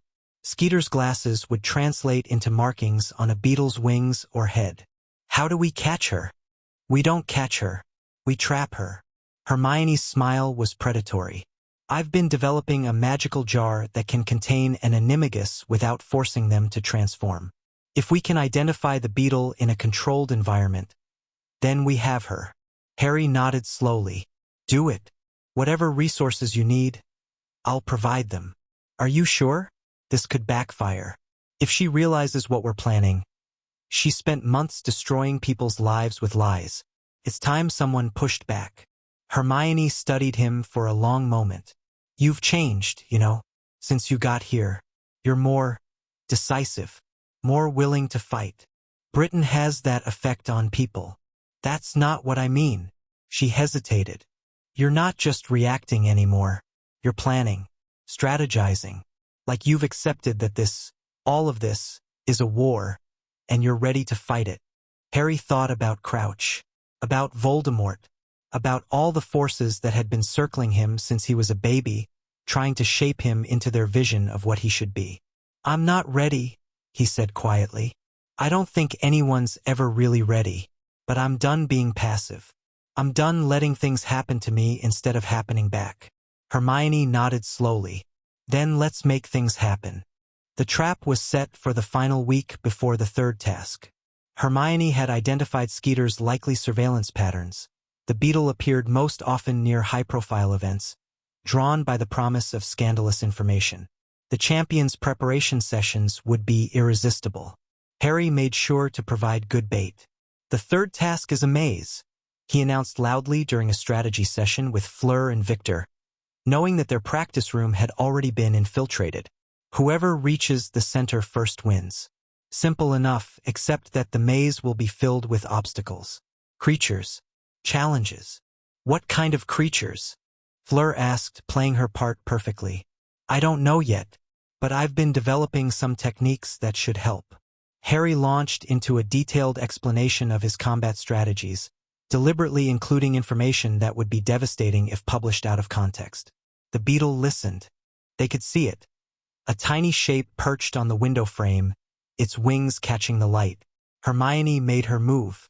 The jar materialized around the beetle with silent precision, trapping it inside unbreakable glass. The insect buzzed frantically, throwing itself against the walls, and Harry watched with grim satisfaction. Got you, he said quietly. The beetle stopped struggling. For a moment, it simply sat at the bottom of the jar, seemingly accepting its fate. Then it began to transform. The change was grotesque. Limbs elongating, body expanding, features bubbling up from the insect form like a creature emerging from a cocoon. Within seconds, Rita Skeeter stood inside the magically enlarged jar, her blonde curls disheveled and her expression murderous. Release me immediately, she demanded. This is illegal detention. I'll have you all arrested. For catching an unregistered animagus? Harry crossed his arms. I think the ministry will be more interested in your crimes than ours. I don't know what you're talking about. The Animagus registry shows no beetles among its records, which means either the registry is wrong, or you've been breaking the law for years. Harry smiled without warmth.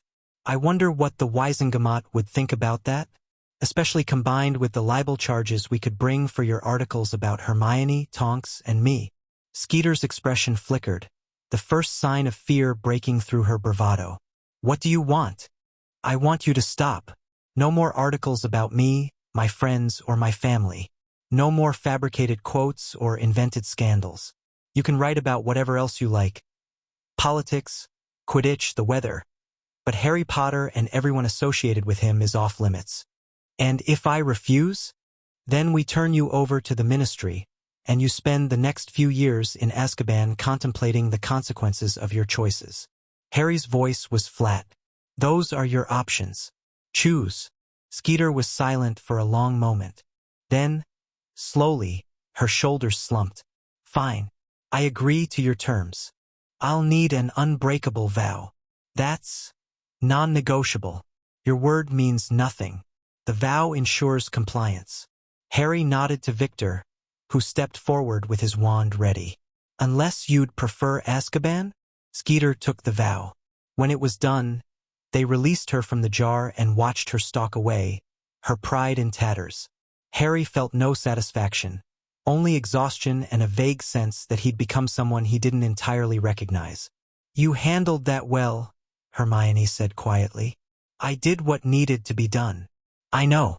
That's what worries me. She caught his arm before he could leave. Henri, be careful.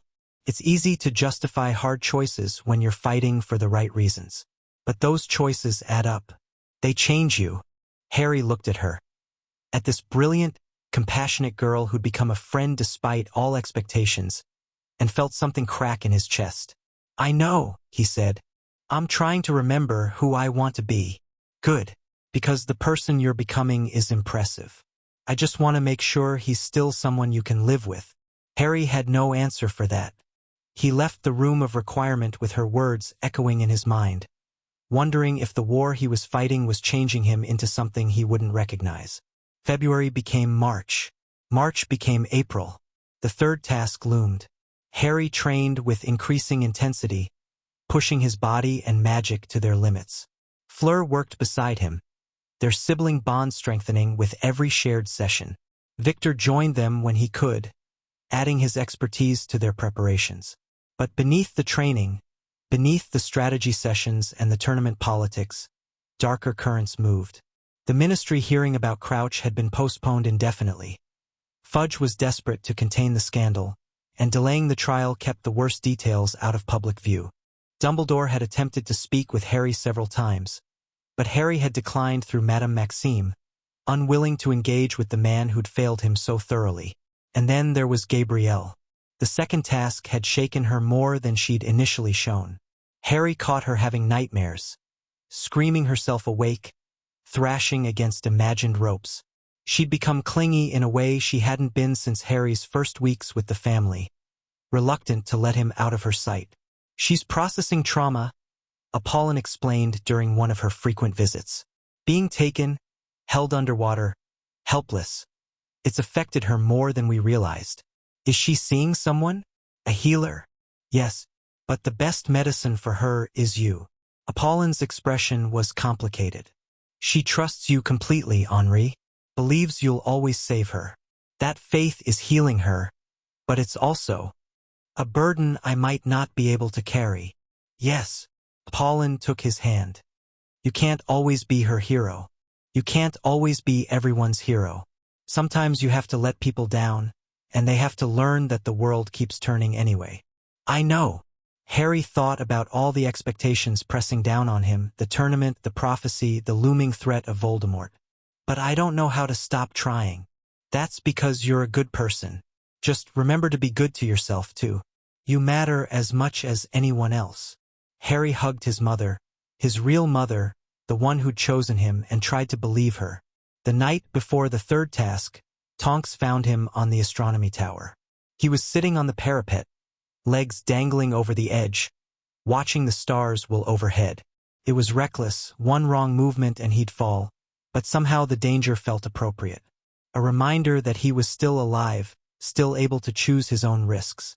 "You're going to give me a heart attack," Tonks said, settling beside him with considerably more caution. "Do you have any idea how high up we are?" "About 200 feet. And that doesn't bother you?" "Not particularly." Harry glanced at her. "How did you know I was here?"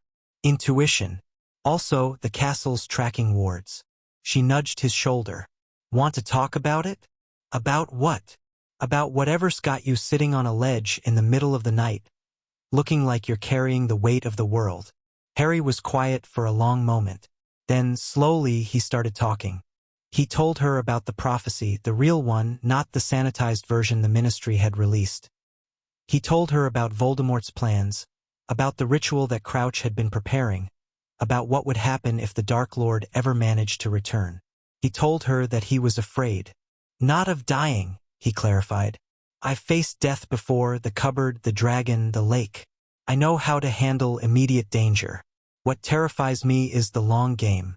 The idea that no matter what I do, no matter how hard I fight, there's this inevitable confrontation waiting at the end. And I might not win." Tonks was silent, processing. Then she reached out and took his hand. "You know what I think?" she said. "I think prophecies are rubbish." "What?" "Prophecies. Fate. Destiny. All of it." Her voice was fierce. "People act like the future is written in stone, like we're all just following scripts someone else wrote. But that's not how it works. The future is what we make it. Every choice, every action, every decision to be better than we were yesterday.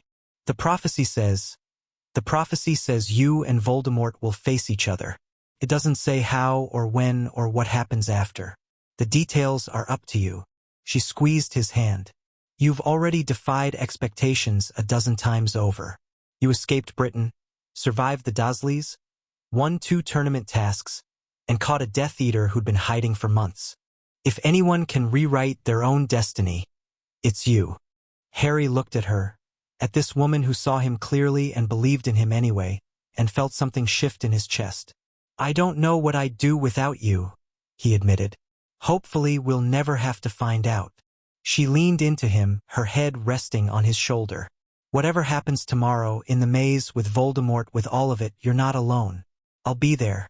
Your family will be there. And we'll face it together." Harry put his arm around her and let himself believe. Tomorrow would bring the 3rd task and whatever lay beyond. But tonight he had this starlight and warmth and someone who loved him for who he was. It was enough. Chapter 8 End Chapter 9. Cold and deep the morning of the 3rd task dawned bright and clear, a mocking contrast to the tension that had settled over Hogwarts like a shroud.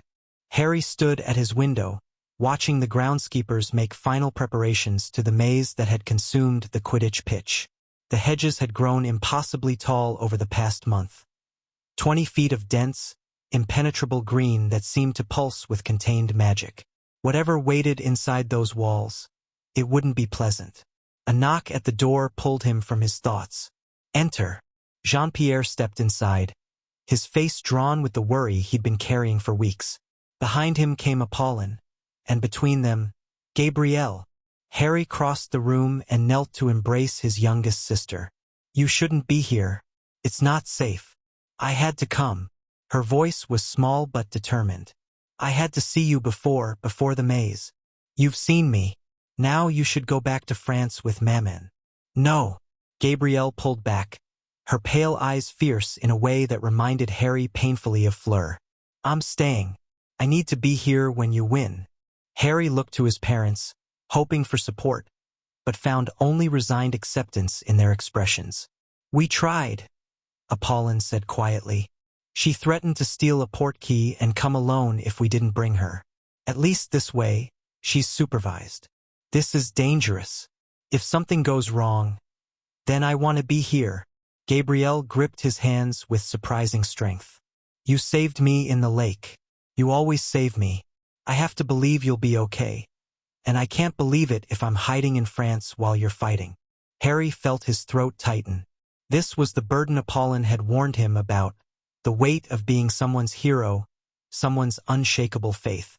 But looking at Gabrielle's face, He couldn't bring himself to shatter that faith. Not today. Okay, he said softly. You can stay. But you stay with Maman and Papa. You don't leave their side. Promise me. I promise. He pulled her into another embrace, holding her close, memorizing the feel of her small form against his chest. Whatever happened in that maze, he would carry this with him. The love of his family, the faith of his sister. It would have to be enough. The champions gathered at the maze entrance an hour before sunset. Fleur stood beside Harry, her composure perfect despite the anxiety he could feel radiating from her. Victor was a few feet away, his expression carved from stone. Cedric paced near the entrance, his girlfriend Cho watching from the crowd with obvious worry. The stands were packed, students and officials and spectators from all three schools, their voices rising in a constant murmur of anticipation. Harry spotted his family in the French section. Jean-Pierre and Apollon flanking Gabrielle, Madame Maxime towering behind them. Tonks was stationed near the judges' platform, her aura robes crisp and her expression professionally neutral. But when their eyes met across the distance, she smiled, just for a moment, and Harry felt some of the tension ease from his shoulders.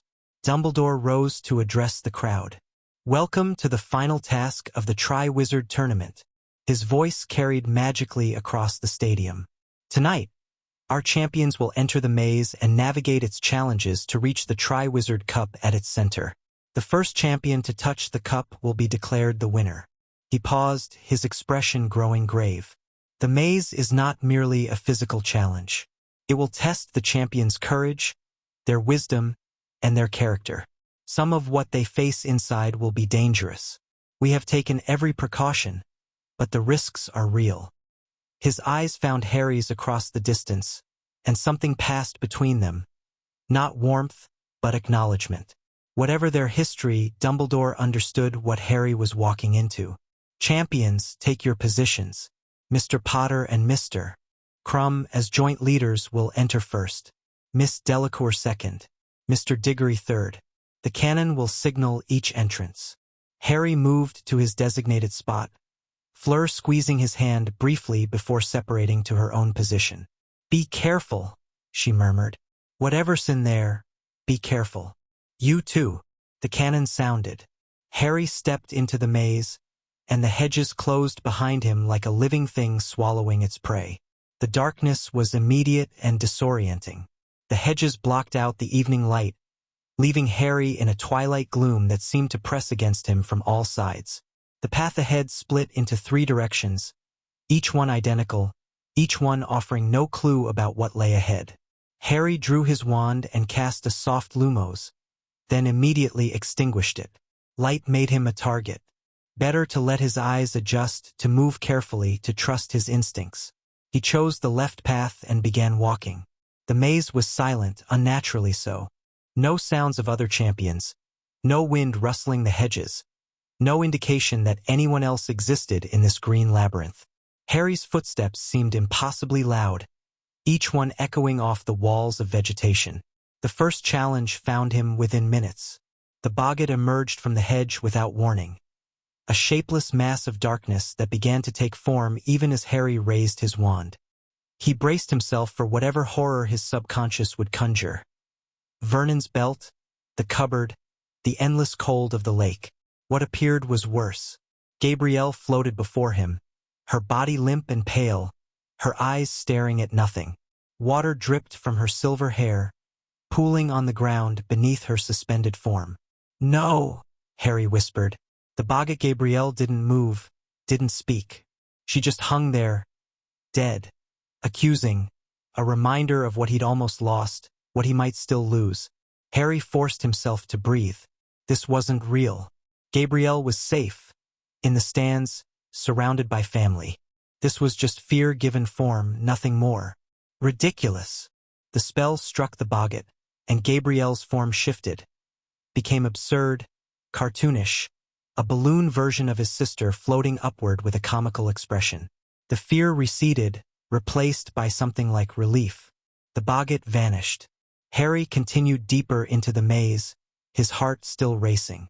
The first test had been psychological. He suspected the others would be worse. He encountered the Sphinx 20 minutes later. She blocked the path completely. A massive creature with a woman's face and a lion's body, her expression serene and her eyes ancient. Harry stopped several feet away, recognizing what she was and what she required. "Traveler," the Sphinx said, her voice musical and strange. "Answer my riddle and I will let you pass. Fail and I will attack. Refuse, and you must find another path. Ask your riddle." The Sphinx smiled, a disturbing expression on that hybrid face. "First think of the person who lives in disguise, who deals in secrets and tells naught but lies. Next, tell me what's always the last thing to mend, the middle of middle and end of the end? And finally give me the sound often heard during the search for a hard-to-find word. Now string them together, and answer me this. Which creature would you be unwilling to kiss?" Harry's mind raced through the clues. A person in disguise who deals in secrets, a spy. The last thing to mend, the middle of middle and end of end, the letter D. A sound during the search for a word, spy deer. "A spider," he said. The Sphinx's smile widened. "Very good, traveler. You may pass." She moved aside, revealing the path beyond. Harry nodded his thanks and continued, wondering what kind of mind created riddles for life-or-death situations. The blast-ended Scrut found him in a dead-end corridor. The creature was massive, 10 feet of armored shell and scorpion tail, its blast end pointing directly at Harry as it backed him against the hedge. There was no room to maneuver, no space to dodge. The Scrut had him trapped. Harry considered his options. Fire would probably just annoy it, the shell looked heat-resistant. Lightning might work, but the creature was too close for safety. He'd hit himself with the feedback. That left unconventional approaches. Harry reached for the same cold magic he'd used against the dragon. The ability to manipulate air, to create vacuums, to suffocate flame. The Scrut's blast end required ignition. If he removed the air around it, he pulled. The Scrut made a horrible squealing sound as its primary weapon failed to fire. It thrashed in confusion, its blast end producing nothing but sparks. Harry used the distraction to summon every ounce of power he had and threw a bolt of pure force at the creature's underside, the only unarmored part. The Scrut flew backward, crashing through the hedge wall and creating an unexpected shortcut. Harry didn't waste time celebrating. He scrambled through the gap and kept moving. The center couldn't be far now. He found Fleur first. She was sprawled on the ground in a circular clearing, her wand several feet away, her body perfectly still. For a terrible moment, Harry thought she was dead. Then he saw her breathing, shallow, barely perceptible. But there. "Fleur!" He dropped to his knees beside her, checking for injuries. No visible wounds, but something was wrong. Her skin was cold, her pulse thready. She'd been hit with something. Stunned, probably. Or worse. Harry sent up red sparks, the signal for help, and waited until he heard tournament officials approaching. He couldn't stay. The maze was still active, and whoever had attacked Fleur might still be nearby. "I'm sorry," he whispered, squeezing her hand. "Help is coming. I have to keep going." He left her there, hating himself for it, and continued toward the center. Victor found him 10 minutes later. The Bulgarian emerged from a side passage, his wand raised, his expression strange. There was something wrong with his eyes, a blankness that didn't match the sharp intelligence Harry had come to know. "Victor, the cup is close." Victor's voice was flat, mechanical. "We should go together." Something was very wrong. Victor wasn't acting like Victor. His movements were jerky, his speech pattern off. Harry's instincts screamed danger. What happened to Fleur? Fleur. Victor blinked slowly. She was in the way. In the way of what? Victor's wand came up, and Harry dove aside just as a curse sizzled through the space he'd occupied.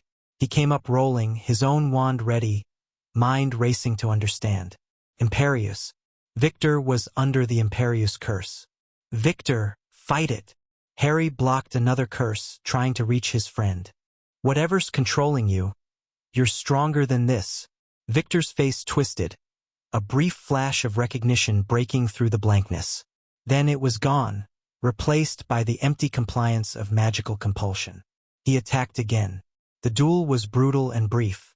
Victor was powerful, but the Imperius robbed him of his natural adaptability. He fought like a puppet, following orders without instinct or creativity. Harry exploited every opening, every hesitation, until finally a stunner connected and Victor collapsed. Harry stood over his fallen friend, breathing hard, his mind churning with implications. Someone had put Victor under the Imperius. Someone inside the maze or with access to it. The same someone who'd attacked Fleur. Crouch was in custody. The imposter was caught. So who? A sound from ahead. Movement in the hedges. Harry raised his wand and moved toward it. Cedric was fighting for his life. Harry emerged into a large clearing to find the Hufflepuff champion backed against a hedge wall, casting desperately against something that moved too fast to see clearly. Dark shapes swirled around him, animated shadows that seemed to absorb light rather than block it. Diggory! Harry threw fire into the clearing.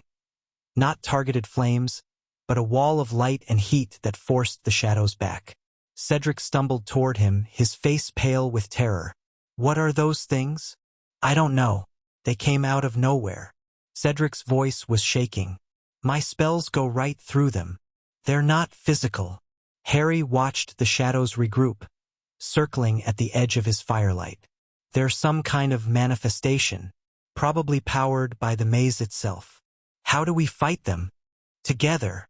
Harry grabbed Cedric's arm. Combine your magic with mine. On 3. They cast simultaneously, Harry's fire and Cedric's shield magic weaving together into something greater than either could produce alone. The combined spell blazed across the clearing, not destroying the shadows but forcing them back, dissipating them into the hedges. The clearing fell silent. Thanks, Cedric gasped.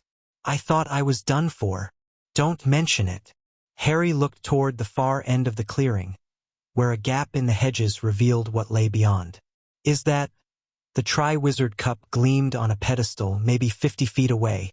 Even in the twilight of the maze, it seemed to glow with internal light. They'd found the center. Together? Cedric asked. Harry hesitated. Every instinct screamed that this was wrong. Too easy, too convenient.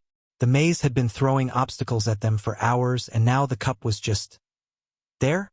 But Cedric was watching him with desperate hope, and Fleur was injured, and Victor was unconscious, and the only way to end this was to touch that cup and claim victory. Together, Harry agreed. They approached the pedestal side by side.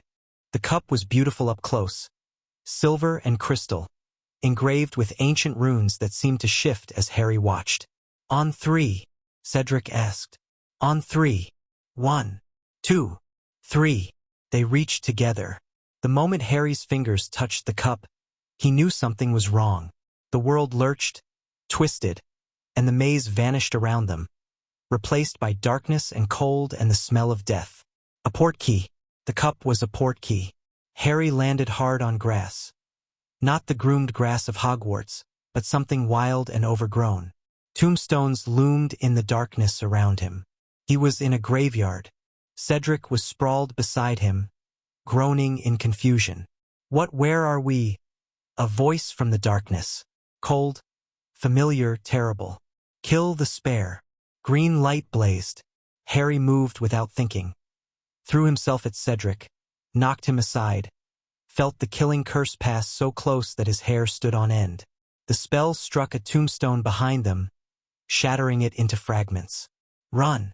Harry hauled Cedric to his feet. Get behind cover! They dove behind a massive stone monument as another curse screamed past. Harry's mind was racing, trying to process what was happening. The graveyard, the voice, the killing curse thrown without hesitation. Voldemort's people. This was the ritual. This was what Crouch had been planning all along. But Crouch was captured. The plot was exposed. How was this possible? A figure emerged from the shadows, short, hunched, moving with a shuffling gait. Harry recognized Peter Pettigrew from the wanted posters that had circulated after Sirius Black's escape. The rat-faced man, the traitor, the one who'd betrayed Harry's parents. Potter, Pettigrew wheezed. My master has waited so long. So long. He was carrying something. A bundle wrapped in black cloth, roughly the size of a small child. The bundle moved, twisted, and a voice emerged from within. The boy. Bring me the boy. The voice was high, cold, inhuman. It was the voice from Harry's nightmares, the voice that had ordered his parents' deaths. Voldemort. Stay down, Harry hissed to Cedric. Whatever happens, stay down. He stepped out from behind the monument. Chapter 9 End Chapter 10. The darkest depth, the graveyard stretched around Harry like a wound in the earth. Ancient tombstones jutted from overgrown grass, their inscriptions worn by centuries of weather and neglect. A massive stone angel loomed at the center of the cemetery, its features eroded into something grotesque. And beside it, illuminated by the sickly green glow of a cauldron that hadn't been there a moment ago, stood Peter Pettigrew with his terrible burden. Harry's wand was steady in his hand, but his heart was racing. You're supposed to be dead, he said to the bundle in Pettigrew's arms. The world thinks you're gone. The bundle shifted, and that cold voice emerged again. The world is full of fools who believe what they wish to believe. But you know better, don't you, Harry Potter? You've always known I would return. I knew someone would try. I didn't think they'd succeed. And yet here we are. Something like laughter, thin and terrible. Your blood, freely given or taken by force, it matters not. Tonight I will rise again. And you will watch. Pettigrew was moving toward the cauldron, his movements reverent and afraid. The bundle was deposited into the bubbling liquid with disturbing gentleness, and Pettigrew began to chant. Harry couldn't let this happen. He raised his wand and threw everything he had at the cauldron. Fire, lightning, raw force. The spells blazed across the graveyard, bright enough to turn night into day. They hit an invisible barrier and dissipated harmlessly. Did you think I wouldn't prepare? The voice from the cauldron was amused. 13 years of planning, Potter. Every contingency accounted for. You cannot stop the ritual. You can only watch. Pettigrew's chanting grew louder. The cauldron's glow intensified. Bone of the father unknowingly given, you will renew your son. The ground beneath one of the tombstones cracked open. Dust rose from the grave, old, ancient dust, and drifted toward the cauldron, sinking into the bubbling liquid. Flesh of the servant, willingly sacrificed, you will revive your master. Pettigrew raised a silver knife. Without hesitation, he brought it down on his own wrist. Harry looked away as the man screamed. When he looked back, Pettigrew was cradling a bleeding stump, his severed hand disappearing into the cauldron. Blood of the enemy, forcibly taken, you will resurrect your foe. Pettigrew turned toward Harry, the silver knife still in his remaining hand. Harry ran. He made it maybe 10 feet before invisible chains wrapped around his limbs, dragging him back toward the cauldron. He fought, threw every spell he knew against his bonds, but they held fast. Pettigrew approached with the knife, his rat face twisted in a rictus of pain and triumph. Hold still, boy. This will only take a moment. The blade cut across Harry's arm. Pain flared, bright and sharp, and Harry watched his blood drip into the cauldron. The liquid turned from green to red to white, so bright he had to close his eyes. When he opened them, something was rising from the cauldron. Lord Voldemort stood in the graveyard like a nightmare given flesh. He was tall, taller than Harry had expected, with bone-white skin and features that were barely human. His eyes were red, slitted like a snake's, and they fixed on Harry with an intensity that made his scar blaze with agony. My wand, Wormtail. Pettigrew fumbled a wand from his robes, bone-white, like its master, and pressed it into Voldemort's waiting hand. The Dark Lord examined it for a moment, then raised it toward the sky. The dark mark blazed into existence above the graveyard. Within minutes, they began to arrive. Hooded figures apparat into the cemetery one by one, taking their places in a wide circle around the cauldron. Death Eaters, dozens of them, drawn by the mark they'd worn since their first allegiance. They knelt as they arrived, prostrating themselves before their risen master. Welcome, my friends. Voldemort's voice was silk over steel. 13 years since we last gathered. 13 years of waiting, planning, hoping. And now, he spread his arms wide. Now we begin again. Harry tested his bonds. Still unbreakable. Cedric was somewhere behind him, hopefully still hidden, hopefully smart enough to stay that way. You doubt me? Voldemort continued, his eyes scanning the assembled Death Eaters. Some of you fled when I fell. Some of you denied me, claimed the Imperius, returned to your comfortable lives. I remember every betrayal, every hesitation, every moment of weakness. He began to move among them, pausing before certain hooded figures, his wand trailing across their masks. Lucius, you were quick to abandon my cause when it seemed lost. Tell me, do you regret your cowardice now? Never, my lord. Lucius Malfoy's voice was steady, but Harry could see his hands trembling. I remained loyal in my heart. I preserved my position to better serve you when you returned. A convenient story. Voldemort moved on. Crabbe, Goyle, not all of you with your excuses and your justifications. I should kill you where you stand. The Death Eaters didn't move, didn't breathe. But I am merciful. Voldemort's voice softened. I understand fear. I understand self-preservation. What I do not understand, what I will never tolerate, is true betrayal. He turned to face Harry. Like the betrayal of young Mr. Potter here, the boy who should have died, and instead became a symbol of resistance. He approached Harry slowly, savoring the moment. Look at him, my friends, the boy who lived, the hope of the light, the prophesied destroyer of Lord Voldemort. He reached out and touched Harry's scar with one long, pale finger. The pain was indescribable. Harry screamed, couldn't help it, as fire erupted inside his skull. His vision went white, then red, then black at the edges. He felt Voldemort's touch like poison in his blood, like ice in his bones. Then it stopped, and Harry hung in his bonds, gasping.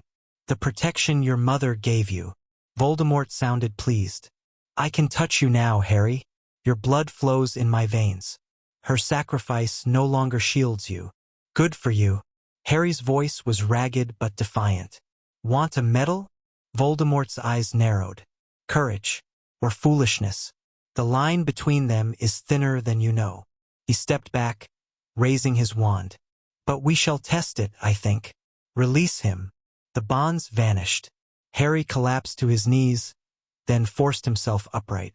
His wand was gone. Lost somewhere in the struggle, but he still had his magic. He could still fight.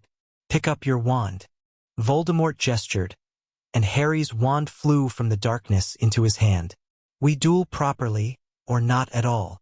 What's the point? You're going to kill me either way. Perhaps. Perhaps not. Voldemort's smile was terrible. I want to see what you've become, Harry Potter. I want to see if 3 years in France have made you worthy of the legend that surrounds you. The Death Eaters spread out, forming a wider circle. They were enjoying this, their master's return, the humiliation of his enemy. This was theater to them. Harry raised his wand. Begin. The duel was nothing like Harry had imagined. In his training, in his fantasies, he'd pictured himself holding his own against the Dark Lord, matching curse for curse, proving that skill could overcome power. The reality was brutally different. Voldemort was fast. Faster than anyone Harry had ever faced. His spells came in torrents, barely visible, each one carrying enough force to kill. Harry's shields shattered within seconds, forcing him to dodge, to run, to survive on instinct alone. Fire, lightning. The tricks that had served him so well in the tournament were meaningless here. Voldemort batted them aside like irritations, his expression almost bored. Is this all you have? The Dark Lord's voice carried easily over the chaos. The famous Harry Potter, trained by giants and half-breeds. And this is the best you can offer? Harry threw a bolt of pure energy, everything he had, channeled into a single attack. Voldemort absorbed it without flinching. Disappointing. He raised his wand. Crucio. The Cruciatus curse hit Harry like 1,000 knives, each one finding a nerve and twisting. He was on the ground without knowing how he'd gotten there, screaming, every cell in his body on fire. Then it stopped. "Get up." Voldemort's voice was cold. "We're not finished." Harry couldn't get up. His muscles wouldn't respond, his limbs wouldn't obey. He lay in the grass and tried to remember why he'd thought he could survive this. "I said get up." Magic seized Harry, lifted him, set him on his feet like a puppet.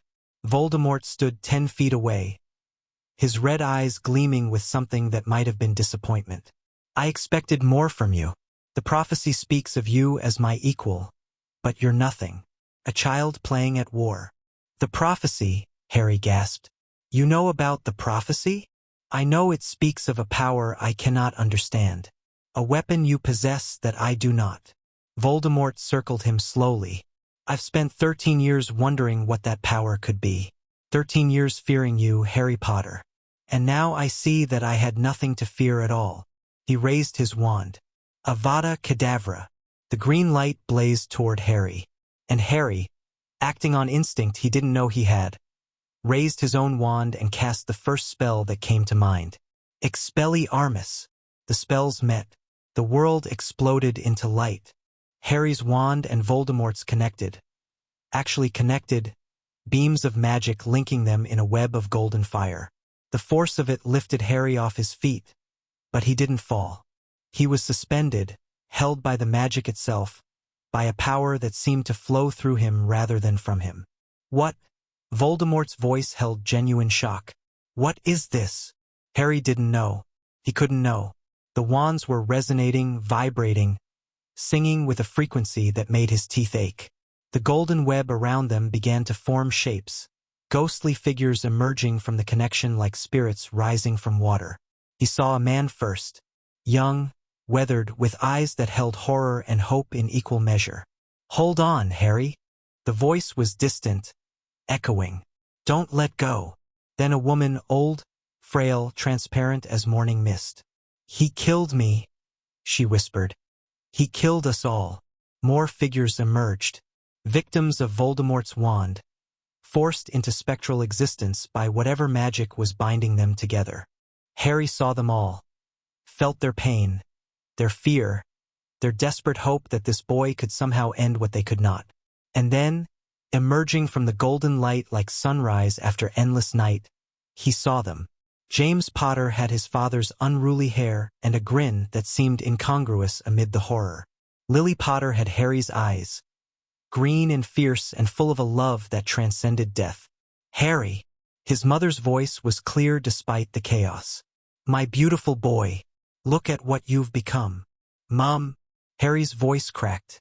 "Dad, we're so proud of you." James moved closer, his ghostly form somehow warm despite its insubstantiality. "Everything you've done, everything you've survived. We never stopped watching. The connection won't hold much longer." Lily's voice was urgent now. "When it breaks, the spirits will distract him. You have to run, Harry. Take the other boy and run." "I can't." "You can." James's expression was fierce. "You have to. This isn't your time. You have so much left to do. We love you, Harry." Lily reached out, her ghostly hand passing through his cheek in a sensation like cool water. "We've always loved you. Now go. Live. Be happy." The connection shattered. Ghostly figures swarmed toward Voldemort, blocking his vision, interfering with his spells. Harry ran. He found Cedric still hidden behind the monument, pale and terrified but alive. "The cup!" Harry grabbed his arm. "We have to get to the cup." They ran together, dodging curses that blazed past them, heading for the portkey that would take them home. Harry could hear Voldemort screaming behind them, rage and frustration and something that sounded almost like fear. 50 feet. 30. 10. Harry's hand closed on the cup's handle. He pulled Cedric against him. "Accio cup." Voldemort's voice, desperate. Too late. The world twisted, and the graveyard vanished, and Harry was falling through darkness toward home. They landed hard on the grass of Hogwarts, the cheers of the crowd washing over them like a wave. Harry couldn't process it. The noise, the lights, the hundreds of faces staring down at them. His arm was still bleeding. His body still ached from the cruciatus. His parents' faces still burned behind his eyes. Harry! Tonks was there suddenly, her aura training forgotten, gathering him into her arms. Harry, what happened? You were gone for. There was a flash and then nothing and… Voldemort! Harry's voice was raw. He's back. He's alive. I saw him, he killed… Shoo! Tonks held him tighter. You're safe now. You're home. But Harry could still hear that cold voice, could still feel that terrible touch on his scar. He's back, he repeated. Voldemort is back. And he's coming for all of us. The celebration died. The crowd went silent. And somewhere in the stands, Harry heard Gabriel screaming his name. He closed his eyes and let the darkness take him. He woke in the hospital wing. The ceiling was familiar, white and clean, lined with windows that let in the morning light. He'd spent time here after the second task, recovering from the cold of the lake. Felt like a lifetime ago. Henri. Fleur was beside his bed, her face streaked with tears she hadn't bothered to wipe away. Beyond her, Harry could see more figures. Jean-Pierre and Apollon, Gabriel curled in a chair, Madame Maxime standing by the door, and Tonks, sitting on the edge of his bed, holding his hand. What happened? Harry's voice was a croak. How long? 2 days. Tonks's voice was carefully controlled. You've been unconscious for 2 days. The healers said your magical core was completely depleted. The ritual, the duel, the memories came flooding back. The cauldron, the graveyard, the golden light connecting their wands. I saw my parents. We know. Jean-Pierre's voice was rough with emotion. You told us, before you passed out. Cedric. Safe. Shaken. But safe. Fleur wiped her eyes. He told the ministry everything, the port key, the graveyard, the Death Eaters. They're taking it seriously this time. They have to take it seriously. Harry tried to sit up and immediately regretted it. Voldemort is back. He has a body. He's gathering his followers. We know, mon petit. Apollon appeared at his bedside, her hand cool on his forehead. We know, and we're going to face it. Together. I saw them. Harry's voice cracked. My parents. They spoke to me. They said they were proud of me. Apollon's expression softened. Of course they were proud. How could they not be? They told me to run. To live. Tears were streaming down Harry's face now, and he couldn't stop them. I wanted to stay. I wanted to talk to them. But they said what any parent would say. Jean-Pierre's hand found his shoulder. They said to survive. To come back to the people who love you. Harry looked around at the faces surrounding him. Fleur with her fierce devotion. His parents with their unwavering support. Gabrielle with her absolute faith. Tonks with her gentle strength. His family. Not the one he'd been born with, but the one he'd found. The one that had chosen him. I'm sorry, he whispered. I didn't mean to scare everyone. Don't apologize. Tonks squeezed his hand. You did what you had to do. You survived. That's all that matters.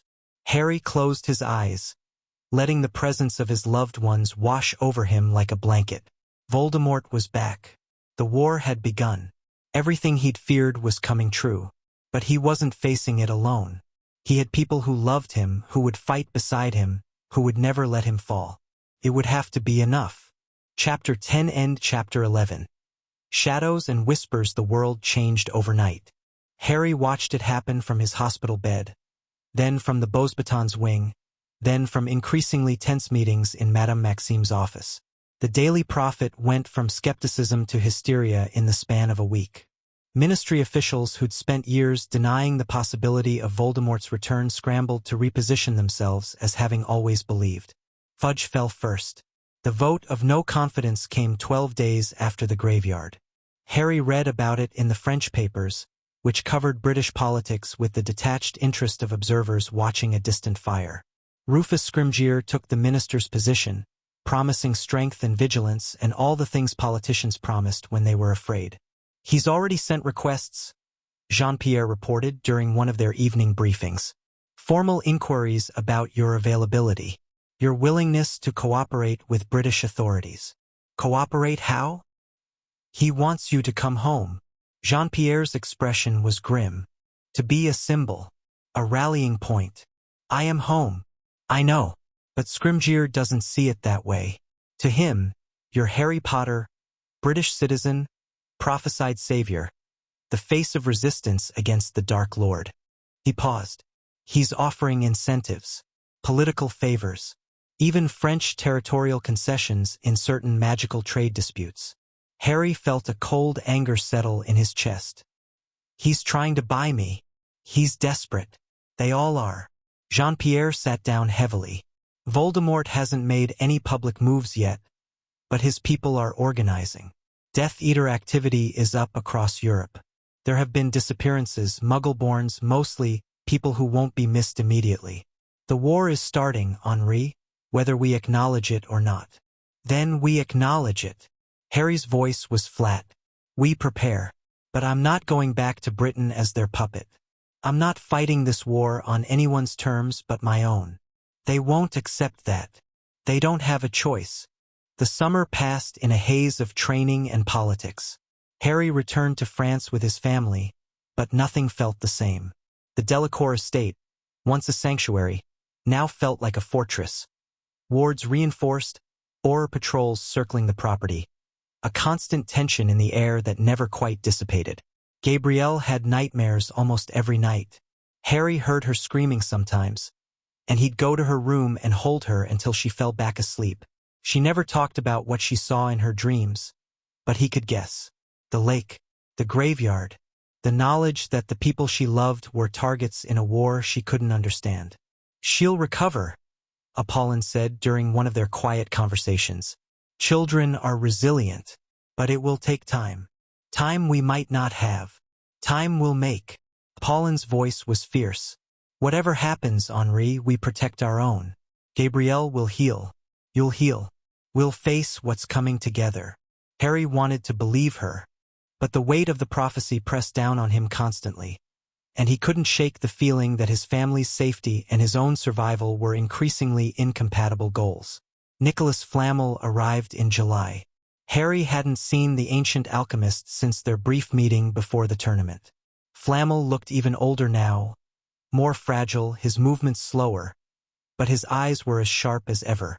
You've grown, he observed, settling into a chair in the Delacours library. Not just physically, you carry yourself differently. I've been through a lot. Yes, the graveyard. Flamel's expression was unreadable. I've studied the reports, the wand connection, the spirits, fascinating magic. It didn't feel fascinating, it felt terrifying. Most truly powerful magic does. Flamel accepted tea from a house elf with a gracious nod. You understand what happened, don't you? The connection between your wand and Voldemort's. They share cores, phoenix feathers from the same bird. More than that, the wands are twins, and twins, in magical theory, cannot be forced to fight each other. When you cast against Voldemort, your wand refused to attack its brother. The result was priori incantatem, the regurgitation of the opposing wand's most recent spells. The ghosts, not ghosts, echoes, magical impressions of souls that the wand had touched. Flamel leaned forward.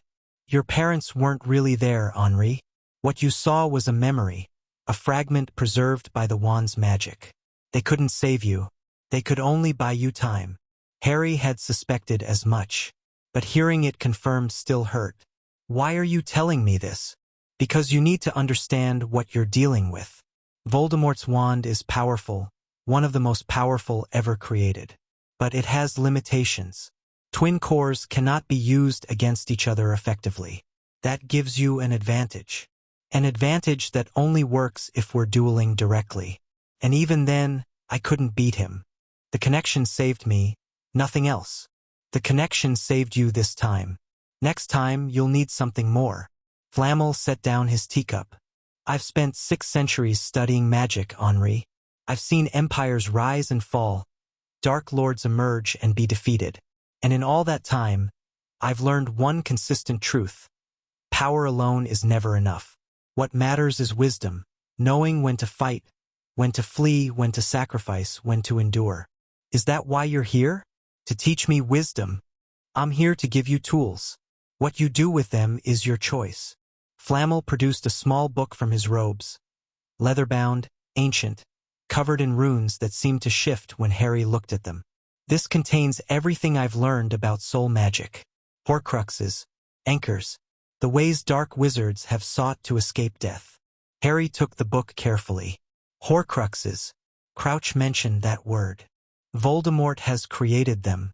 Multiple, if my research is correct. They're the reason he survived your mother's sacrifice. Pieces of his soul, hidden in objects, keeping him tethered to life even when his body was destroyed. The implications were staggering. So even if I kill him, he'll return. Unless the Horcruxes are destroyed first. Flamel's expression was grave. This is the true war, Henri. Not battles and armies and political maneuvering. The true war is finding and destroying the anchors that keep the Dark Lord immortal. Everything else is just distraction. Harry stared at the book in his hands. Horcruxes, soul magic, the keys to defeating Voldemort, wrapped in leather and waiting to be understood. Why give this to me? Why not Dumbledore or the Ministry? Because Dumbledore already knows and has chosen to pursue this path alone. Because the Ministry would bury the information in bureaucracy and fear. And because...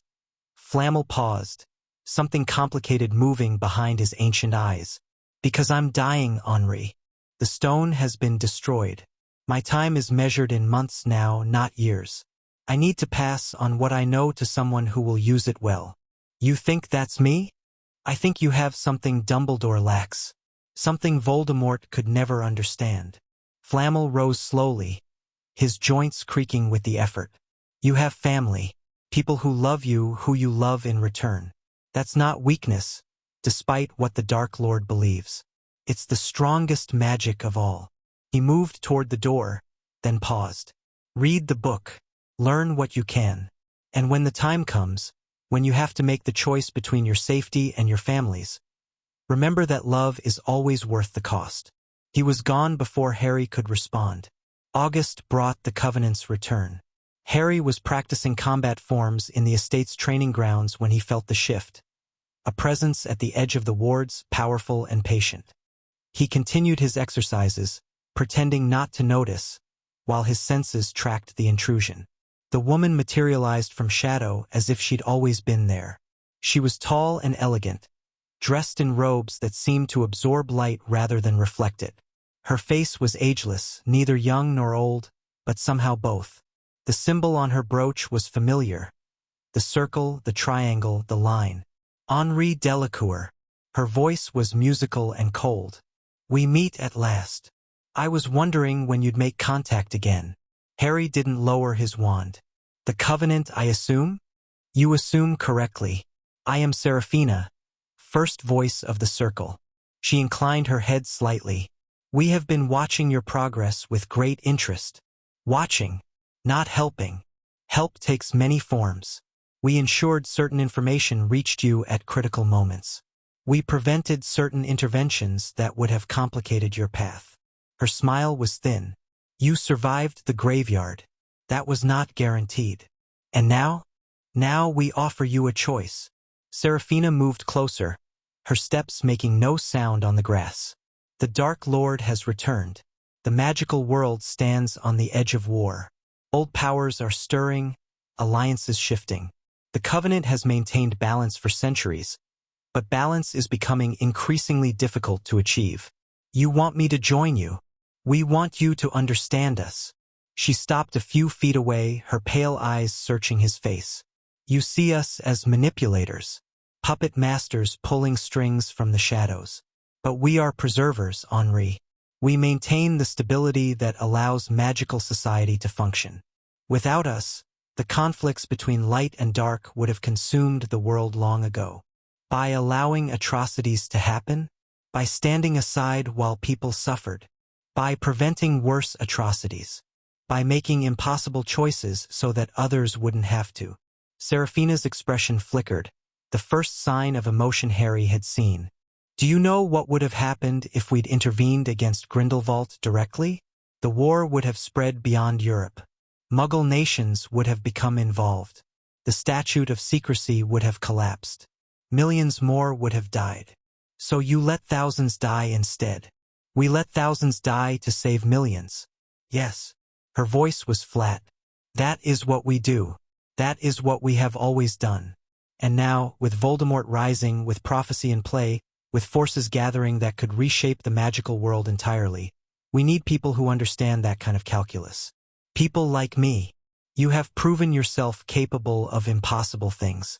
The dragon, the lake, the graveyard. You think clearly under pressure, adapt to circumstances, make hard choices when necessary. She paused. You also have something we lack: connections, relationships, the trust of people who would follow you into fire. I'm not interested in leading anyone anywhere, but you will, whether you choose to or not. Seraphina's smile returned. The prophecy names you as Voldemort's equal. The magical world is already looking to you for hope. The question is not whether you will lead, but how, and whether you'll have the wisdom to lead well. Harry was quiet for a long moment. The Covenant's offer was seductive, he had to admit. Knowledge, power, resources, everything he needed to face what was coming. All it would cost was his independence, his principles, his soul. No. Seraphina's expression didn't change. You refuse. I refuse to be part of an organization that trades lives like currency, that watches atrocities happen and calls it balance. Harry's voice was steady. Whatever wisdom you think you have, it's corrupted by centuries of standing aside. You've forgotten what it means to actually fight for something. And you believe you know better? A boy of 15 with barely 4 years of training. I believe in doing what's right, not what's convenient. I believe in protecting the people I love, not sacrificing them for some abstract greater good. Harry raised his wand slightly. Tell your circle that I won't be their weapon. And if they threaten my family again, if I find out they've been manipulating events around me, I'll come for them. Seraphina studied him for a long moment. Then, surprisingly, she laughed. You have fire, Henri Delacour. More than I expected. She began to fade, her form becoming translucent. We'll be watching. And when you realize that the world is more complicated than your ideals allow, when you need the kind of help that only we can provide, we'll be waiting. She vanished. Harry stood alone in the training grounds, his heart racing, replaying the conversation in his mind. The Covenant would be back. They wouldn't accept his refusal quietly. But for now, he'd made his position clear. He would fight this war his way, on his terms, with his family beside him, whatever that cost. Tonks arrived the following week. She came through the flu with a duffel bag over one shoulder and exhaustion written across her face. Her hair was a muted gray, the color of overworked aurors everywhere, and she moved with the careful efficiency of someone who'd been running on too little sleep for too long. Hey! She dropped her bag and pulled Harry into a fierce embrace. Missed you. I missed you too. Harry held her close, breathing in her scent. How bad is it in Britain? Bad. Getting worse. She pulled back to look at him. Scrimgeours cracking down on everything. Curfews, travel restrictions, surveillance. He's terrified of looking weak, so he's overcompensating with authoritarian nonsense. Half the Oracle is being used to monitor citizens instead of hunting Death Eaters. And Voldemort? Quiet. Too quiet. Tonks moved to sit on the library's comfortable sofa, and Harry joined her. There have been attacks, small ones targeted, but nothing like what everyone expected. He's building power, recruiting, preparing. When he moves, it'll be big. What about Dumbledore? Fighting his own war, mostly. Tonks's expression was complicated. He's got his Order of the Phoenix running operations we're not supposed to know about. Intelligence gathering, protection details for high-value targets. He's been trying to contact you, by the way. I know.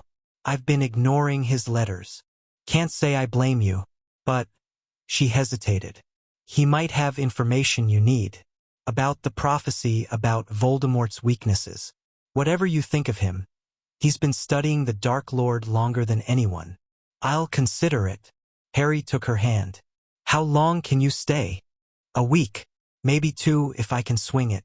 Her smile was tired but genuine. I told my supervisor I needed personal time. He wasn't happy, but he owed me for covering 3 extra shifts during the fudge fallout. I'm glad you're here. Me too. She leaned into him, her head resting on his shoulder. I keep thinking about the graveyard, about how close I came to losing you. You didn't lose me. I know, but I could have. Her voice was soft, vulnerable. I've been an Auror for 2 years now. I've seen people die. I've seen relationships fall apart because the job is too dangerous, too consuming. And I keep wondering what? If we're being stupid, getting involved when everything is so uncertain, when we might not have a future to plan for. Harry was quiet for a moment, considering his words carefully. I don't know what's going to happen, he said finally. I don't know if I'll survive this war, or what the world will look like when it's over. But I know that right now, in this moment, I'm happier with you than I've been in a long time. And I'd rather have that, whatever time we get, than spend it alone because I was too afraid to try. Tonks lifted her head to look at him. Her eyes were bright with unshed tears. You really mean that? Every word. She kissed him, soft at first, then deeper, with all the desperation and hope and fear that had been building since the graveyard. Harry kissed her back, letting himself get lost in the sensation, in the simple miracle of being alive and loved. Whatever was coming, they would face it together. That would have to be enough. The attack came on Tonks's last night. They were walking in the estate's gardens, enjoying the summer warmth and each other's company, when the wards screamed. Harry's wand was in his hand before the sound faded. Tonks had transformed into combat stance instantly, her aura training overriding everything else. The house, Harry said. Gabrielle, go. I'll hold the perimeter. Harry ran. The estate's wards were holding, but barely. Dark magic hammered against them like waves against a breakwater, each impact sending shudders through the protective enchantments. Harry could see figures at the edge of the property, hooded shapes throwing curses with coordinated precision. Death Eaters. At least a dozen of them. Jean-Pierre met him at the back door, his wand drawn and his face grim. The family is in the safe room. Apollon and Fleur are reinforcing the interior wards. He fell into step beside Harry as they moved toward the front of the house. This is a probing attack, I think. Testing our defenses. Or a distraction. For what? The window beside them exploded inward. Harry threw a shield over both of them, deflecting the worst of the glass, and returned fire through the opening. His lightning caught one of the attackers, dropping them instantly. They're breaching the perimeter. Tonks's voice amplified magically. Northwest corner. I need backup. Go, Jean-Pierre said. I'll hold here. Harry went. The fight that followed was chaos. Fire and darkness and screaming curses in the summer night. Harry fought with everything he had, years of training condensed into moments of pure survival. Tonks was beside him, her metamorph abilities allowing her to dodge attacks that would have killed anyone else. They drove the attackers back. Slowly, painfully, with burns and cuts and muscles screaming from exertion. And then it was over.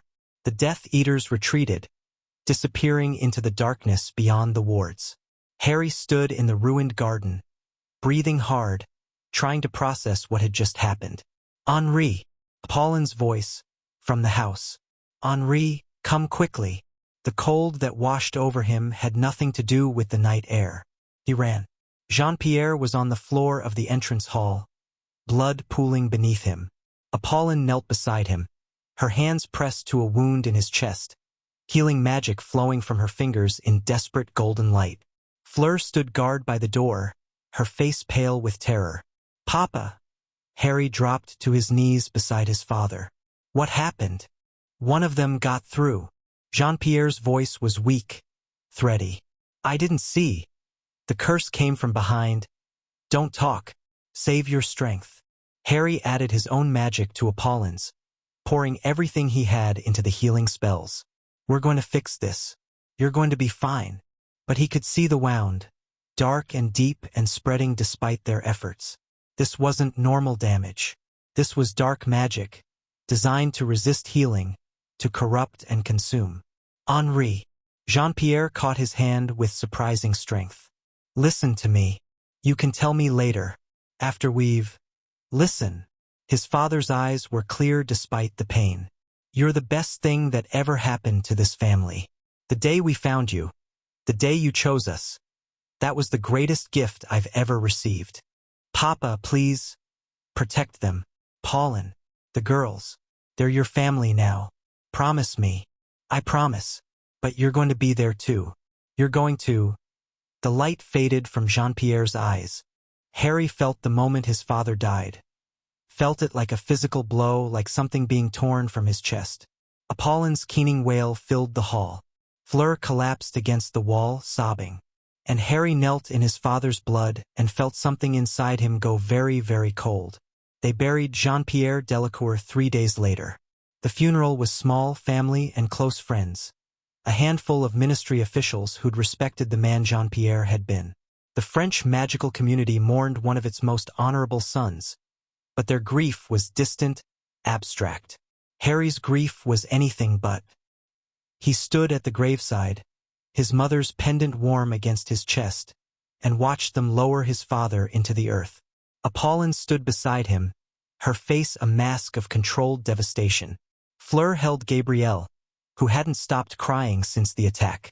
Tonks had stayed, had postponed her return to Britain indefinitely, despite the professional consequences. She stood behind Harry now, her hand on his shoulder, a silent anchor in the storm. When the ceremony ended, when the last mourners had departed, Harry remained at the grave. I'm going to find them, he said quietly. The ones who did this. I'm going to find them, and I'm going to make them pay. Henri. Pauline's voice was exhausted, empty. Vengeance won't bring him back. I know. Harry turned to face her. But it might protect the rest of you. And that's all I have left. He walked away before she could respond. Tonks caught up to him at the edge of the cemetery. What are you planning? War. Harry's voice was flat. Real war. Not hiding behind wards, waiting for them to come to us. I'm going to take the fight to them. You can't do that alone. I won't be alone. He looked at her, at this woman who'd stayed when she could have left, who'd chosen him despite everything. Will you help me? Tonks was quiet for a long moment. Then she nodded. Yes, whatever you need. I'm with you. Harry took her hand and squeezed. The war had taken his father. It had shattered his family's peace, invaded his home, destroyed the sanctuary he'd spent 3 years building.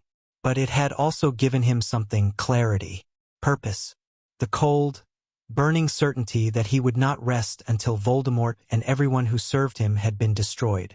Jean-Pierre Delacours had asked him to protect the family. Harry intended to do exactly that, whatever it took. Chapter 11 and Chapter 12. Into the maze. The months after Jean-Pierre's death were a crucible. Harry threw himself into preparation with a ferocity that frightened the people who loved him. He trained until his muscles screamed and his magic flickered from exhaustion. He studied Flamel's book on Horcruxes until he could recite passages from memory. He built networks of contacts across magical Europe, people who owed the Delacour family favors, who shared intelligence about Death Eater movements, who were willing to fight. Pauline watched him with worried eyes but said nothing. She understood, perhaps better than anyone, the need to transform grief into action. She had her own preparations to make, securing the family's assets, strengthening the estate's defenses, ensuring that Fleur and Gabrielle had the skills to protect themselves. Fleur became Harry's primary sparring partner. They dueled every morning, pushing each other to new limits, their sibling bond deepening through shared combat. She'd always been talented, but grief had honed her into something sharper. The girl who'd once cared about fashion and social status had become a warrior. Gabrielle was harder to reach. The attack had broken something in the youngest Delacour. She'd stopped sleeping through the night entirely, stopped eating without being coaxed, stopped being the bright presence that had once lit up every room. The healers called it trauma. Harry called it his failure. He'd promised to protect his family, and he hadn't been fast enough. She needs time, Tonks said during one of her visits. The Auror had been splitting her time between Britain and France, maintaining her career while supporting Harry's preparations. She's processing. You can't force healing. I know, but watching her suffer is part of loving someone. You can't fix everything, Henri. Sometimes you just have to be there. Harry tried to be there. He read Gabrielle bedtime stories, helped her with her homework, held her when the nightmares came. Slowly, incrementally, she began to emerge from her shell. Not the same girl she'd been. That girl was gone forever. But someone new. Someone who understood that the world was dangerous and that love was worth fighting for. It wasn't enough. It would never be enough. But it was something. The intelligence came in November. One of Harry's contacts, a former French Auror who now worked as a private investigator, sent word of unusual activity at a property in northern England. A manor house, abandoned for decades, suddenly showing signs of magical occupation. Wards being erected, supplies being delivered, the kind of preparations that suggested a major operation. It could be a trap, Fleur said when Harry shared the information. It probably is. Harry studied the map spread across the library table. But if there's even a chance they're holding something valuable there, something related to the Horcruxes, you're going anyway. I have to know. He looked at her. I won't ask you to come. You don't have to ask. Fleur's expression was fierce. Papa would want me to fight beside you, and I want to make them pay. Fleur, don't argue. I've made my decision. She crossed her arms. What about Victor? He offered to help. He's dealing with problems in Bulgaria. Death Eater activity near his family's estate. Harry had been in regular contact with the Bulgarian seeker since the tournament. Their friendship had deepened into genuine alliance. But Hermione might be available. She's been researching Horcrux theory. Her insights could be valuable. And Tonks. I haven't told her yet. Harry's voice was complicated. She's still an Auror. If I bring her into something illegal, Henri. Fleur's voice was gentle. She loves you. She'd want to know. That's exactly why I haven't told her. I don't want her to have to choose between her career and me. She's already chosen. She just hasn't admitted it yet. Fleur uncrossed her arms.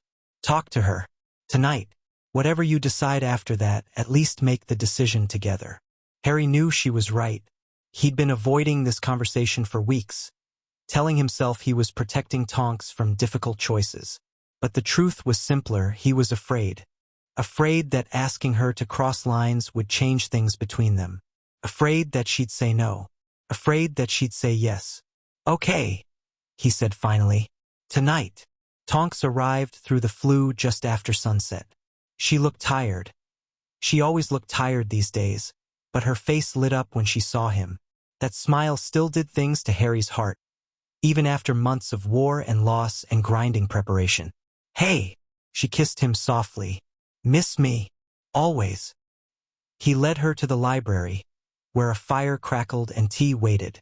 I need to talk to you about something. Her expression shifted, becoming wary. That sounds serious. It is. Harry handed her a cup and sat across from her.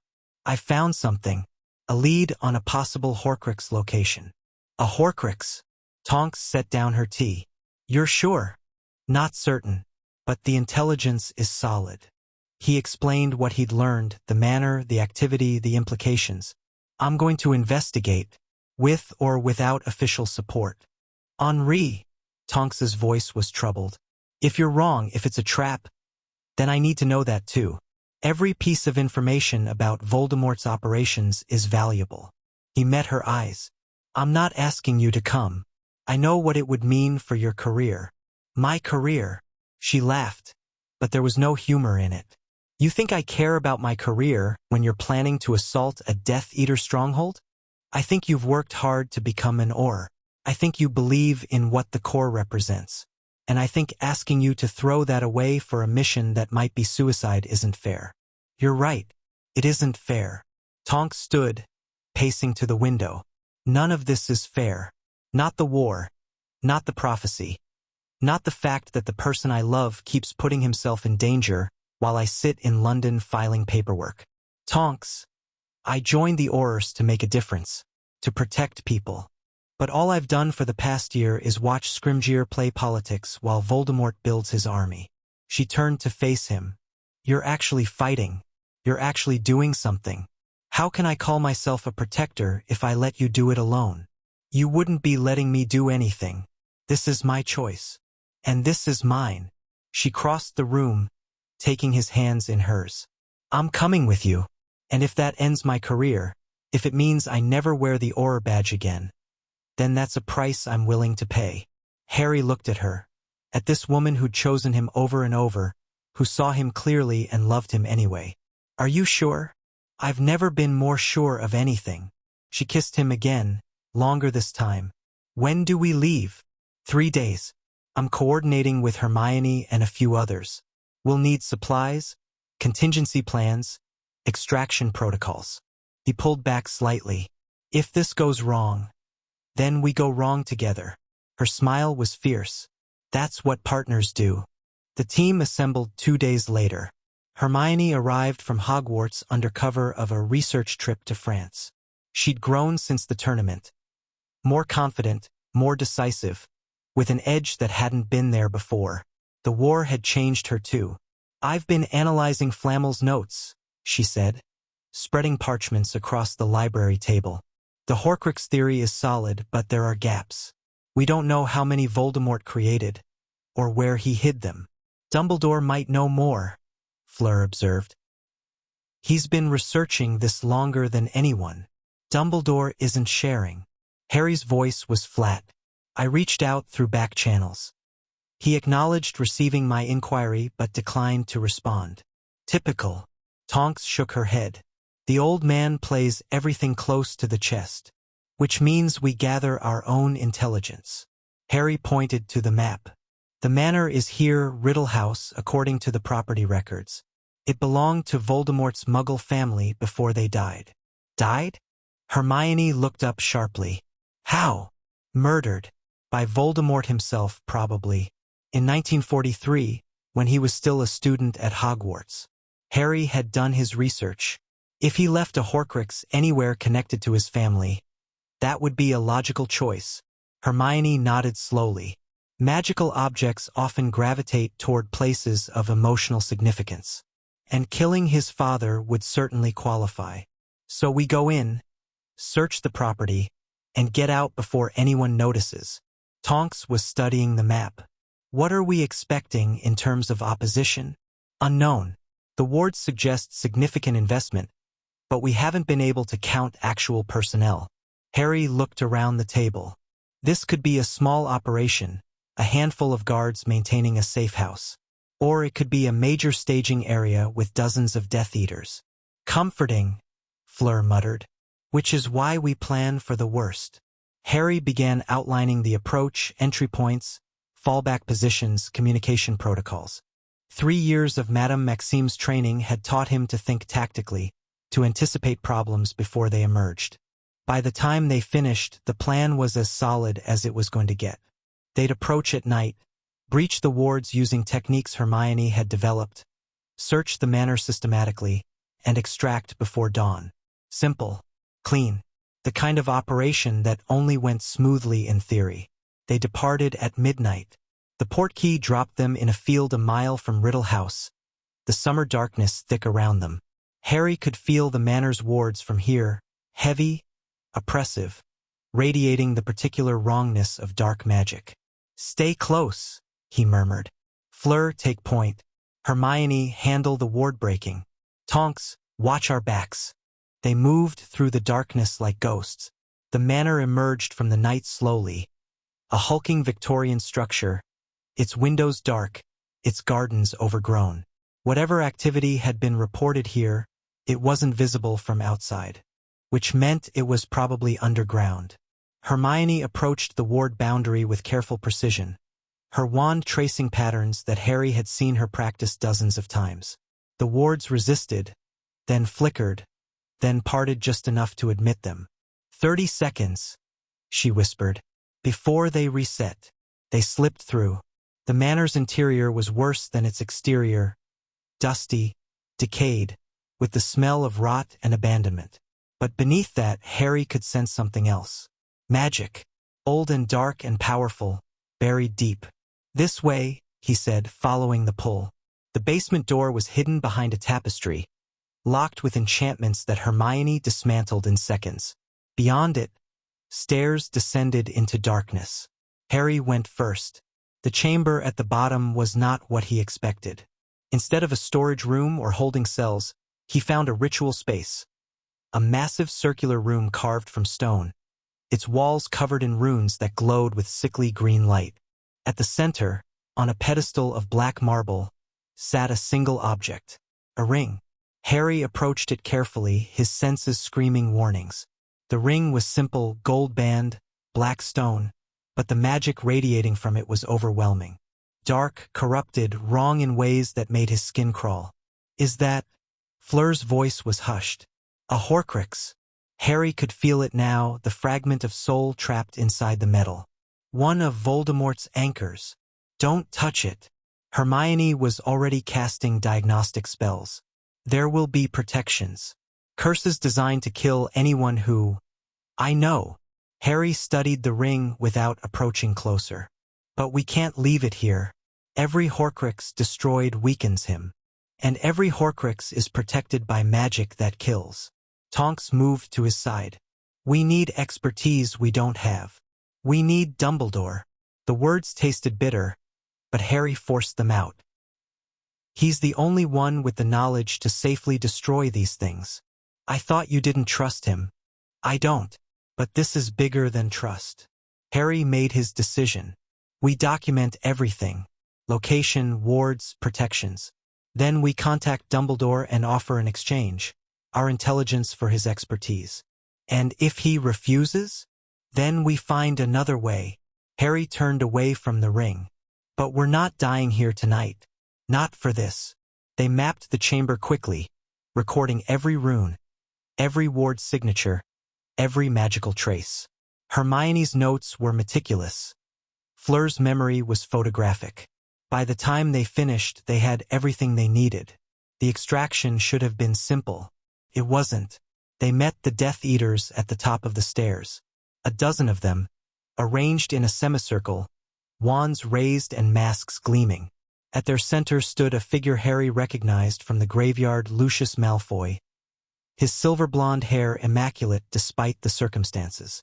Mr. Potter. Malfoy's voice was silk over steel. How kind of you to visit.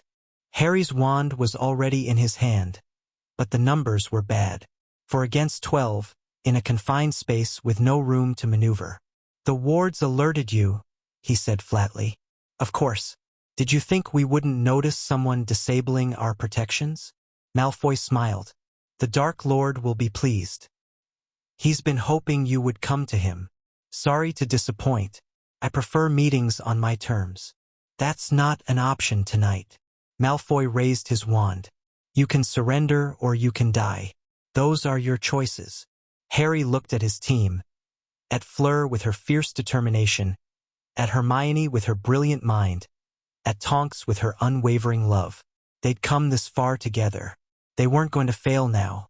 There's a third option, he said quietly. He reached for the fire. The battle was chaos. Harry's flames roared through the confined space, forcing the Death Eaters to scatter. Fleur followed with curses that crackled with Vila power. Hermione threw up barriers that blocked incoming spells.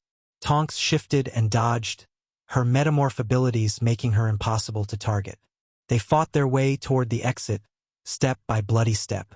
Malfoy was good, better than Harry had expected, but not good enough. A lightning bolt caught him in the chest, dropping him to the floor.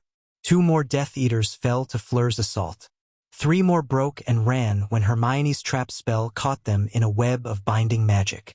But the numbers were still bad. And more Death Eaters were arriving, pouring through doors Harry hadn't noticed.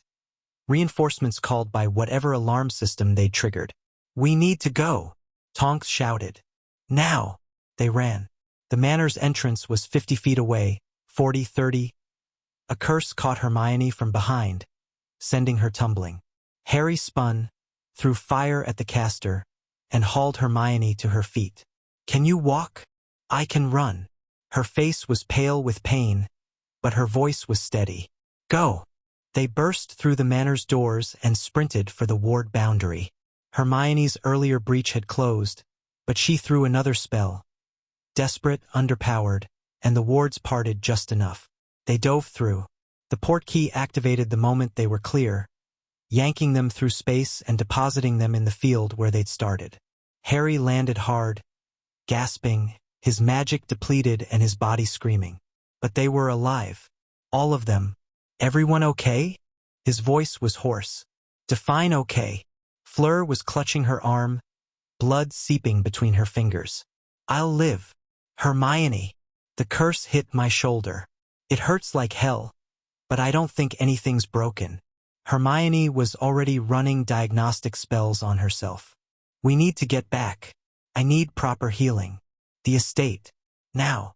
They activated the secondary portkey and vanished. The debriefing happened at dawn. Harry sat in the library. His wounds healed, but his exhaustion bone deep. Apollon had tended to everyone. Fleur's arm, Hermione's shoulder, the dozen minor injuries they'd all accumulated. Now she stood by the window, her expression worried. "You found what you were looking for?" "We found a Horcrux. We couldn't retrieve it, but we have enough information to plan a proper extraction." Harry rubbed his eyes. It was almost a disaster. If the reinforcements had arrived sooner. But they didn't. Tonks sat beside him, her hand finding his. "We made it out. This time." Apollon's voice was sharp. "And next time? When the Death Eaters are better prepared, when Voldemort himself is waiting. Then we'll be better prepared too." Harry met her eyes. "I know the risks, Maman. I know what this could cost. But I can't stop. Not now. Not after what they did to Papa." Apollon was quiet for a long moment. Then she crossed the room and embraced him. "I know," she whispered. "I just wish I could protect you. The way you protect everyone else. You do. Every day." Harry held her tightly. "You gave me a family. You gave me something worth fighting for. That's the greatest protection anyone could offer." She pulled back, her eyes bright with tears. "Your father would be proud." "I hope so." The letter to Dumbledore went out that afternoon. Harry kept it brief. A summary of what they'd found, an offer to share intelligence, a request for cooperation. No promises, no commitments, just an opening. The response came faster than he'd expected. "Mr. Delacour, I am gratified to hear from you, and impressed by what you've accomplished. The ring you've identified is indeed one of the objects we seek. Your intelligence will be invaluable. I would be honored to meet and discuss next steps. The war against Voldemort requires all of us working together, regardless of past differences. Name the time and place. I will be there." Albus Dumbledore. Harry read the letter twice, then set it aside. The alliance he'd been avoiding was now inevitable. Whatever he thought of Dumbledore, whatever history lay between them, the fight against Voldemort was too important for personal grievances. He picked up his quill and began to write his response. The next phase of the war was about to begin. Chapter 12 End. Chapter 13. The Dark Lord Rises. The meeting with Dumbledore took place on neutral ground. Harry chose a small café in magical Paris. Public enough to discourage violence, private enough for serious conversation. He arrived early, taking a table in the corner with clear sight lines to both exits. Tonks sat at the bar, pretending to read a newspaper. Fleur waited outside, ready to intervene if things went wrong. Dumbledore arrived precisely on time. The old wizard looked older than Harry remembered, more worn, his robes less flamboyant, his famous twinkle dimmed by exhaustion and grief. The war was taking its toll on everyone, even living legends. "Henri." Dumbledore settled into the chair across from him. "Thank you for agreeing to meet. We have mutual interests." It seemed practical. "Indeed." Dumbledore studied him with those piercing blue eyes. "You've changed since we last spoke. Grown. Hardened. War does that." Yes, it does." Dumbledore was quiet for a moment. I was sorry to hear about Jean-Pierre. He was a good man. Harry felt the familiar surge of grief and anger, but pushed it down. He was, and his death won't be meaningless. I would never suggest otherwise. Dumbledore folded his hands on the table. You've been busy, I understand, building networks, gathering intelligence. The raid on Riddle House was impressive. You know about that? I have my own sources, as I suspect you have yours. A small smile crossed the old man's face. We've been circling each other for months, Henri, each of us gathering pieces of the same puzzle. It seems wasteful to continue that way. Wasteful. Harry's voice was flat. That's one word for it. You don't trust me. I understand.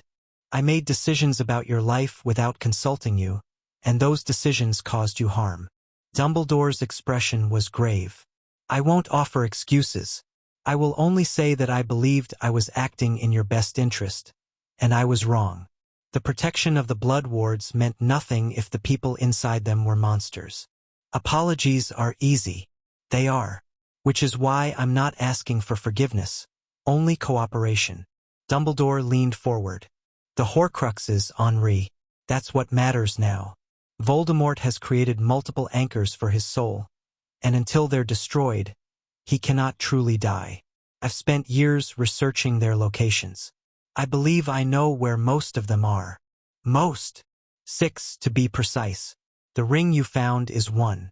There's also a locket belonging to Salazar Slytherin, a cup that belonged to Helga Hufflepuff, a diadem of Rowena Ravenclaw, a diary that was destroyed several years ago, and... Dumbledore paused, something complicated crossing his face. And one other. Hidden in an unexpected place. Where? In you. The words hung in the air like a death sentence. Harry felt the blood drain from his face. What? The night Voldemort tried to kill you, a piece of his soul, damaged by the act of murder, unstable from the previous Horcruxes, latched onto the only living thing in the room. You. Dumbledore's voice was gentle, almost sorrowful. Your scar isn't just a scar, Henri. It's a container. As long as you live, that fragment of Voldemort lives with you. Harry's mind raced through the implications. The connection he'd felt in the graveyard. The way his scar burned when Voldemort was near. The dreams he'd had, vivid, violent dreams that felt like someone else's memories. You're saying I have to die. I'm saying the fragment has to be destroyed. Whether that requires your death is uncertain. Dumbledore's expression was troubled. There may be ways to remove it without killing the host.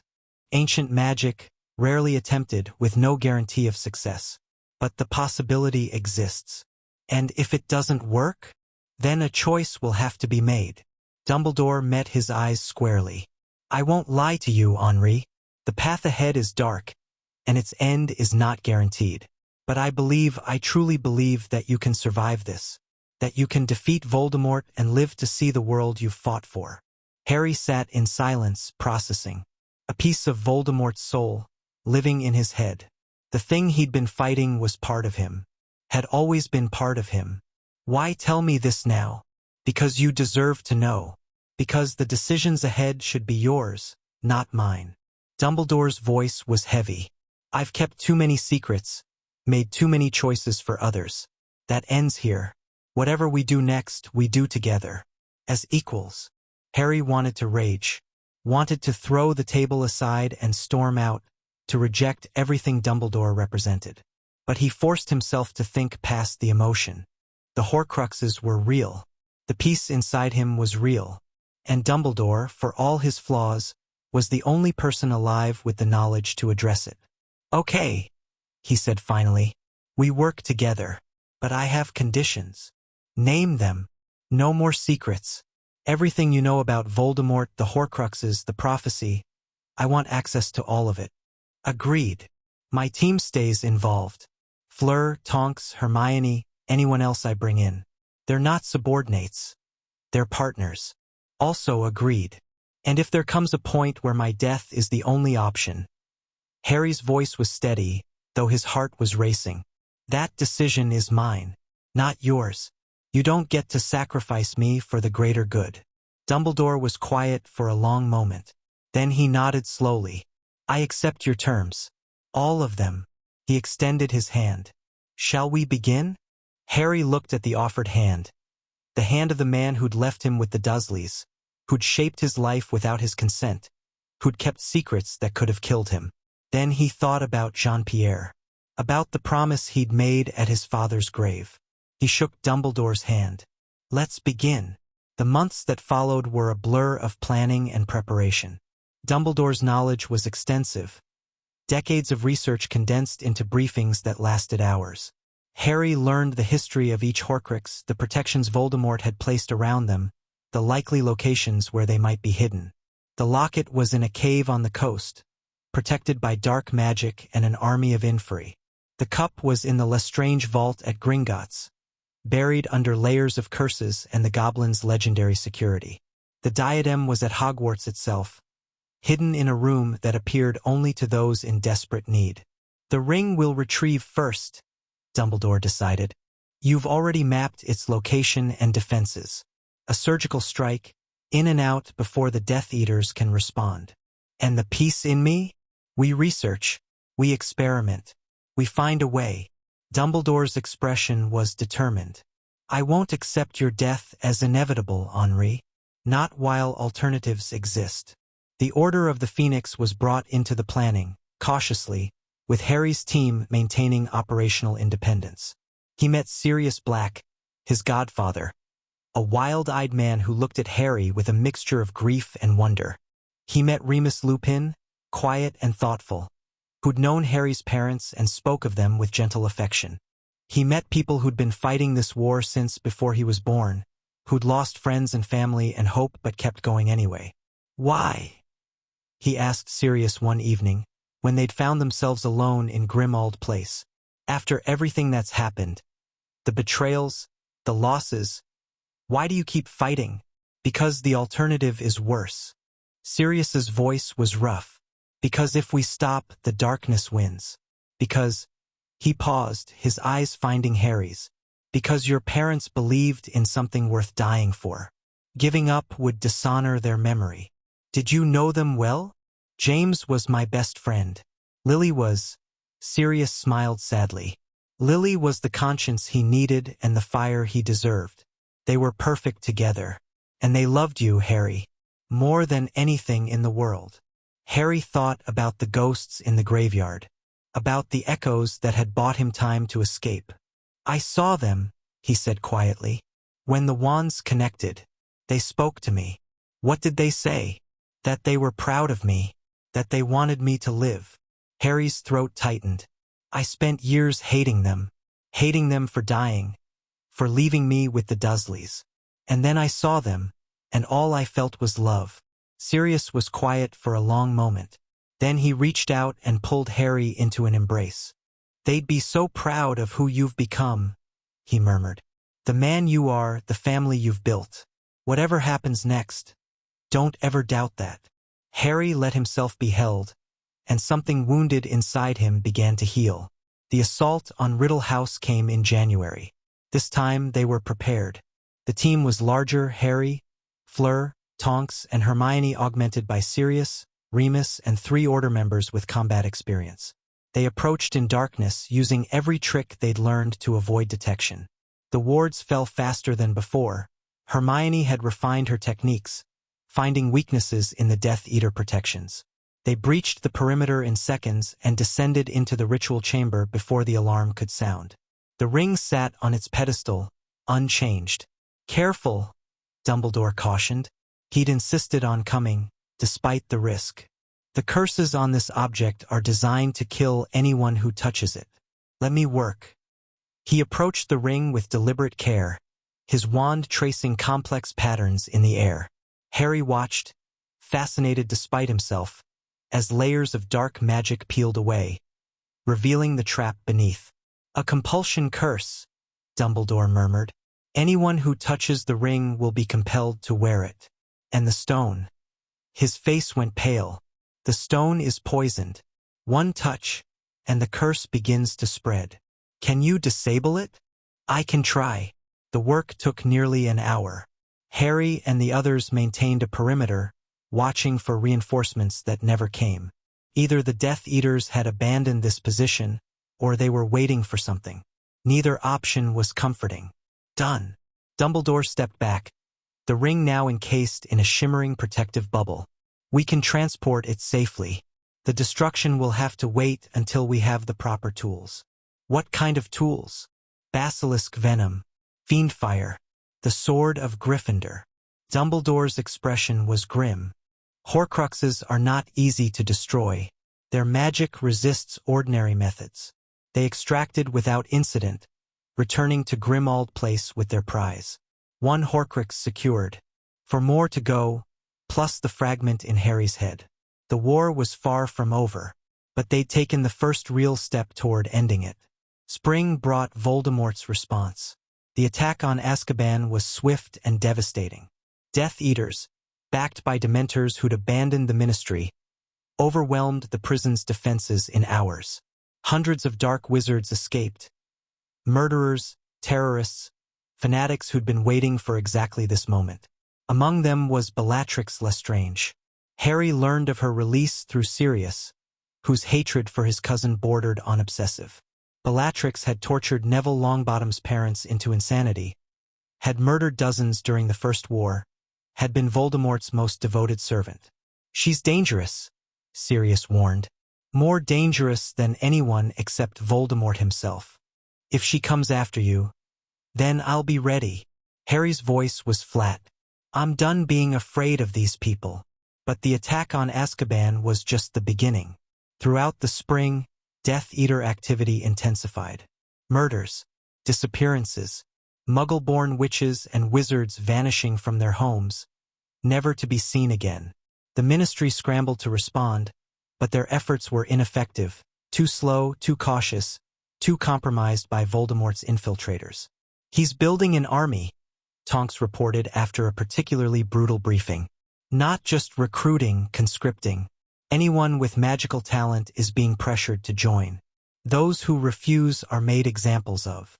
And the Ministry? Scrimgeour is losing control.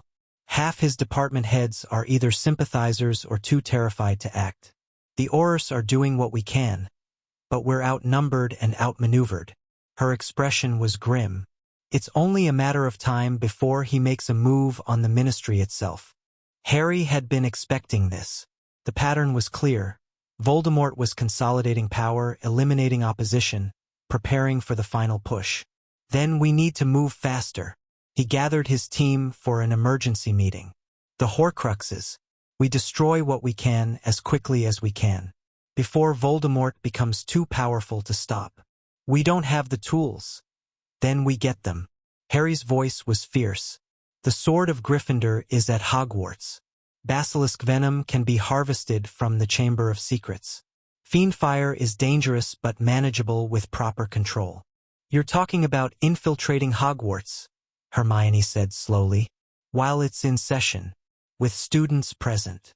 I'm talking about destroying the anchors that keep Voldemort immortal.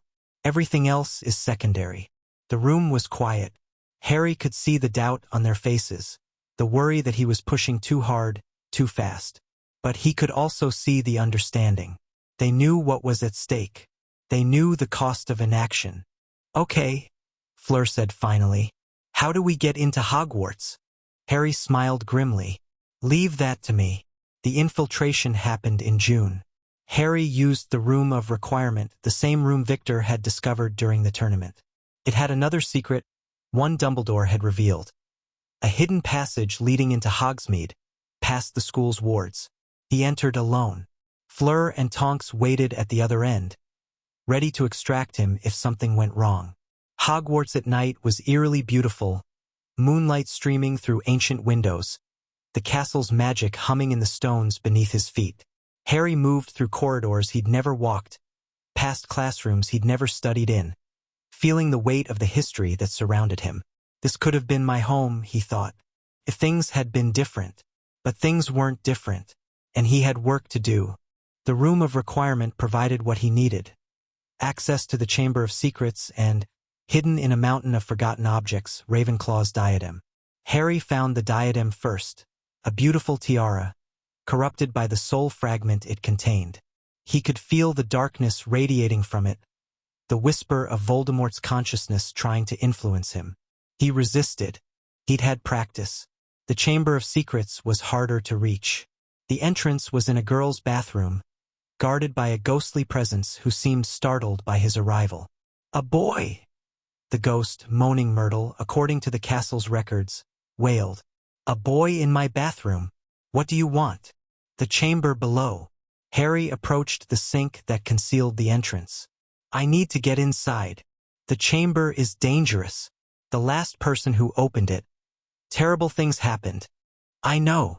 Harry studied the serpent designs on the faucets. "But I need what's down there, and I'm not leaving without it." The entrance required Parseltongue, a language Harry had never spoken, had never been taught. But the fragment in his head had connections to Voldemort's magic, and when he reached for it, carefully, reluctantly, the words came. The sink shifted. The passage opened. Harry descended into darkness. The Chamber of Secrets was vast and ancient. Massive stone pillars carved with serpents supported a ceiling lost in shadow. The floor was slick with moisture, the air thick with the smell of decay. And at the far end, sprawled across the stone in death, lay the basilisk. The creature had been dead for years, killed by someone, under circumstances Harry didn't know. Its body was surprisingly intact, preserved by the chamber's magic. Its fangs still glistened with venom. Harry approached carefully, drawing the container he'd prepared. Basilisk venom was among the most destructive substances known to magic, capable of destroying almost anything, including Horcruxes. He extracted what he needed, sealing the container with every protective spell he knew. Then he turned to leave, and found Albus Dumbledore waiting at the chamber's entrance. "Henri," the old wizard's voice echoed in the vast space. "I thought I might find you here." Harry's wand was in his hand before he realized he'd drawn it. "How did you know?" "Because I would have done the same thing." Dumbledore's expression was complicated, admiration mixed with concern. "You came for the venom, and the diadem, I suspect." "I found both." "Good. Then we're ahead of schedule." Dumbledore moved further into the chamber, his eyes sweeping over the basilisk's corpse. "Remarkable creature. Terrible but remarkable. Did you come to help, or to lecture?" "Neither." Dumbledore turned to face him. "I came to warn you. Voldemort knows you're hunting his Horcruxes. He's taken steps to protect the remaining ones." "What kind of steps?" "The cup at Gringotts has been moved. We're not sure where. The Locket's Cave is now guarded by creatures that weren't there before." Dumbledore's voice was grave. "And he's become paranoid about the diadem. If he realizes you've taken it, then he'll come for me." Harry's voice was steady. "Let him come. I'm done hiding. Henri, I have the diadem. I have basilisk venom. I can destroy this Horcrux tonight." Harry met Dumbledore's eyes. "That's one more piece of his soul gone. One more step toward making him mortal. And then we find the others. The cup, the locket, whatever's left." Harry's expression hardened. "And then we end this." Dumbledore was quiet for a long moment. Then he nodded slowly. "Very well, but not alone." He extended his hand. "Let's go. We have work to do." Harry took the offered hand. Together they left the chamber. The endgame was beginning. Chapter 13 End Chapter 14. The price of truth, the destruction of the diadem, happened at midnight. They gathered in Grimmauld Place's basement, Harry, Dumbledore, Fleur, Tonks, Hermione, Sirius, and Remus. The Horcrux sat on a stone table, its dark beauty somehow obscene in the flickering candlelight. "The venom must make direct contact with the object," Dumbledore explained. "Once the container is breached, the soul fragment will attempt to defend itself. Be prepared for anything." Harry uncapped the vial of basilisk venom, feeling its corrosive magic prickle against his skin. The liquid inside was clear, almost innocent-looking, nothing like the destruction it could cause. "Ready?" he asked. Nods around the room. Wands raised. Breath held. Harry poured the venom onto the diadem. The scream that emerged was inhuman. Black smoke erupted from the tiara, coalescing into a face. Voldemort's face, twisted with rage and agony. The temperature in the room plummeted. Shadows writhed along the walls, reaching for them with hungry tendrils. You dare. The voice was Voldemort's, distorted and terrible. You dare destroy what is mine. Harry held his ground as the darkness lashed toward him. The fragment in his scar blazed with sympathetic pain, but he pushed through it. Yes, he said. I dare. The diadem cracked. The smoke dissipated. The shadows retreated. And then it was over. The tiara lay on the table, its metal blackened and warped, its magic extinguished. One more piece of Voldemort's soul, destroyed forever. It worked. Hermione's voice was awed.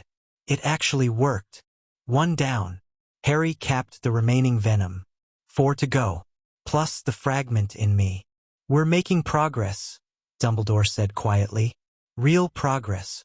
But his face was troubled, and Harry knew why. Each Horcrux destroyed made Voldemort more vulnerable and more dangerous. A cornered Dark Lord would be capable of anything. The war was entering its final phase. Summer burned into autumn, and the attacks intensified. Voldemort's forces struck at the Ministry in August. Not a full assault, but a surgical strike that killed 3 department heads and wounded a dozen others. Scrimgeour barely escaped with his life. The message was clear. No one was safe. The Order responded with operations of their own. They disrupted Death Eater supply lines, rescued prisoners from makeshift dungeons, gathered intelligence that would be crucial when the final confrontation came. Harry was at the center of all of it. He'd become, despite his resistance, something like a general. People looked to him for decisions, for strategy, for the confidence that kept them fighting when everything seemed hopeless. It was a role he'd never wanted, but one he couldn't refuse. You're good at this, Tonks observed during a rare quiet moment. They were in her flat in London, stealing a few hours together between missions. People trust you. They trust what I represent. The boy who lived, the prophesied savior. Harry's voice was tired. Sometimes I wonder what would happen if they knew how scared I am. They'd trust you more. Tonks curled against him, her head on his chest. Nobody wants a leader who doesn't understand fear. They want someone who feels it and fights anyway. Is that what I do? It's what you've always done. She lifted her head to look at him. Since the day I met you, you've been terrified.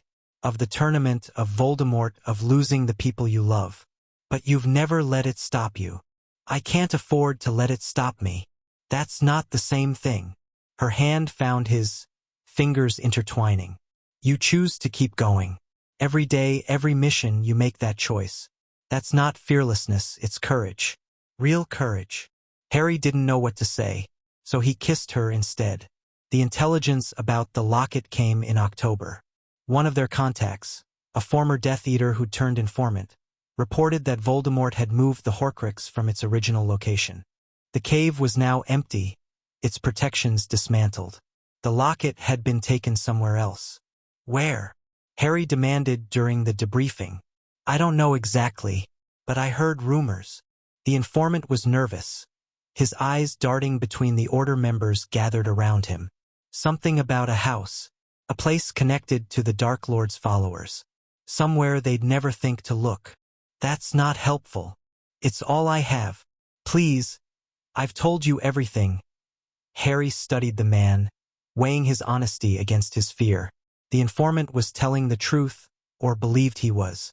But the information was too vague to act on. Keep listening, he said finally. If you hear anything else, anything at all, contact us immediately. The informant nodded frantically and fled. A house connected to Voldemort's followers, Hermione mused after he'd gone. That could be dozens of properties. We start with the most likely candidates. Harry turned to the map they'd been using to track Death Eater activity. Malfoy Manor, Lestrange Estate, any location associated with the Inner Circle. Those places will be heavily defended. Then we scout first, gather intelligence, find a way in. Harry's voice was grim. The locket is out there. We just have to find it. They found it in November. The location was unexpected.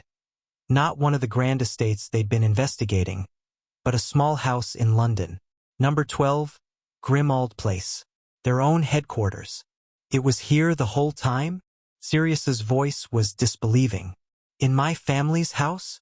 Your brother took it. Dumbledore's expression was troubled. Regulus Black. He discovered Voldemort's secret and stole the locket, intending to destroy it. He died in the attempt, but the Horcrux remained hidden here. Regulus. Sirius sat down heavily. I thought he was just another Death Eater. A true believer. He was, until he wasn't. Dumbledore's voice was gentle. In the end, he chose to do what was right. That's all any of us can do. They found the locket in a cabinet in the drawing room, hidden among other Black family heirlooms. It was beautiful. A heavy golden oval with an ornate S in glittering green stone, and it radiated darkness. The destruction was harder this time. The locket resisted, its magic was older, more deeply entrenched. Harry had to use nearly all the remaining basilisk venom before the container cracked and the soul fragment within was exposed. The face that emerged was crueler than before. Harry Potter. Voldemort's voice dripped with malice. Do you think destroying these trinkets will save you? I am eternal. I am inevitable. And when I find you... Harry drove a basilisk fang through the exposed Horcrux. The scream was deafening. The darkness exploded outward, then collapsed in on itself, leaving nothing but a ruined piece of jewelry. 2 Horcruxes destroyed. 3 remaining plus the fragment in his head. They were getting closer. Winter brought a lull in the fighting. Both sides seemed to be gathering strength, preparing for what they knew was coming. The Order used the time to train, to plan, to strengthen their defenses. Harry used it to research the fragment in his head. The magic is ancient, Hermione explained, spreading books across the library table. Soul bonds, parasitic attachments, possession, there are references in texts going back thousands of years. But nobody's ever successfully removed a Horcrux from a living host. Because nobody's ever tried? Because the host usually dies in the attempt. Her expression was troubled. The soul fragment is entangled with your own magic, Henri. Separating them without killing you would be like removing a cancer without damaging healthy tissue. But it's theoretically possible? Theoretically? Yes. The soul fragment isn't you. It's a foreign presence. Attached but not integrated. If we could find a way to target it specifically... She trailed off thinking. The killing curse. What? The killing curse destroys souls. That's why it's unblockable. It doesn't damage the body. It severs the connection between soul and flesh. Hermione's voice was accelerating with excitement. If someone hit you with a killing curse, it would destroy the first soul it encountered. The foreign one, the Horcrux. And then kill me. Maybe not. Your own soul is anchored to your body by a lifetime of connection. The fragment is just attached, like a barnacle. She was scribbling notes now, working through the logic. If the curse destroyed the fragment first, there's a chance, a small chance that your soul would survive. A small chance. Better than no chance. Hermione looked up. It's not certain, Henri. Nothing about this is certain. But it's possible. And that's more than we had yesterday. Harry absorbed this slowly. The killing curse. The spell that had killed his parents, that Voldemort had tried to use on him twice. It might be the key to his survival. Or his death. Keep researching, he said finally. Find out everything you can about how the curse works. If this is our best option, I want to understand it completely. And if it's not, if there's no way to survive. Harry thought about his family. About Apollon and Fleur and Gabrielle, waiting for him in France. About Tonks, who'd given up everything to stand beside him. About all the people who were counting on him to end this war. Then we find another way, he said. We always find another way. The cup was next. Intelligence indicated that Voldemort had moved it from Gringotts to a location under his direct control. A fortified manor in the countryside, protected by wards and Death Eaters and creatures that defied classification. It's a fortress, Sirius reported after a scouting mission. 20-foot walls, anti-apparition jinxes, Dementors patrolling the perimeter. Getting in will be almost impossible. Almost impossible isn't the same as impossible. Harry studied the diagrams they'd assembled. There's always a weakness. We just have to find it. The wards need power, Hermione suggested. Magic that's strong requires a constant energy source. If we could disrupt it, we'd have a window, minutes at most, before they restore the protections. Harry nodded slowly. It's risky, but it might work. The planning took weeks. They mapped the manor's defenses, identified the ward anchors, developed contingencies for every scenario they could imagine. When they were finally ready, it was February, almost a year since Jean-Pierre's death. The assault team was small: Harry, Fleur, Tonks, Sirius, and 2 Order members with expertise in ward breaking. Hermione stayed behind to coordinate communications. They struck at dawn. The ward disruption worked perfectly. Hermione's spell hit the power source like a hammer, collapsing the protective barrier in a cascade of failing magic. Harry's team was through the gate before the Death Eaters could respond. What followed was chaos. Curses flew through the morning air. Death Eaters fell. Harry fought through the manor's defenses with fire and lightning, Fleur at his side, Tonks covering their advance. They found the cup in a vault beneath the manor, protected by a curse that nearly killed Sirius when he got too close. "Don't touch it," Harry warned, pulling his godfather back. "The protections are still active." "Then how do we get it out?" Harry studied the cup, feeling the dark magic that surrounded it. The curse was designed to stop physical contact, but magic could reach further than hands. Accio cup. The Horcrux flew toward him, trailing dark energy. Harry caught it with a conjured barrier, keeping the curse at bay while he worked to disable it. "We need to go," Tonks warned. "Reinforcements are coming." Almost there. Harry felt the curse weakening, failing. Just a few more seconds. The cup's protection collapsed. Harry grabbed the Horcrux and ran. The extraction was brutal. Death Eaters pursued them through the manor, throwing curses that carved holes in walls and shattered windows. One of the Order members went down, hit by something dark that left her screaming. Sirius carried her while Fleur covered their retreat. They made it to the extraction point with seconds to spare. The portkey activated, yanking them through space, depositing them in the basement of Grimmauld Place. Healers were waiting. Apollon had insisted on being present, despite Harry's protests. "Is everyone?" Harry gasped for breath. "The cup? We have it." Tonks held up the Horcrux, its golden surface gleaming in the candlelight. "We have it, Henri. You did it." Harry let himself collapse against the wall, exhaustion overwhelming him. They'd lost one of their own. The Order member had died during transport, the dark curse too powerful to counter. Another name added to the list of people who'd given everything for this war. But they had the cup. Another piece of Voldemort's soul, ready to be destroyed. 3 down, 2 remaining. The ring they'd retrieved from Riddle House but hadn't yet destroyed, and the fragment in Harry's head. The end was close now. Harry could feel it. Whatever came next, there was no turning back. The ring was destroyed in March. Dumbledore performed the ritual himself, using the Sword of Gryffindor, which they'd retrieved from Hogwarts during a carefully planned operation. The sword was goblin-made, capable of absorbing basilisk venom without being destroyed. When the blade pierced the ring, the soul fragment screamed and died. For Horcruxes destroyed, only one remained, the fragment in Harry's head. "We need to discuss next steps," Dumbledore said after the destruction was complete. "The fragment in you, Henri. We've researched every possibility." "I know. Hermione told me." Harry's voice was steady. "The killing curse. It might destroy the Horcrux without killing me. Might is not certainty. Nothing about this is certain." Harry met the old wizard's eyes. "But it's the best option we have. And if it doesn't work, if I die, then Voldemort becomes mortal. The war can still be won. You're prepared to sacrifice yourself?" "I'm prepared to do what's necessary."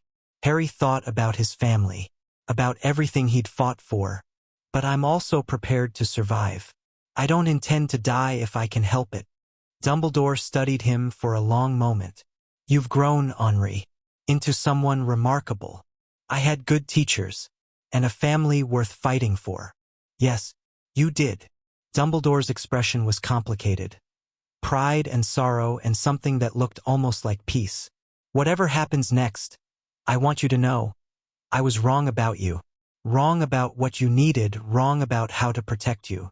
But watching you become the man you are, that has been one of the great privileges of my life. Harry didn't know how to respond to that, so he just nodded. Let's end this, he said. Let's finish what we started. The final confrontation was coming. Harry could feel it in his bones. The gathering storm, the weight of destiny pressing down.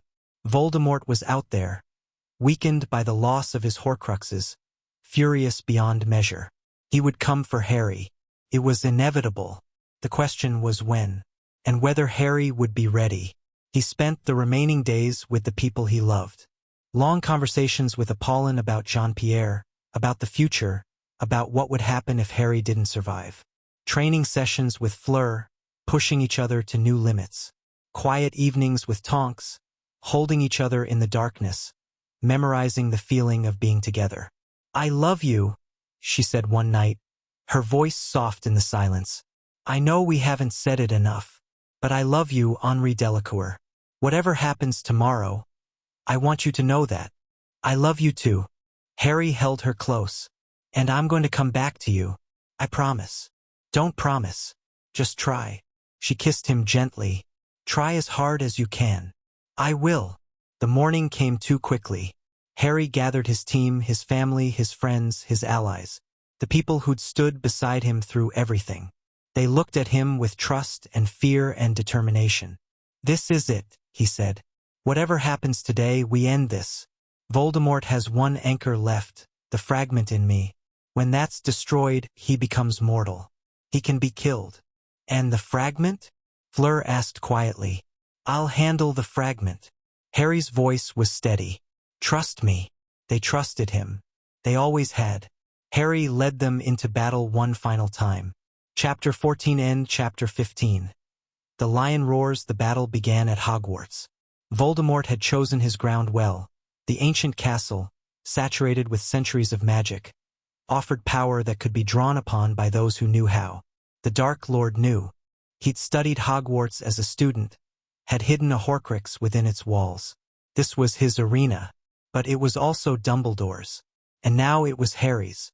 They arrived at dawn, operating to the edge of the wards in coordinated waves. The Order of the Phoenix, French Ors that Jean-Pierre's old allies had mobilized. Victor Krum with a contingent of Bulgarian fighters who'd answered his call. Cedric Diggory, recovered from the graveyard, leading a group of Hogwarts alumni who refused to stand aside. An army, assembled from nothing, united by one purpose. Harry stood at the front, watching the castle emerge from morning mist. Somewhere inside those walls, Voldemort waited. The fragment in Harry's scar pulsed with the Dark Lord's presence.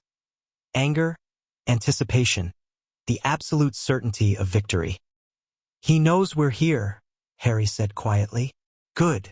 Fleur stood at his right hand, her wand drawn and her face set with cold determination. Let him come out and face us. He won't. Not at first. Harry had studied Voldemort's tactics, his psychology, his patterns. He'll send his forces, wear us down. He thinks he can't lose. He doesn't know the Horcruxes are destroyed. Then we show him. Tonks was at his left, her aura training evident in every line of her body. We break his army. We break his confidence. And then we break him. The Death Eaters emerged from the castle's gates in a tide of black robes and silver masks. Hundreds of them, backed by giants and dementors and creatures that defied easy classification. They formed ranks across the grounds, a wall of darkness against the coming dawn. At their center, visible even at this distance, stood Bellatrix Lestrange. For Jean-Pierre, Apollon said quietly. She'd refused to stay behind, despite Harry's protests. For everyone they've taken from us. For everyone, Harry agreed. He raised his wand. The army behind him tensed. Ready. Now. The battle was chaos. Spells filled the air like deadly rain. Red and green and every color between, each one carrying enough force to kill. Harry fought through the maelstrom with fire and lightning. His magic singing with power he'd spent 5 years learning to control. The Death Eaters fell before him. Some fled. Some surrendered. Most died. Harry didn't enjoy killing. He'd never enjoyed it, never would. But he understood its necessity, understood that mercy toward these enemies meant death for the innocent people they would harm. So he fought without hesitation, without remorse, without the doubt that might have paralyzed someone less hardened by war. Fleur was a hurricane beside him, her Vila heritage fully unleashed. Fire wreathed her hands, her hair, her very skin, burning anyone who came too close, leaving scorch marks across the battlefield. The Death Eaters learned quickly to avoid her. Tonks shifted through a dozen forms, impossible to target, appearing behind enemies who'd thought themselves safe. Her aura training combined with her metamorph abilities made her devastating. A shadow that struck without warning and vanished before retaliation could come. The Order fought with desperate courage. Sirius dueled 3 Death Eaters simultaneously, his bark-like laugh echoing across the battlefield. Remus anchored a defensive line that refused to break. Hermione coordinated reinforcements with brilliant tactical precision, seeing patterns in the chaos that others missed. Victor cut through enemy ranks like a scythe through wheat, his Bulgarian fighters following in his wake. Cedric led a flanking maneuver that collapsed the Death Eaters' left wing. Even the students who'd stayed at Hogwarts, Dumbledore's army, they called themselves, emerged from the castle to join the fight. It was working. Against all odds, against every expectation, they were winning. And then the giants attacked. There were 5 of them, each 20 feet tall, wielding clubs that could crush stone. They waded through the battle lines, immune to most magic, scattering fighters like leaves before a storm. Harry! Hermione's voice crackled through the communication charm. The giants, we can't hold them.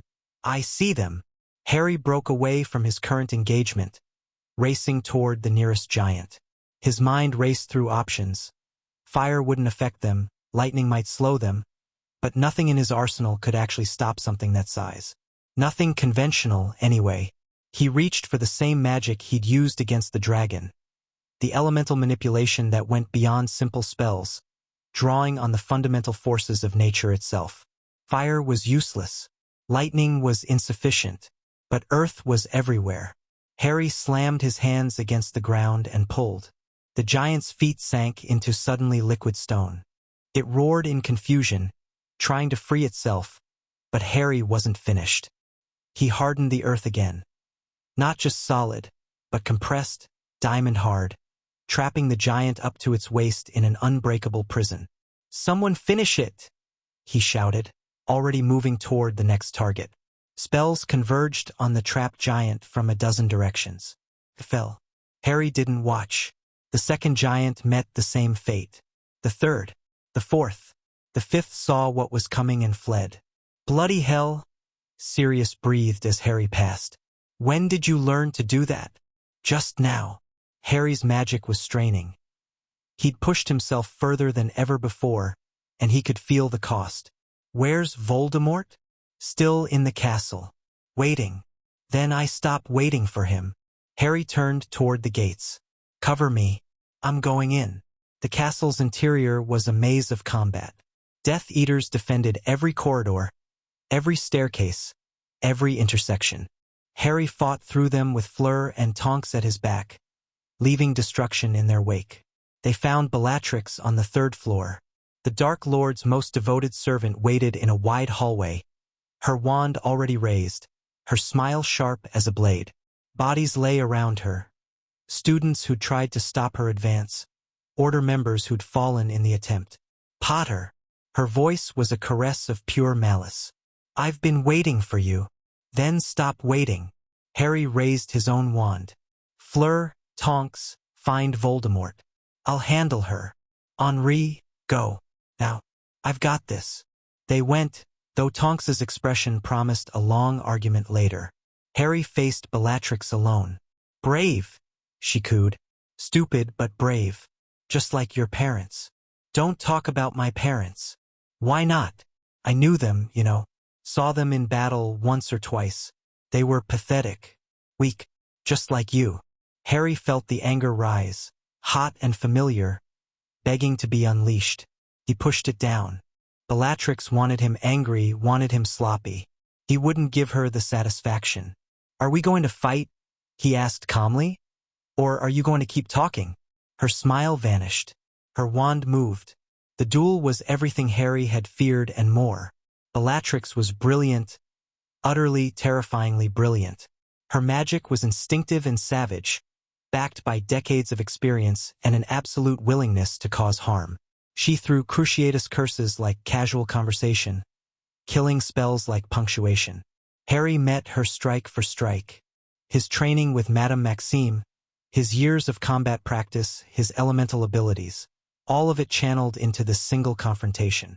Fire and lightning danced at his command, deflecting curses, creating openings, forcing Bellatrix to defend rather than attack. You're good, she admitted, breathing hard. Better than I expected. But you're still just a boy playing at war. And you're just a fanatic clinging to a doomed cause. Harry pressed his advantage. Voldemort's Horcruxes are destroyed. All of them. He's mortal now, Bellatrix. Everything you've done. Everyone you've killed. It was all for nothing. Doubt flickered across her face. Just for a moment. Just long enough. Harry struck. Lightning arced across the hallway, faster than any physical attack. Bellatrix's shield came up, but too slow. The bolt caught her in the chest, sending her flying backward. She hit the wall hard and slumped to the floor. Harry approached carefully, wand raised. Bellatrix was still breathing, but barely. The lightning had stopped her heart, and only emergency healing would save her. He could let her die. She deserved to die, after everything she'd done. But he wasn't an executioner. And some lines, once crossed, couldn't be uncrossed. Renervate. Incarcerus. Bellatrix's eyes snapped open as her heart restarted. But before she could move, conjured ropes wrapped around her limbs. She thrashed, screaming, but she wasn't going anywhere. Someone will collect you later, Harry said. Assuming there's anyone left to collect. He stepped over her and continued toward the castle's heart. He found Voldemort in the Great Hall. The Dark Lord stood alone at the center of the room, his skeletal form framed by the enchanted ceiling's stormy sky. His wand was in his hand. His red eyes blazed with fury. Harry Potter. The name came out as a hiss. You've been busy. I have. Harry stopped 30 feet away, close enough to see, far enough to react. Your Horcruxes are destroyed. All of them. You lie. The diadem, the locket, the cup, the ring. Harry listed them with cold precision. For pieces of your soul gone forever. You're mortal now, Tom. For the first time in decades, you can actually die. Something flickered in Voldemort's expression.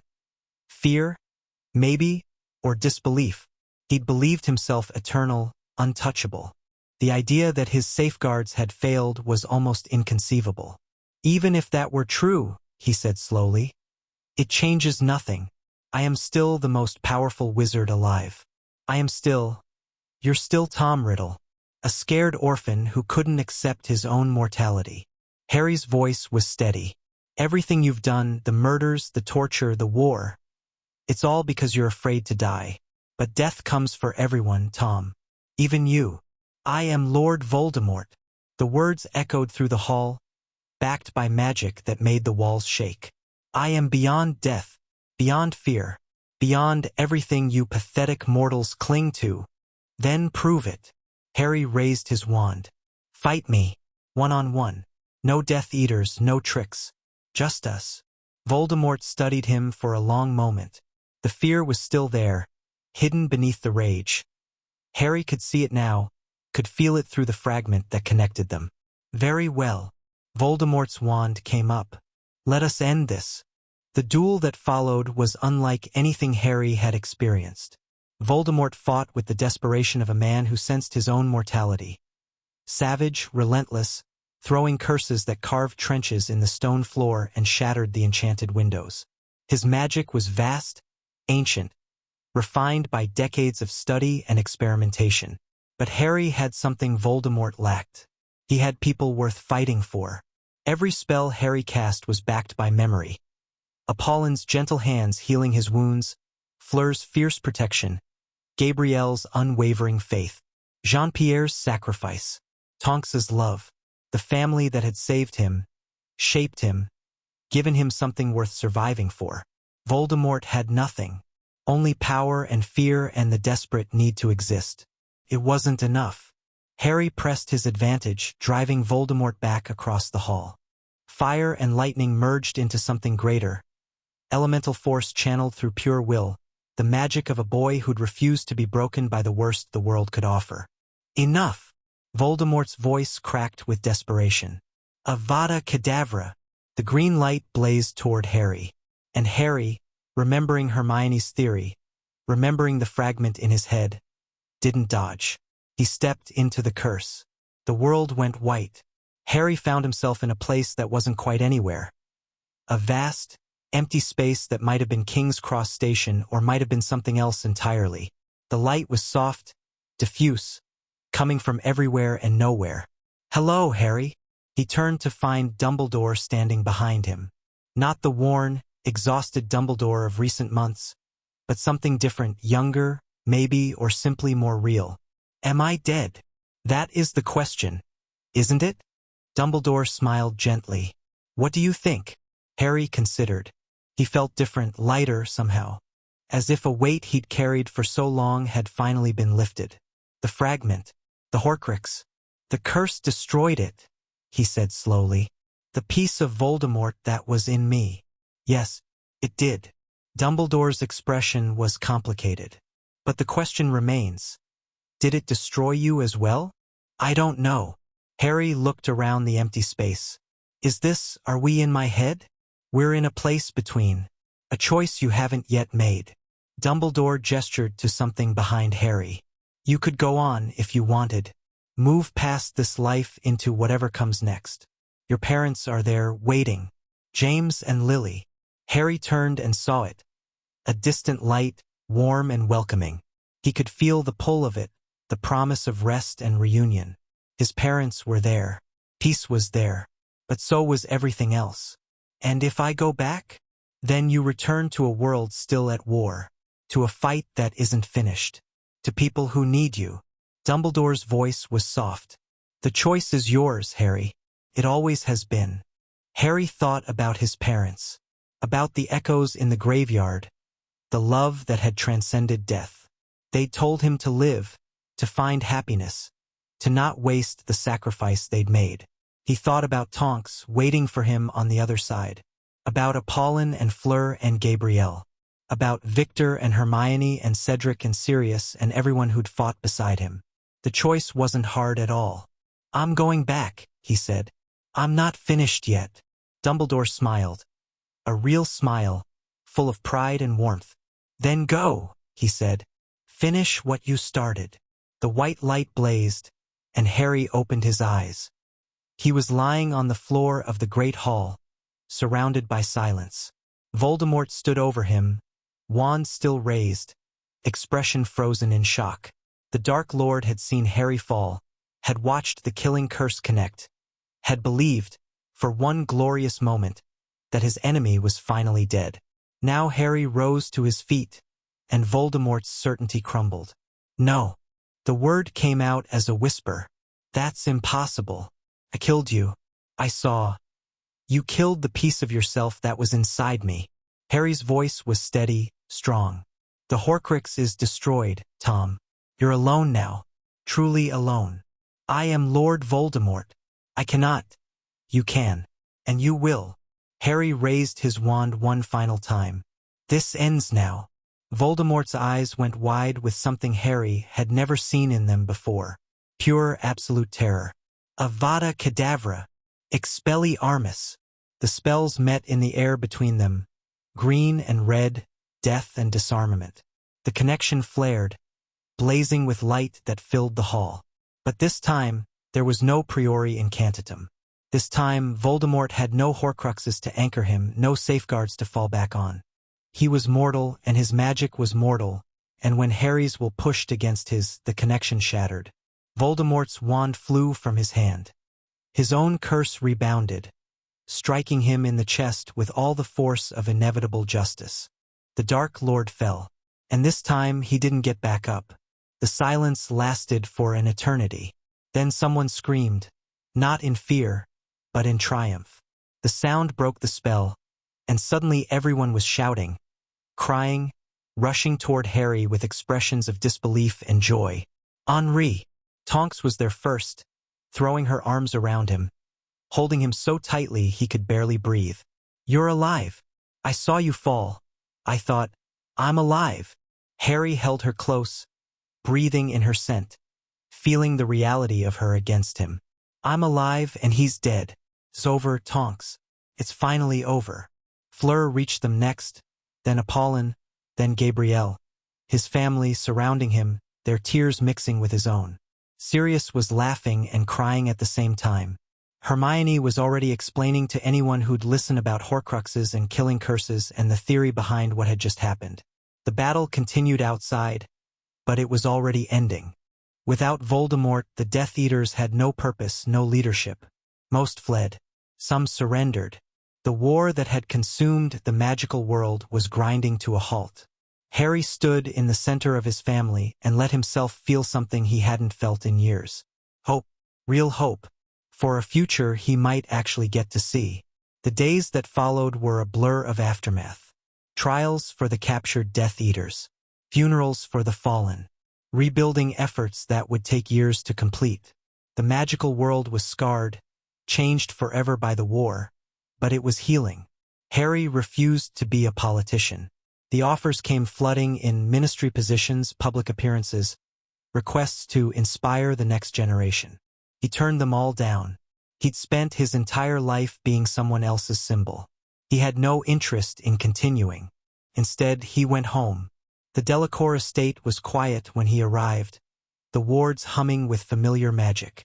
Apollon was waiting in the garden, surrounded by the lavender that had grown there since before Harry had arrived in France. You came back, she said softly. I always come back. Harry embraced her, holding his mother close. How's Gabrielle? Better. She's sleeping through the night again. The healers say she's making real progress. Apollon pulled back to look at him. And you? How are you truly? I'm tired. I'm grieving. I'm relieved and angry and grateful all at once. Harry smiled slightly. I'm human, I suppose. Finally. You were always human, mon petit. You just forgot it for a while. They walked through the garden together, and Harry breathed in the scent of lavender and summer and home. This was what he'd been fighting for. Not glory, not destiny. Not the approval of people who'd never known him. This family, peace, the simple right to exist without fear. Tonks arrived that evening. She'd resigned from the Ors. There would be inquiries about her involvement with Harry's unsanctioned operations, and she decided to get ahead of them. Her career was probably over. She didn't seem to mind. What now? She asked, curled beside him on the garden bench, watching the stars emerge. I don't know. Live, I suppose. Figure out who I am when I'm not fighting for survival.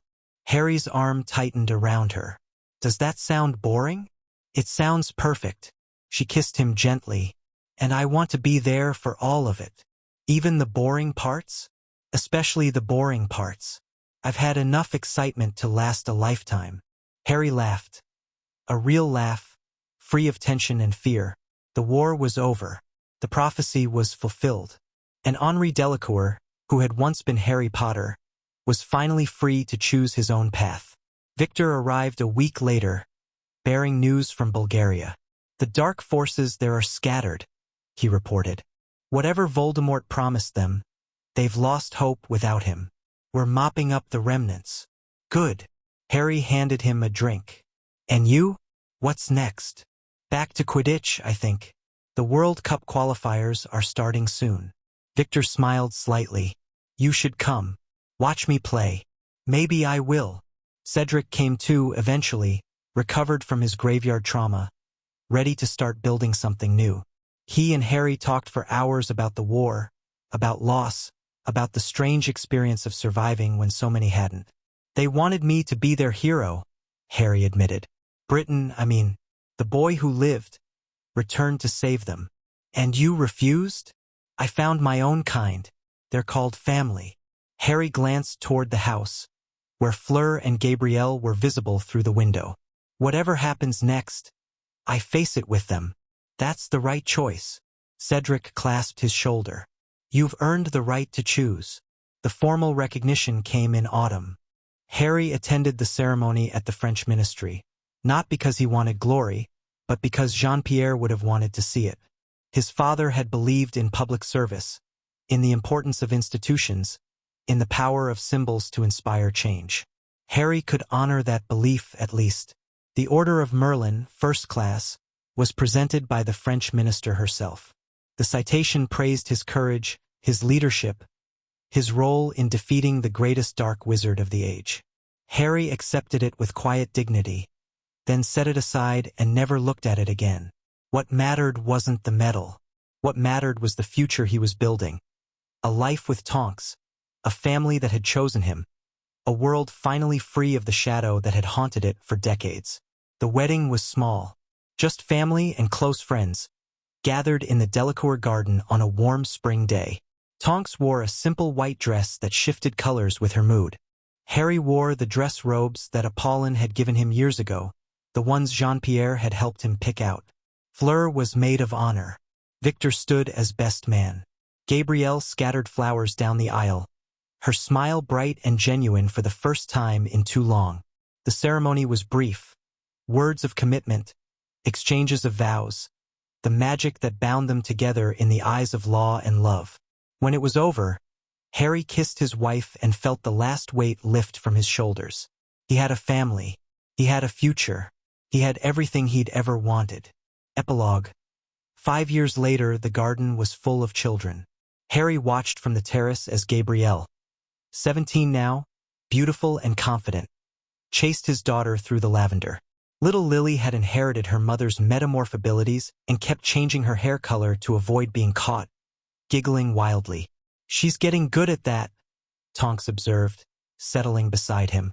Her belly was swollen with their second child, a son, according to the healers. She's got your talent. And your stubbornness. Tonks smiled. The worst possible combination. Or the best. Fleur emerged from the house, carrying a tray of drinks. She'd married Victor 2 years ago. An unexpected match, but somehow perfect. They spent half the year in Bulgaria, half in France, and seemed deliriously happy. Apollon followed, leaning on a cane that she hated and refused to abandon. Age was catching up with her, but her eyes were still sharp, her will still fierce. She'd lived to see her son triumph, to hold her grandchildren, to watch her family grow. They're all here, Harry said softly. Everyone who matters. Almost everyone. Tonks's hand found his.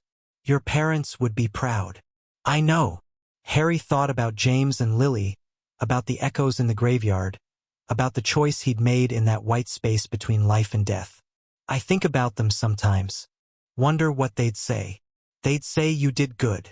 Tonks leaned into him. They'd say you found your way home. Home. Harry looked around at the garden, the house, the people he loved. This was what he'd been fighting for. Not destiny. Not prophecy. Just this. A place to belong. People to cherish. A future worth building. Jean-Pierre had asked him to protect the family. He had. Dumbledore had asked him to defeat Voldemort. He had. His parents had asked him to live. He was. They wanted me to be their savior, Harry said quietly. Their weapon. Their pawn. They never asked what I wanted. What did you want? A family. Harry watched Lily finally catch Gabrielle, both of them tumbling into the lavender with matching shrieks of laughter. I found one, and I'd burn the world to ashes before I let anyone take them from me. Good thing you don't have to. Tonks kissed his cheek. The world's safe now. Thanks to you. Thanks to all of us. They sat together on the terrace, watching their family, and Harry let himself feel something he'd spent years learning to trust. Happiness. Pure, uncomplicated happiness. The boy who lived was gone. In his place was Henri Delacour, husband, father, son, brother. A man who'd chosen his own path, built his own family, earned his own peace. The war was over. The future was bright. And Harry was finally, completely home. Chapter 15 End. The END author's note. Thank you for reading The Lion of Beauxbatons. This story explored what might have happened if Harry Potter had found love and family before Hogwarts, how that foundation might have changed him, and what strength truly means. Henri Delacour's journey was never about destiny. It was about choice. The choice to love despite fear. The choice to fight for what matters. The choice to become the person you want to be, regardless of what the world expects. In the end, that's what makes heroes. Not prophecies or powers or titles. Just ordinary people making extraordinary choices one day at a time.